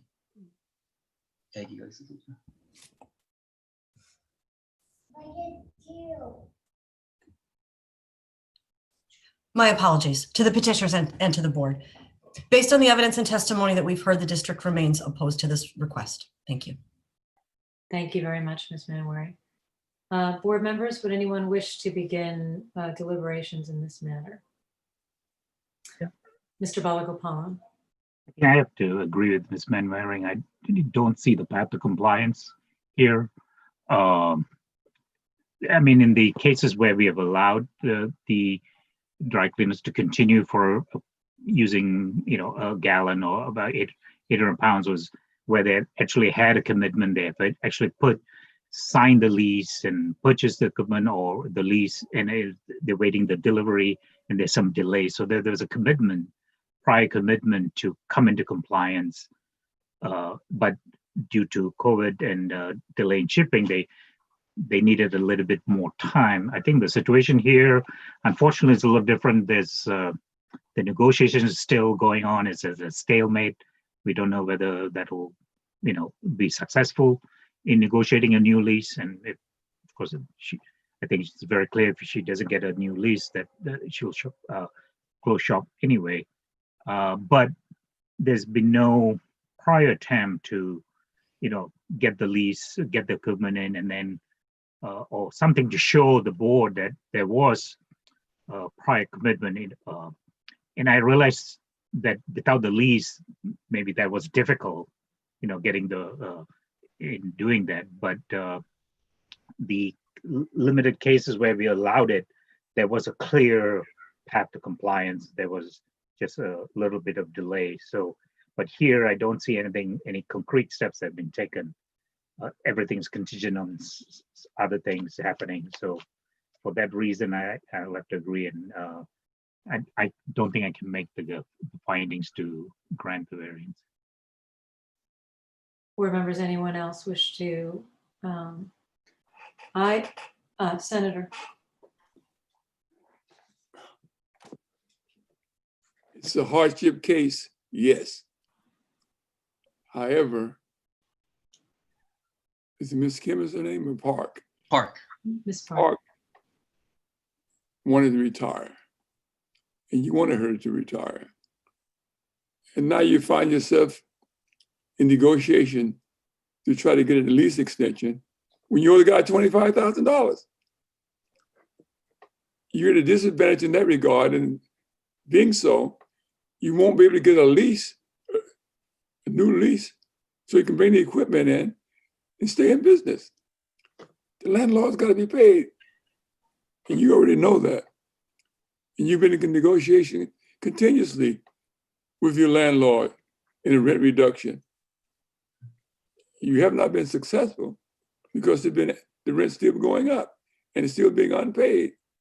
And yet the landlord has to pay taxes on that property. So in my view, since your mother wanted to retire and you wanted to retire, you have not made your case. What happened here? Can you hear me? Yes. Yes. Okay, anyway. Okay.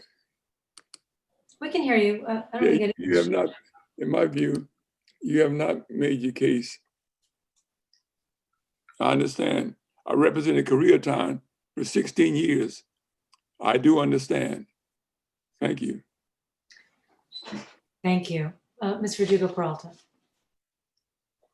Thank you, Madam Chair. I think you can see that we all do sympathize with your mother's situation. However, what we heard more was a larger concern of her retirement path versus a path to compliance. Had we seen, as was mentioned before, a lease or at least a letter of intent, had we seen a copy of an invoice, a projected invoice, a quote, something in writing from Mr. Wee, I think we would have been a little bit more inclined to grant this. But as was mentioned before, there really is no path that we are seeing that's concrete enough. And was mentioned earlier, the path is to retirement. The path was not to compliance. So for those reasons, I don't believe that I can side with you, unfortunately, on this, as much as I would like to, and as much as I don't like to see businesses go out of business, and especially if you're one of the last ones and you were the anchor, that whole strip mall is going to be in dire straits. And I don't like to see vacant property either. And having been involved with this particular rule for more than 18 years, actually, more than 18, more like 21 years, 22 years.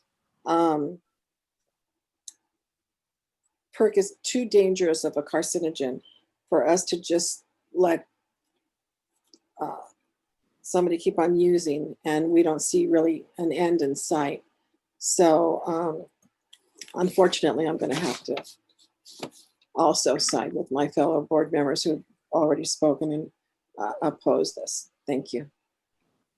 Thank you. I would offer something alternative to consider. I hear what my fellow board members are saying, and I certainly don't want to take Rule 1421 flippantly. So I heard, yes, it was about retirement, but I did hear that the intended compliance path happened to coincide with the intended retirement path. And that the intention was to comply with Rule 1421 by stopping the business. I heard that similar to as if that weren't the compliance plan, if the compliance plan were something separate and it was to continue the business but to purchase, similar to other matters we've heard, COVID occurred and struck this business hard based on the age of its owner. And again, that's, separate from what the rule, that those impacts are not caused by compliance with the rule. Those are impacts, but made it more difficult for that path to compliance of retirement and closing down this business at the end of 2020. Now that no longer is financially the viable solution. So I'm not sure that I can make the beyond reasonable control finding, but I would proffer for consideration that there was a path to compliance, and it was just different than paths to compliance that we heard, and retirement was part of that path to compliance. I also, if board members were inclined to make the findings, I could see a path to compliance, which would be similar to the shorter paths we have provided in those variances we have granted, based on the limitation of perk usage we have given in the past, and also based on steps of, if there's no lease renegotiation by February 28th, then the variance ends. There is a lease negotiation by February 28th, within 24 hours, there needs to be a purchase order, and the end would have to be mid-March based on the time frame. But we could craft conditions like that. But the first thing we would need to do is to find beyond reasonable control. And I just put that out there as a possibility to consider, but so far I've heard 3 members of the board don't seem to be able to find beyond reasonable control. So I just put that out there and see if anyone else has any thoughts. Dr. Bernstein.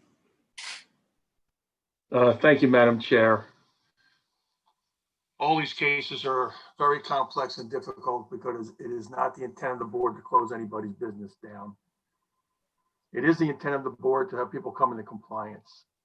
I have noted in the testimony that distributors regarding the non-perk equipment were approached in sometime around August of 2020. So there does seem to be evidence that there was a path, at least considered to compliance by questioning the distributor. We all have the complication currently of the pandemic, and at the same time, there's a very interesting relationship between the lessor and the lessee in this particular case. And with the lease expiring in February, 28th of February of next year, and Mrs. Park stating that she has contacted the distributor and they are in discussion, already having pricing for what appears to be leasing of equipment.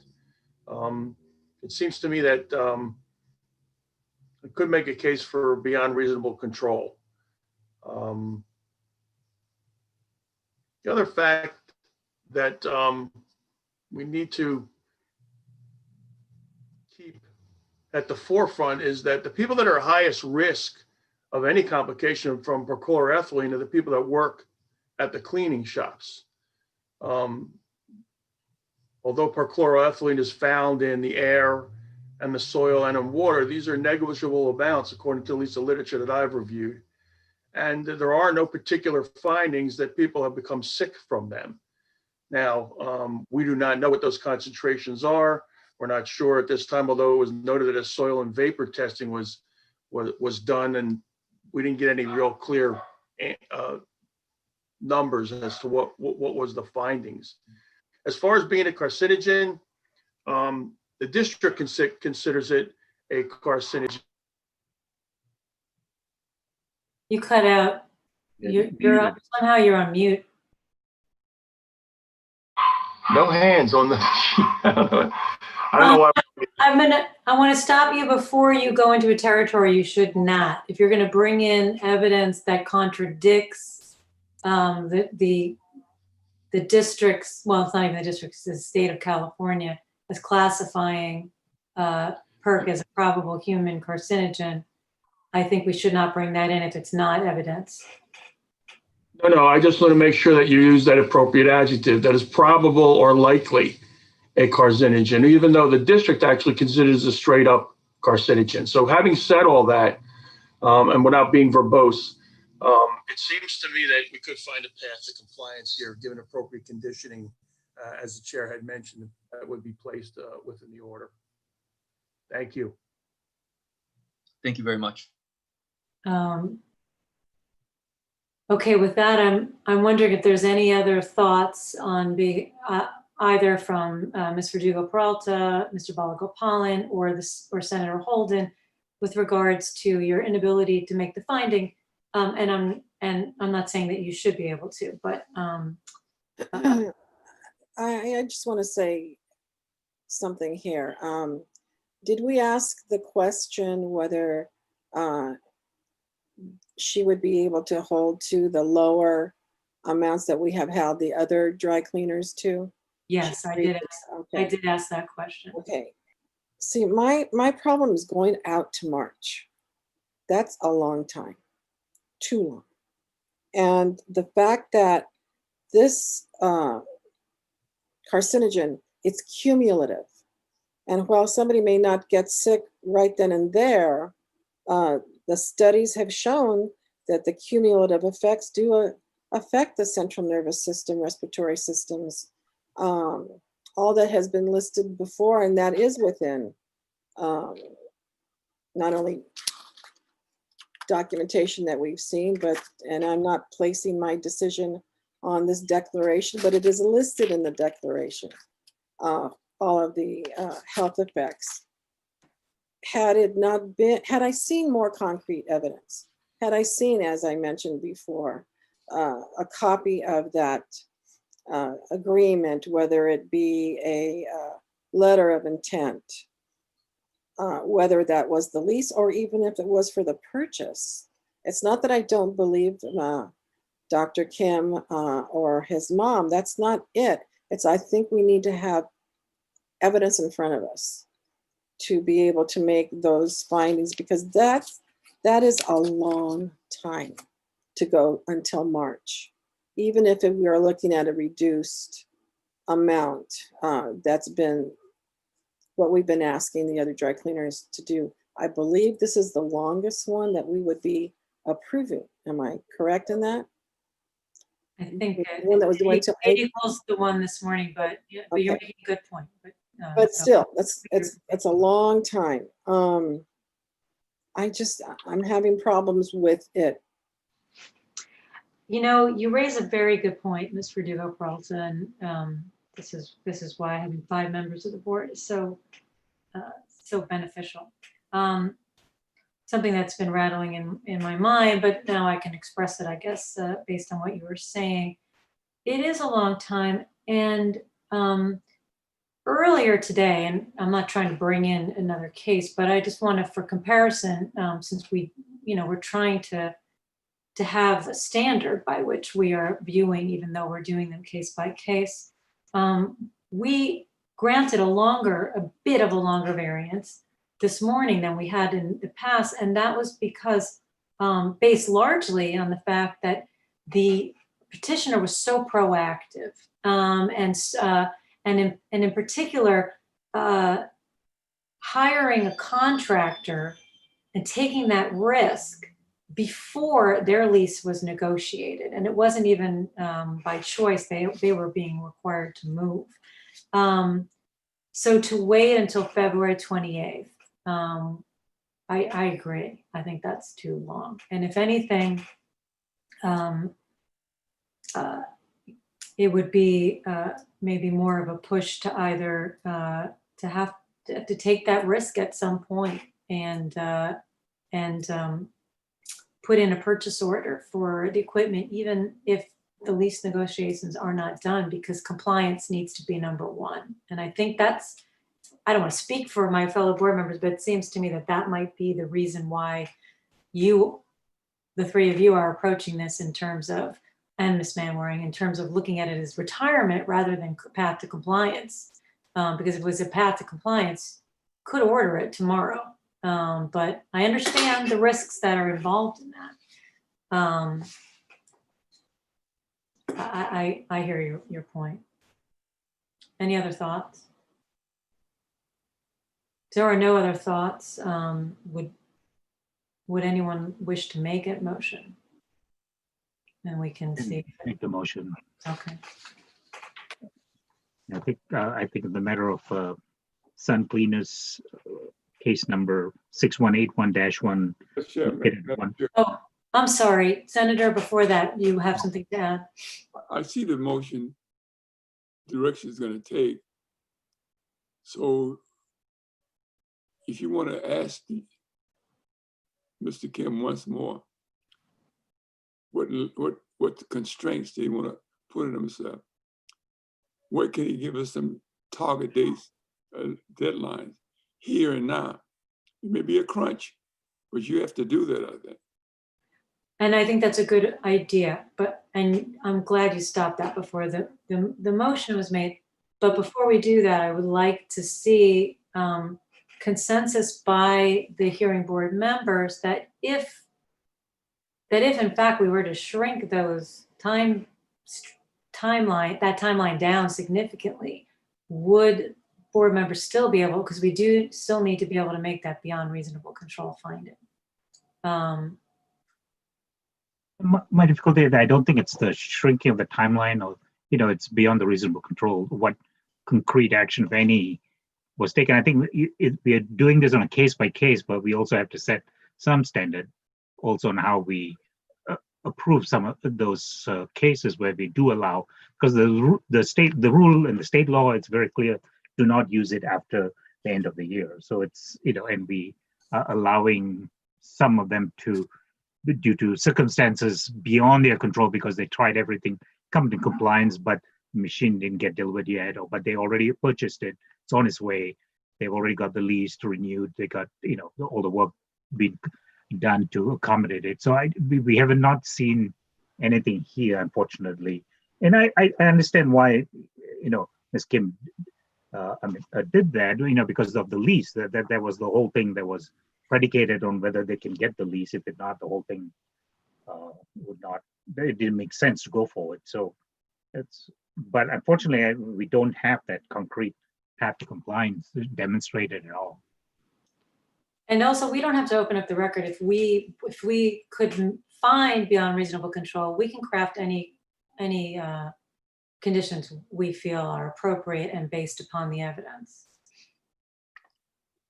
If we give a target date, a deadline, 2 weeks to get that lease signed, which I think can be difficult. Or whatever, then of course you go from there in terms of requesting, ordering equipment and getting it installed. I don't think we could require signing of a lease. It would be requiring a purchase order, I think, is We can do that. That's we the could next thing. require. After the lease that follows the purchase order.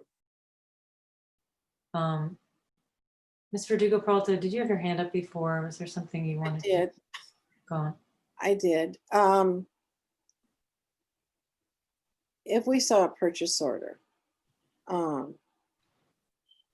within a month, and if they could get some negotiating going, and I'm sure that Dr. Kim would be telling them they are under the gun with us as well as financially. There are two things that are coming at them, if you will.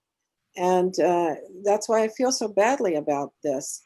Yet the whole purpose of the rule was to remove PERC out of the air for health reasons, because it is such a toxic carcinogen that has been held up by studies that's been recognized federally, statewide, as well as locally. And we are the most impacted air quality district in the United States. The only one that's second to us is the Central Valley, and that's because of the dairies. Whole other problem. This has to do with perchloroethylene. That one's ammonia. So we have to address this. The only way I can see going forward, because I believe he's come to show us that there are some factors there that it was unavoidable, if you will. But I also think that they can, if they know Mr. Wee that well, they can get something going there and show it to us. If they utilize all of the factors, and as Dr. Lee had mentioned before, or was it Dr. Kim? I'm sorry. Dr. Kim had mentioned before that it sounds like he's a great negotiator. I would like to see those two pieces come together to show us much more intent about finding that path to compliance.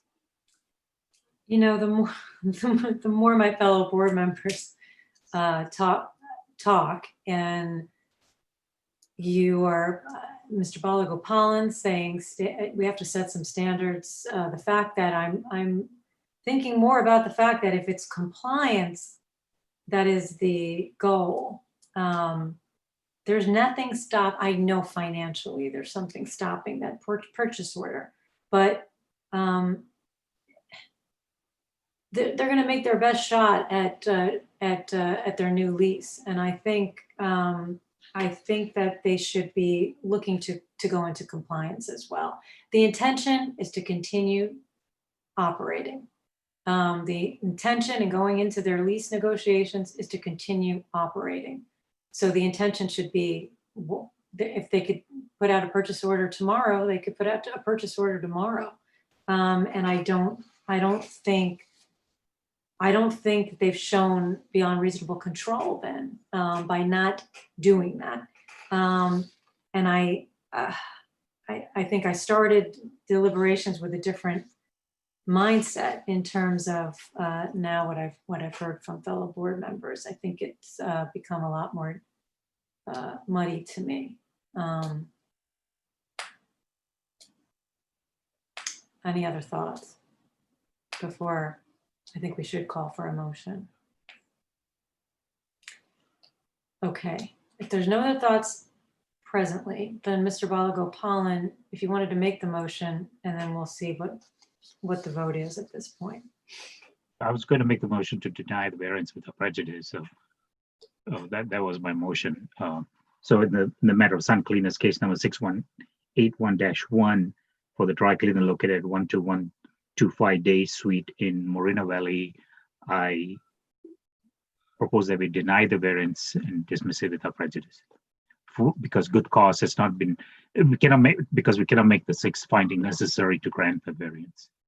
And in particular, you're basing it on beyond reasonable control. Beyond reasonable control, yes. Okay. Is there a second to that motion? Ms. Verdugo-Peralta seconds the motion. Is there a discussion on that motion? Okay, then I'll call for a vote. Dr. Bernstein, how do you vote on that motion?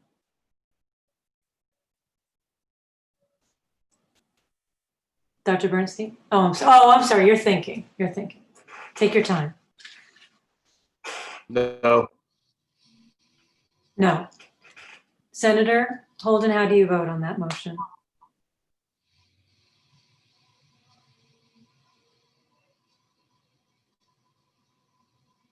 No. You vote no on that motion? Yeah. Okay, that comes down to me.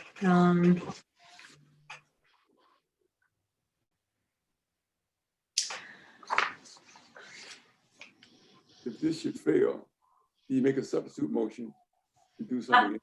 I know that. I need a moment. Okay. This is not easy. No, it is not. 힘든가 봐, 엄청, 그지? 반반이고 응. 가운데 사람이 말이 돼. 이 여자가 I speak Korean, be careful. 안 하려고 했었어. 아니 처음에 하려고 그랬어요. I'm gonna mute them so we don't hear them.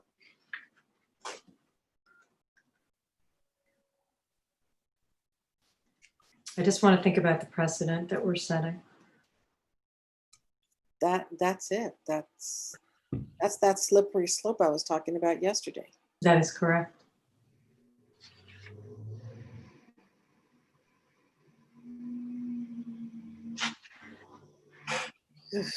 I can make a finding on certain conditions that are imposed in this situation.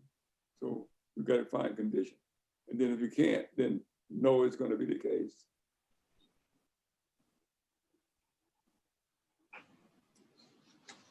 I've said things both ways. And I think I'm coming to the fact that beyond reasonable control is very difficult to make. I do believe that there was originally a path to compliance through retirement. I do believe that hardships have been, these are very hard, these are severe hardships. And I know that all members of this board have broken hearts over the hardships that we've heard. But I do believe that a path to compliance should have been shown in terms of, I think Ms. Verdugo-Peralta, you stated it best by, in other cases, we've received something, whether it was a quote or a purchase order that's pending or something like that. We did not receive anything like that. And I think it's all hinging upon the retirement plans and whether or not they are realistic. And I know we cannot wait that long. And I think that the hard decision will need to be made as to whether to move forward with the purchase order and bring in a compliant machine or not to do so. And so for that reason, I think based on all the evidence we've heard, I also cannot find beyond reasonable control, and I'm going to vote yes. And the motion will pass 3-2. And it is with a heavy heart that we vote that way. Who were the three votes? 3-2. So the three votes were Mr. Balagopalan, who made the motion, Ms. Verdugo-Peralta, who seconded the motion, and myself, who made the deciding vote in favor of denying the variance for those reasons. And it is my hope that Dr. Kim and Ms. Park make a very important decision in the next few days as to whether or not you want to take the risk and order that machine and stay in compliance and be able to continue or not to do that and to continue with your original plans of retirement. And I think that's where we are. And thank you for your candor today and coming and presenting fully. And thank you, Ms. Manwaring, for your work to try and assist the petitioner. Okay, board members, is there any other business before, in particular, since it is 3 o'clock, and particularly Senator Holden, Verdugo Peralta, would you like to have a further discussion in terms of the Mark Vandero, excuse me, I'm going to say his name. Yes, I would. You would? But before that, I just want to say to Dr. M, thank you very much for all of your efforts. Hopefully, maybe you can, and I don't know whether this is possible for them to come back within a certain amount of time. And is there a limitation before they can come back before us again? Does something have to occur? Well, the issue is that because we were unable to make the findings, we denied the variance request. Right. So that's not without prejudice. So were they to bring another request for a variance, I don't believe there would be any changes, and that they would just, the only request they could make would be for reconsideration, and there needs to be new evidence. That was not available. My point. If they brought new evidence. But it would have to be beyond reasonable control. Right. I can't foresee what that possibly could be, but if there was, they could reapply repetition. Dr. Kim, with his life, there's hope. Yes, yes. Thank you very much. Statement. And your mother is still very young. Thank you very much. I'm sure she appreciates that as well. Just do what you have to do. Okay, will do. Appreciate it. Thank you for your time. You may leave if you would like to. The board is going to be discussing, since it's related to the matters we have, and I think it's appropriate that we simply discuss why it is that just so we are all on the same page and nobody feels at all slighted in terms of the desire to have additional testimony on this. Dr. Bernstein? I'm just going to request, Madam Chair, for a 15-minute break. Okay. Before going into this discussion, if you don't mind. I'm sorry, I didn't mean to interrupt you, Dr. Bernstein. No, that's okay. How long do you think that we will be on after that? How long will this explanation take, do you think? It depends on how much questions still remain once we go through the explanation, and I don't know how long the discussion would take. We still could be about 4 o'clock if they come back at 15 minutes to be. Can we do 10 minutes? Come to 15 minutes. 10 minutes? You come back at 3:15. At 3:15. Okay. Okay, we're off the record. Am I free to leave now? Is it finished? Yes, I'm sorry, Dr. Kim. Thank you very much. Free to All leave. right. Thank you for your time and your presentation. Thank you.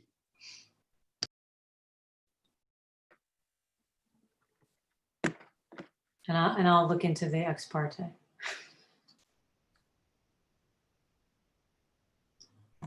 Okay, I'll let her know. Oh, I'll look if I'm sure if we got a response, but I have to finish reading the petition. Okay. Okay, thanks.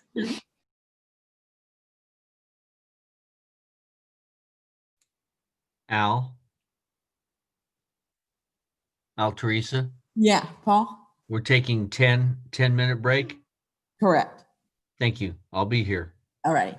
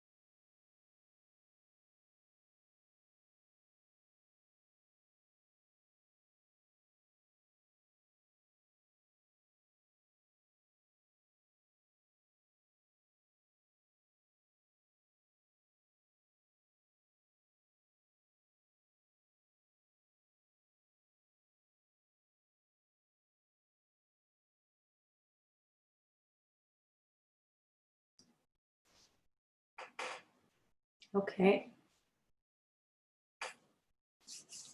Took care of an ex parte. And I'm ready. Ready for y'all to hit me with your best shot.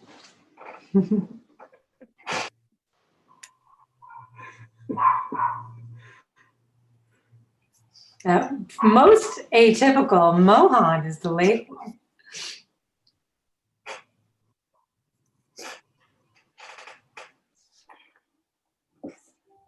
Yeah, he heard the 10, not the 15, right? I think. I think so. Maybe not. Mohan, are you there?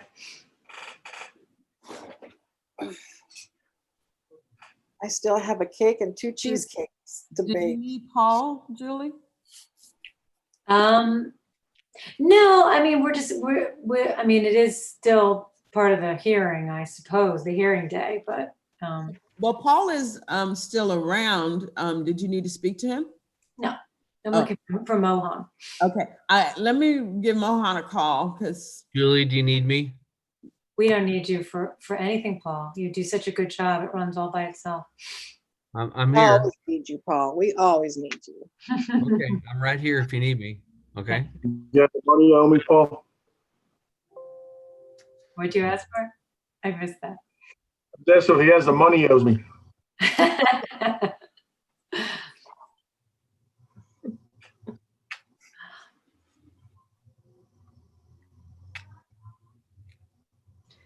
I have a date with my son to run.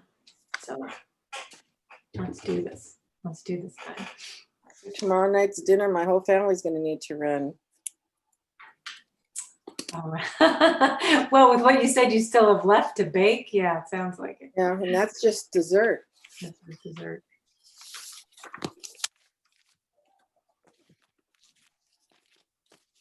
I will be bringing it in just like I did for Thanksgiving.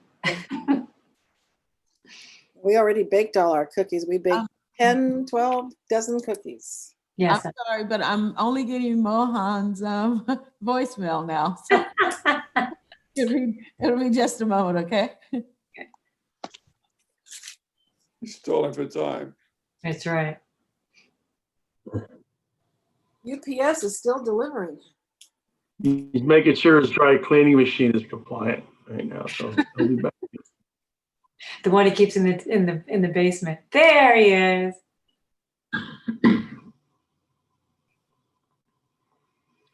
See all those books you stole from the library, Mohan, behind you there. Yeah. He just wants This to side, look. on my right is my wife's books. Is the ones on my left are mine. I'm at 3:15 having arrived. We'll proceed. All right. Okay, so I wanted to, since we actually finished 3 cases before 4 o'clock today, I thought we would. Thank you. We can all take an applause. I thought I wanted to have a more thorough conversation so that we all feel that we all feel good about how we are accepting the declaration of Mark Bondurot, why I don't think it's important or relevant that we bring him on the stand, that we take him as a witness. So let's just start again, just to make sure we'll go step by step. First of all, I just want to make sure we all understand. Madam Chair, Yes, go ahead. in order to get the substance of what he's talking about, Mhm. he come in and go and give a discussion on his declaration. Then you work through it. Otherwise, we can't debate it. And here's what I want to say about that. Let's go into what his declaration, that just generalities. What is he actually declaring? Okay. First, on the first page, he's declaring things that we could, as a board, take official notice of. If the board, Why wouldn't you have him come to explain his declaration? it's a longer explanation. I want to have this discussion, but you have to be able to hear. I'm not benefiting from this. All right, so then do you not want to have the conversation? I think. I mean, I'm glad you brought it back, but you were urged to do so, I'm sure. And if I'm you sorry? were, Did anybody ask you to do this? Did anybody, no, nobody asked me to do this. Okay. If you want to hear the reason why. Okay. First of all, I want to be clear. There's not, the only things we have mentioned and used in our deliberations in all the cases so far that we have heard are generalities about the harms of PERC and the reasons given by the governing board for why it adopted 1421. Does anyone have questions about that are relevant to the matters before us in terms of all of those things? We could take official notice of them. We don't even have to have the declaration. If we want, for example, there is the staff report. There are excerpts from the staff report. The staff report, we could take official notice of that. The staff report was the staff report and it says what it says. If we want, we could take official notice of it. We don't have to, but we can take, we have not used that information in time. So when we do deliberations, right, we need to go through each finding by finding, and take the evidence that we've received during the hearing and tie it to our findings. There has been no matter where we have taken anything that's in Mr. Vondero's declaration and tied it to any one of our findings as the sole evidence on which to base a finding. Going back to our hearing board rules tell us that we may take that evidence. It is hearsay, and we may take it and we may use it, but we may not use it. The only exception to that is if we're solely basing any one of our findings on that evidence and nothing more. We haven't done that. Now, if there are other things that Mr. Bondro says in here, I just want to say this one thing and then Cynthia.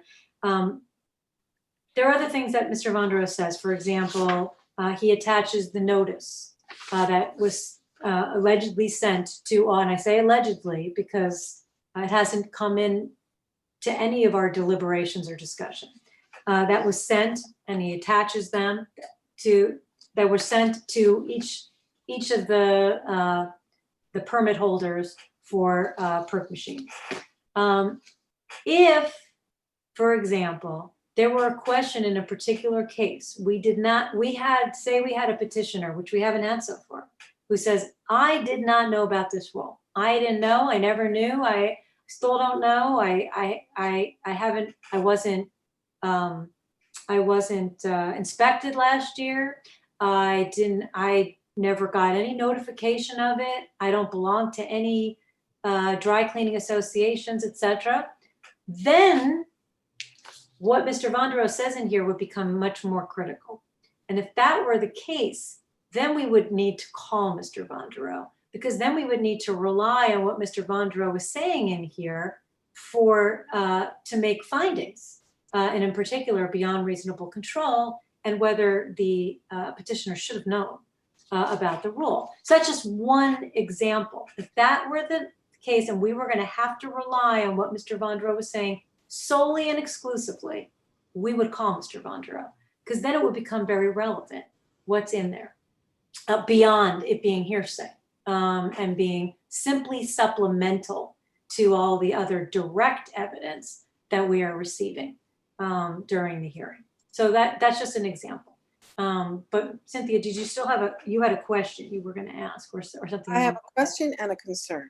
Yes. Because it's categorized as hearsay, I am concerned that, and I'm not speaking about any individual in particular, whether it be the petitioner, whether it be a person from the public, whether it be a staff, or whether it even be anybody on our board, that it's taken, that word hearsay diminishes to me what the explanation of PERC truly is. Mm-hmm.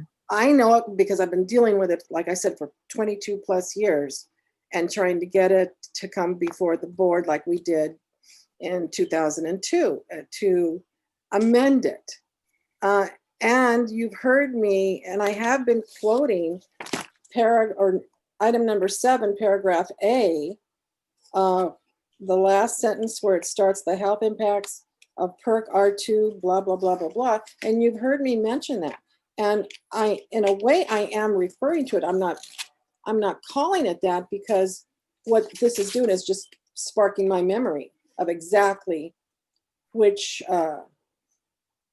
parts of the body that it affects. I already know that, and I already know which reports exist, and that ARB, we went through this with ARB, we went through this with EPA, et cetera, et cetera. So those are things that I know. But when I say that this is hearsay, it totally diminishes it for me. Is there any way that we can have something that's more concrete than this? What would be nice, perhaps, if district council, instead of, but district council is working very hard. So again, and they're as overburdened as we are. If they had the foresight and ability 10 days before the next hearing, which is next week, so that's not going to happen, to do what our rule says, which is to give the exact disclaimer of, we plan to introduce, if you want the ability to cross-examine, you have to give us notice, using that exact wording, and they decline to do that, then it's no longer hearsay evidence. Under our rules, it then becomes as elevated, I'll say, up to that same level as direct evidence. But what I'm seeing, and we're not going to bring on, especially we don't want to talk outside of a hearing with Ms. Manwaring or any of the district council. But I think it's just a matter of, we were asking for that information and they were trying to provide it and did not have an opportunity, long enough time to comply fully with that rule. We could ask for same thing, though, that we have been saying to these respondents, is that they knew that this was coming. So why wasn't it prepared ahead of time? They've known for the whole year that we were going to get slammed with this. Well, and that goes back to, again, because we are quasi-judicial, you have to remember that the burden of proof really falls upon the petitioner, not on the district. And I agree with you, but I also want to give my fellow board members as much information as they can possibly have to make a decision. That to me is a decision maker. Well, let me say this.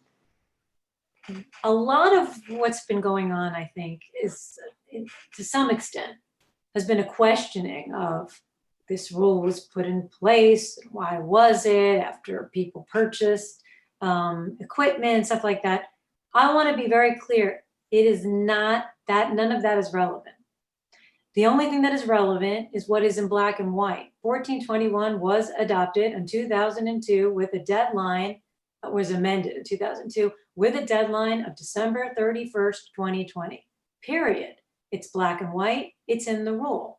Therefore, it doesn't matter why it was adopted. I mean, generally speaking, there's no questioning where, it's not our jurisdiction and it's not our job to question, why was it adopted? Was it appropriate? What was the wisdom of was it wise? We weren't part of that, and it's not our job to adopt or to question or to amend any rule.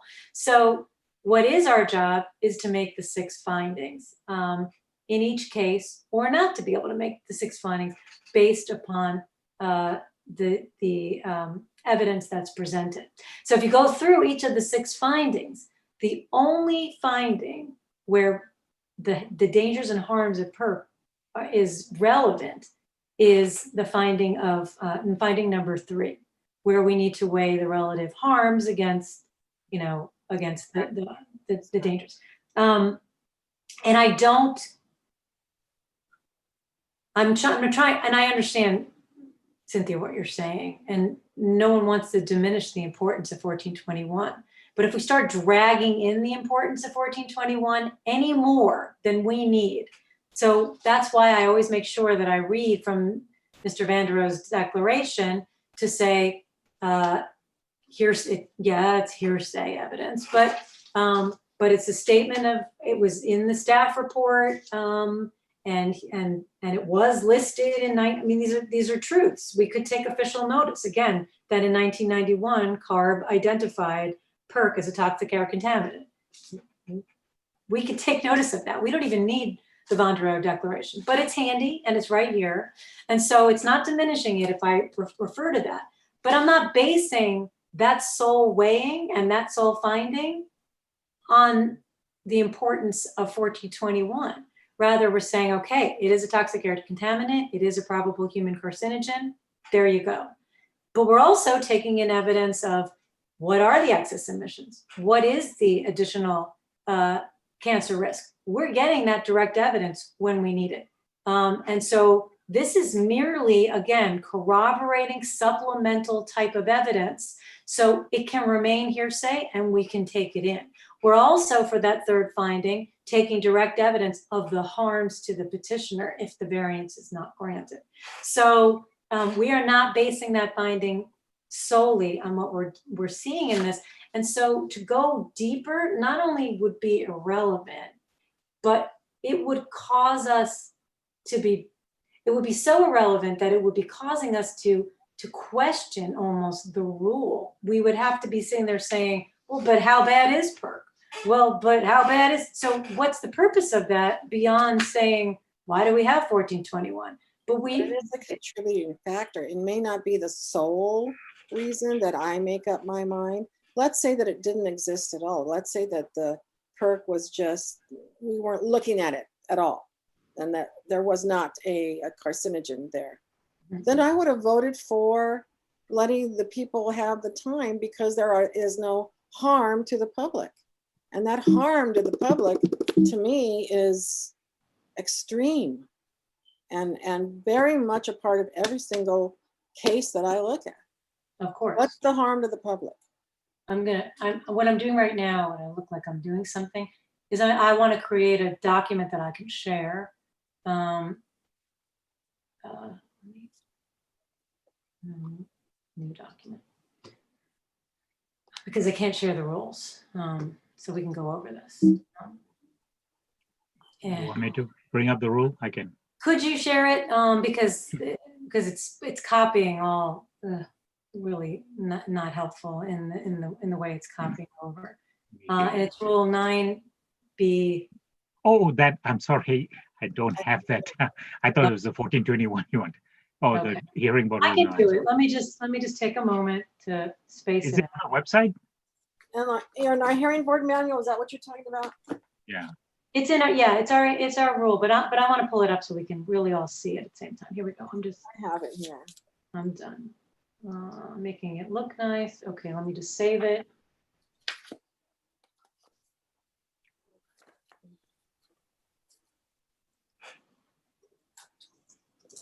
Okay. All right, now I'm going to share my screen. Okay.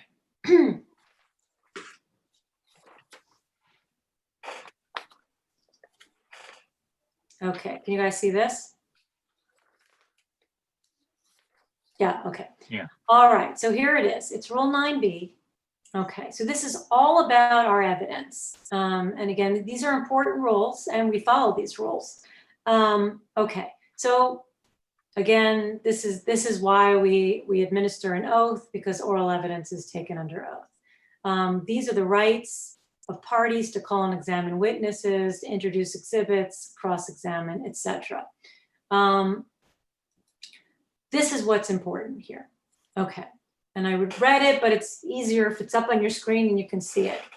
The hearing shall not be conducted according to the technical rules relating to evidence and witnesses, except for rules relating to privilege. Okay. Any relevant evidence shall be admitted if it's the sort of evidence on which responsible persons are accustomed to rely. Okay, again, a declaration by a member of the district staff, that is evidence on which a responsible person would rely because they have no motive otherwise. But okay, so that it meets that definition. But moving on, this is the part. Hearsay evidence. And again, I know there's such a connotation with the word hearsay because people are used to hearing that. That's hearsay, it's not admissible. All it means is that it's a statement that's made and there's no opportunity to cross-examine it. But the statements that are being made in this declaration are not really controversial, okay? So that's all. But here we say, hearsay evidence may be used, first of all, may be used for the purpose of supplementing or explaining other evidence, but shall not be sufficient in itself to support a finding. So that means solely support a finding, unless it would be admissible. So there are actual legal exceptions to the hearsay rule, or unless the general counsel's office and the petitioner or respondent so stipulate. And as a matter of fact, I believe that in one of our matters today, they did stipulate as to what was in there. So I guess that would raise it beyond hearsay. But I want to point that out because it is hearsay evidence only because there is the technical definition of hearsay. That doesn't make it any less true. And again, we're not accepting as hearsay evidence, I don't know, I can't think of, it's late in the day, but something that's just outrageous. Because if it were outrageous, then it wouldn't be something that responsible persons are accustomed to rely on. So is that only for us or is that also for the respondent or the petitioner? That's in total. We can take hearsay evidence. So a lot of times we'll have even someone testifying and they'll say, you know, I spoke with so-and-so at so-and-so, and so-and-so told me this and that. That's hearsay. Just as today, the Mrs. Kim. I don't want to talk about specific cases. Right, so let's just say a respondent or what did I want to say? Respondent or a applicant? Is that what I wanted to say? Anyway, whomever. Petitioner. On the other side, there, thank you, petitioner. On the other side, they are saying, okay, the quote that I got from my neighbor over here, who happens to be a vendor of this piece of equipment, gave me this number. And that's hearsay, right? Yes. Well, I have, they say I have this number, I have this quote and they can tell us what it is, that part is direct evidence. But if they're relaying what someone else said to them, that's hearsay. Because that's the definition, the technical definition is an out-of-court statement that's being brought in for the truth of the matter. So, so that person who supposedly said to them whatever they said isn't here to be cross-examined. Now, why is district council emailing this to the respondents, this document? I think because district council wants to make sure that all the petitioners are aware of what evidence they're going to be placing before the board in advance, so that they can come in and be prepared to either question it. And if they did question it, then first it might, if it's relevant to our findings, then first the board could choose to call Mr. Vonderow. Is that it, Senator? Right. On this evidence, parenthesis 2, each party shall have these rights to call and examine witnesses. Mm-hmm. Well, this declaration saying, if I'm called to do so, here's what I would testify to. You're saying he's willing to be a witness and testify to the fact, the declaration that he's been submitted as part of the record. And so, in order for me to clear things in my mind sometime, I would like to have him come down and ask a few questions. Okay. You say no, and it's appropriate according to the evidence that you procedure that you put up here. Well, this is, first of all, each party, okay? So we're not a party. Well, the point is the party should be given an opportunity. I mean, the district attorney, they know what's in there. They're presenting it as a fact. The other party is not even aware of it. And again, we may accept hearsay evidence, and the other side is aware, in particular, as Mohan pointed out, the district is sending it in advance. Second of all, just like us, they receive all documents that are submitted. So it just all that happens is it falls in this hearsay evidence definition. But what you're saying here, each party does have those rights. We're not a party. We're the hearing board. We're the hearing board. In every case has been submitted. Yes, each party has the right to call and examine witnesses. No party has been denied that right to introduce exhibits. No party has been denied that right to cross-examine and oppose witnesses. If a party asks for that, then they would not be denied that right. And again, that's why we have the rule where they could, if they wanted to come in for anything other than hearsay, hearsay means that the other side didn't get an opportunity to cross-examine. That's what hearsay means. But if they had done it, they could bring it in directly if they gave the other side the opportunity to say, I don't want to cross-examine. But because they didn't do that, it's hearsay. So. My real concern is that we have come up with a standardized process for approving or disapproving these variances. Please now, let me finish.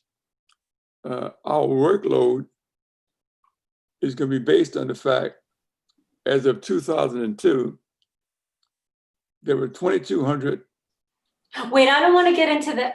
Well, I'm telling you what my concern is. We're talking about this document.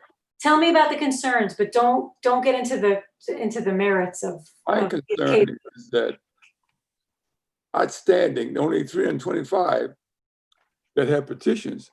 Okay. Let me ask a question. Have you based or have you heard any board member base any finding, one finding, that means the finding that there's a violation, a finding of beyond reasonable control, a finding of finding number 3 or curtailment, or any of the 6 findings we need to make based on what you just read out of the declaration? We should refine the process. That's what we're doing here to a limited degree. I mean, this whole body, this whole district, with all these outstanding cases, only 325 has been contacted. We have to have that's going to be a workload beyond our capacity to perform. We don't have 325 petitions for variance. You got 325 people that who have a petition. Again, I don't want to get into the specifics, but we have been told that that's not the right number. Well, how do we prepare for a workload like this? So, but what you're saying, this is how, by streamlining things that are not the key elements we need to know, but are supplemental information through hearsay evidence. What you're asking for and what you're suggesting would be the opposite of streamlining. You're asking that we bring on Mr. Bondero to testify. And I told you that if we bring him in one case, we have to bring him in every case, because you cannot take evidence that is collected in one matter and then use it in another matter, because that next petitioner didn't get an opportunity to question that evidence. So you can't do that. You missed my point. I'm trying to approach my policy point, standpoint. And what I mean by that is that these cases we'll be inundated with cases.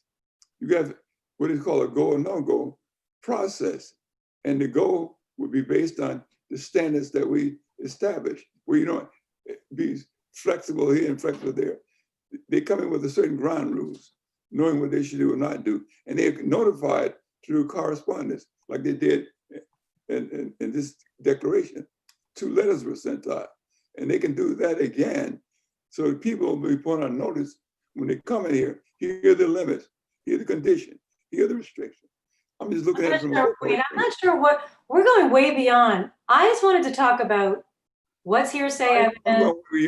But I'm just We saying, can't go beyond that. I don't want to talk about these hearings in general. I want to talk about just this piece of evidence because it's come up, and I want to take an opportunity while we're on the record. You're inundated with people who don't know what's going on. You got to deal with each case by case by case, and you don't have any standardized process for yes or no, or go or no go. That's all I'm talking about. Carry on. I'm really confused as to what you're saying now because it's totally different from what we were talking about. But wait, we do have a group variance rule, but we can't initiate a group variance. A group variance has to be initiated by petitioners. No petitioner has initiated a group variance. So it is not, we cannot and we should not and we will not come up with a process that petitioners have to follow. Petitioners have the right, each party shall have these rights to bring in their own evidence and shape their own cases. We don't have a right to tell them, we're streamlining it, here's what you gotta do. So I'm not sure if that's what you're. No, it's not. It's not for this board to do that. No. Emanating from this discussion, the district should come up with a group variance. No, the district can't do that either. The district is the respondent. The district is not the petitioner. It is incumbent upon petitioners, if they wish to group together as a group variance, they have to meet all of our criteria in our rules, and they have to initiate it. No one else can put, the district can put respondents who are not in compliance with the rule under a group order for abatement. That's not what all these various petitioners are requesting. They're requesting variances. And so it's up to them. We can't, and the district can't, require them to come in as a group. If you go case by case by case, you got 2,000 cases. It's just going to be impossible without having a standardized. So far, we don't have 2,000 cases. We're only responding to those people who petition it, just like any other big company, just like any other company on any other rule has the right to petition this board for a variance. We can't say that these people do not, these petitioners don't have a right unless they do a group variance. I don't even know if they would qualify under our rules for a group variance because almost all the findings would have to be in common, and they're not. We're finding that we are focusing all of our hearings in 1421 mostly on beyond reasonable control. And that's very particular to each petitioner. So a group variance probably would not help. But we struggle with each case. That's what happens. I know, we do. You'll struggle with each case. But that's why I want to be clear that I think I don't want to create undue hitches in our process. I don't want to bring in something that's irrelevant. So what I want to say is go to number 4 here, which is irrelevant and unduly repetitious evidence shall be excluded. And the hearing board in its discretion may exclude evidence if its probative value is substantially outweighed by the probability that its omission will necessitate undue consumption of time or create substantial danger of undue prejudice. That's not relevant, but undue consumption of time or confuse the issues. And I would say that if we start bringing on district witnesses to discuss so in depth, why did they adopt the rule? What are the dangers? I think number one, we are that was not to my concern. Undue consumption of time, okay? Because we have everything we need in this declaration. I'm sorry. That was not my intent. Okay. So I want to make sure that we all understand that's the reason why I've said we should not be calling on Mr. Vonderow unless there's something in here that we want to rely on and we didn't get any other evidence, either for or against a particular finding. If that's the case, then yes, we do need to bring on Mr. Vonderow. Otherwise, I would have to say that it would be an undue consumption of time and quite possibly confuse the issues. Because again, we are not questioning the efficacy of 1421. We're not questioning the wisdom of the governing board in adopting Rule 1421. None of that is relevant, and none of that is within our jurisdiction.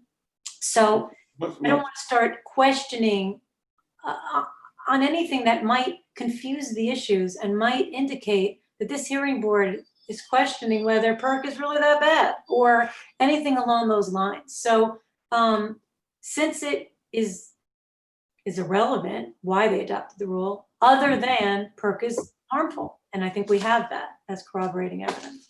If one petition to say I did not receive the letter, did not ask me to participate in the hearings to discuss 1421. Then he's saying he lists the number of people that he did send the letter to. And do we ask him why did he get a letter? He had to bring him in. Which has not happened.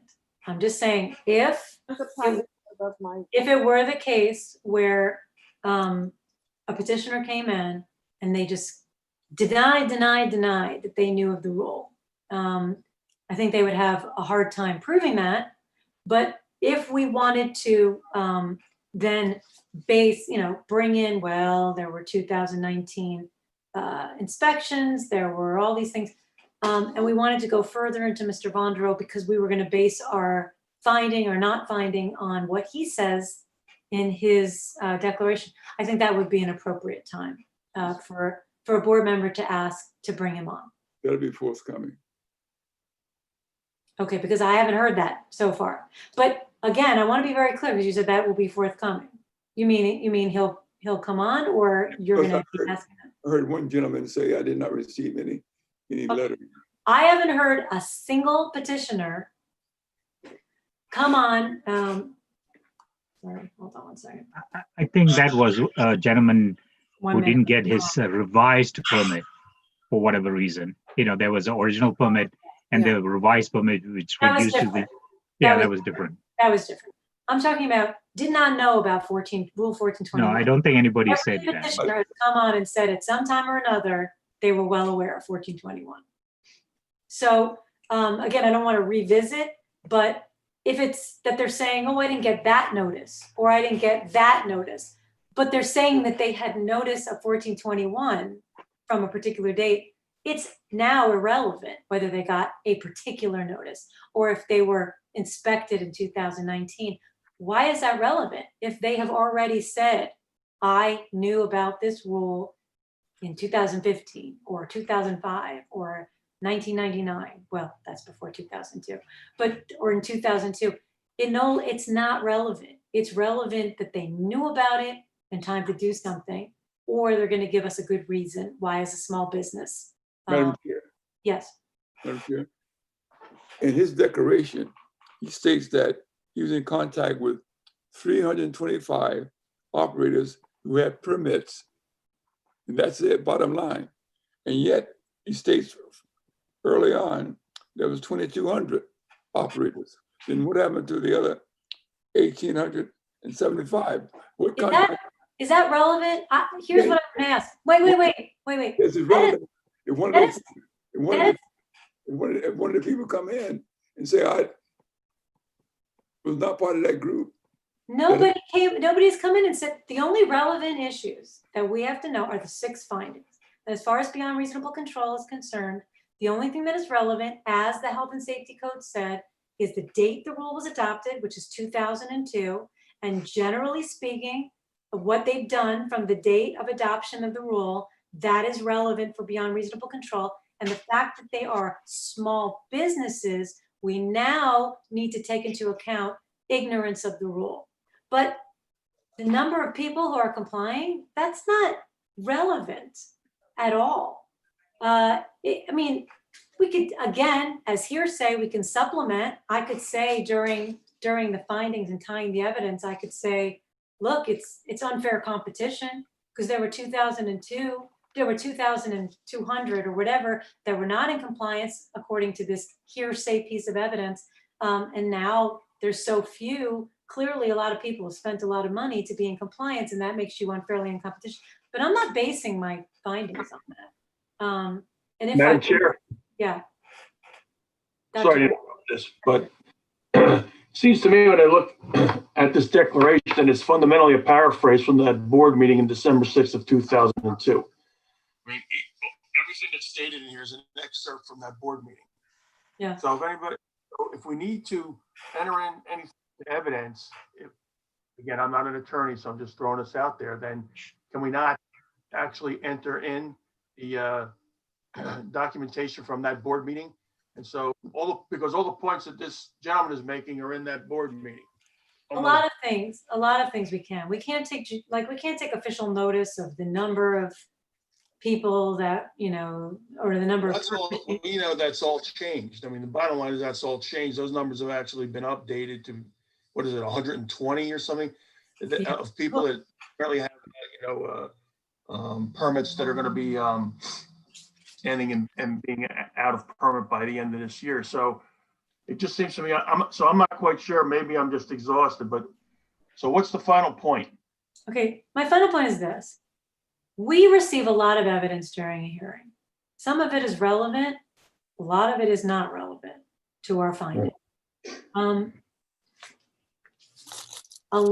So far, we have not found very much to be directly relevant to making,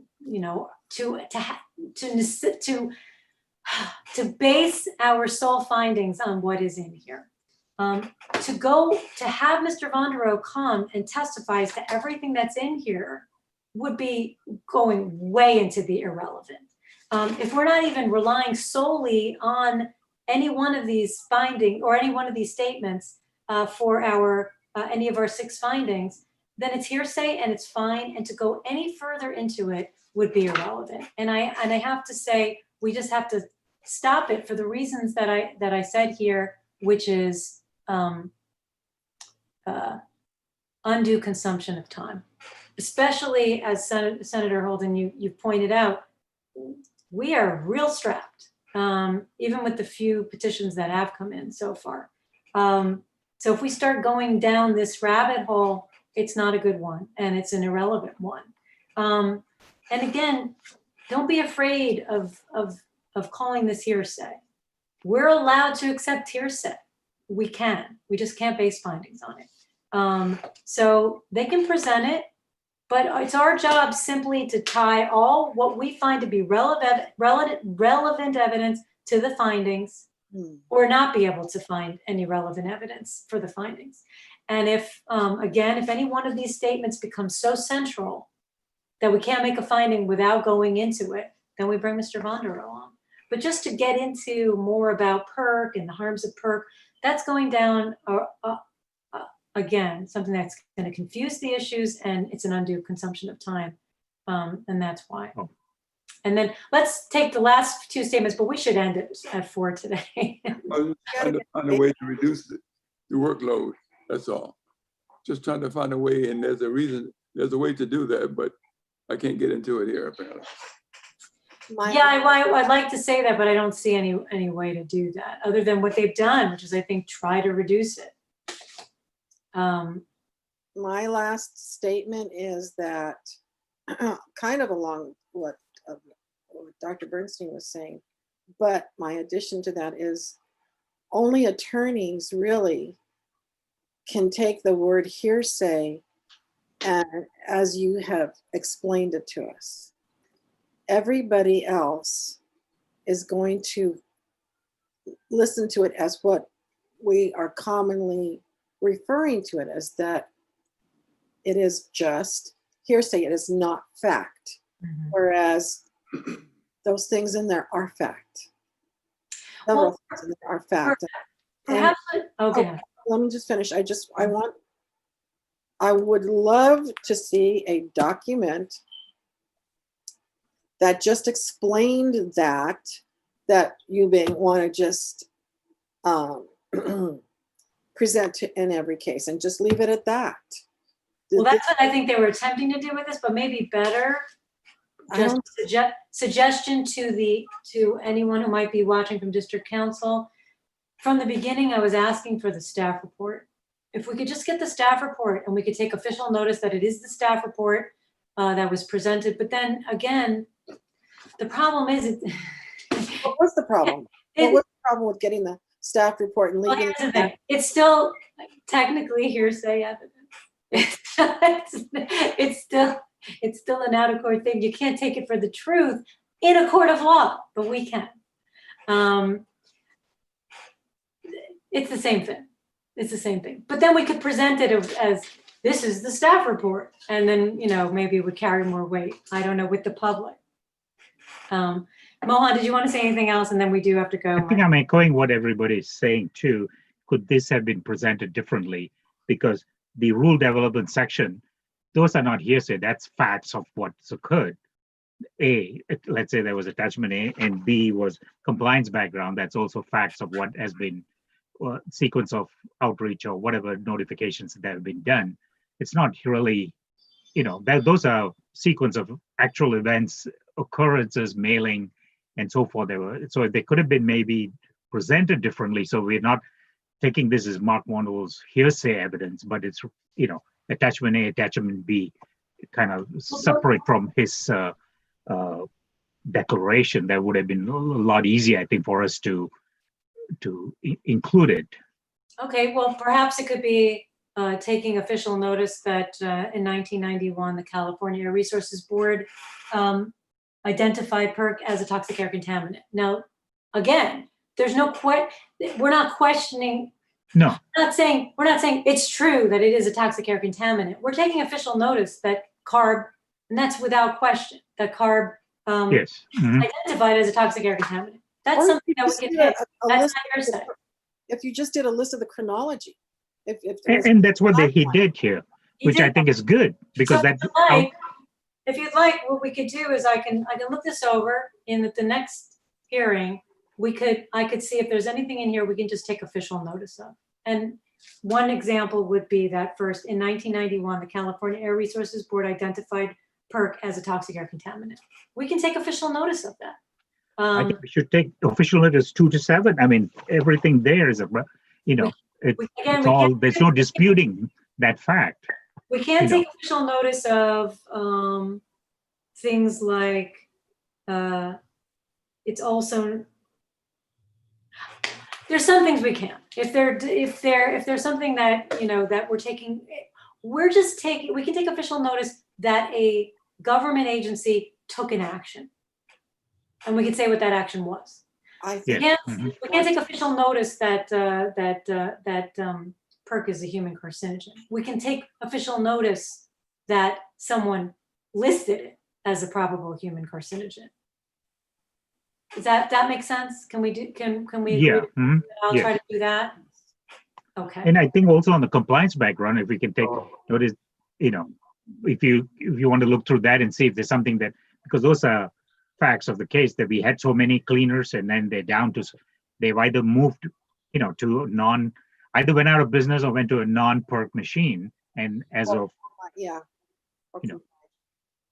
2019, there was 325. I also think that the notice history is really important, because again, people have been notified repeatedly from as early as June of 2019 regarding this particular rule. I'm just saying, if we're going to pick that stuff, I think that's probably the most significant, because in considering these cases, we're looking at, is it beyond your control that you waited 15 years to do anything, and now in the last 6 months you're rushing around to do something, and what makes sense and what not. No one could predict the pandemic, but guess what? You also had 14 years before the pandemic to do something about it. Exactly. So, hey, Merry Christmas, everyone who's observing. Thanks. And happy have a great weekend. And Jules, thank you for your patience through all of this. No, I think it's real. All of your concerns are very, very important. Senator Holden, you have concerns of trying to move this efficiently, which is my concern as well. Cynthia, your concern is that we not in any way, intentionally or unintentionally, minimize the importance controlling PERC, of calling it hearsay, which is such a As hard well, label. yeah, and as well as the efforts of that governing board and the district to be sympathetic to the dry cleaners by giving them this amount of time. That was huge and is huge.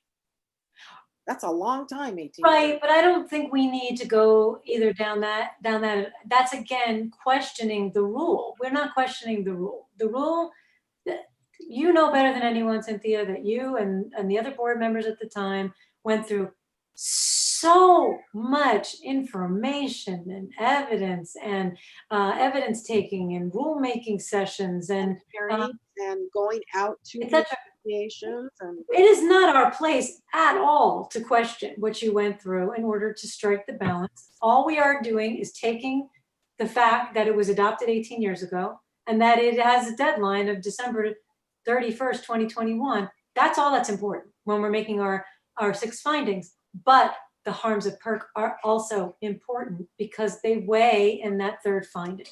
And so it's very important in making our findings. So I think this is a good striking a balance where I will look at it and see what we could take official notice of, I think, to supplement the fact that this is a hearsay statement and it's in the record. Thank you all. Let's get off now because we're keeping Paul and El Teresa. Let me stop my share so we can say goodbye. Merry Christmas to all the Yes, staff happy as holiday. well. Merry Christmas. Merry Christmas to everyone. Yeah. Go home. Thank you. By the Get way, rid of my 25 dry cleaning facilities now. Yeah, that's right. El Teresa, you should be home, on your way home now. We're not meeting tomorrow, are we? No. Yes. It's a We holiday. have 3 hearings tomorrow. Only the Jews. Only me and Dr. Bernstein. The only thing we're going to hear tomorrow, Senator, is jingle bells. I wish.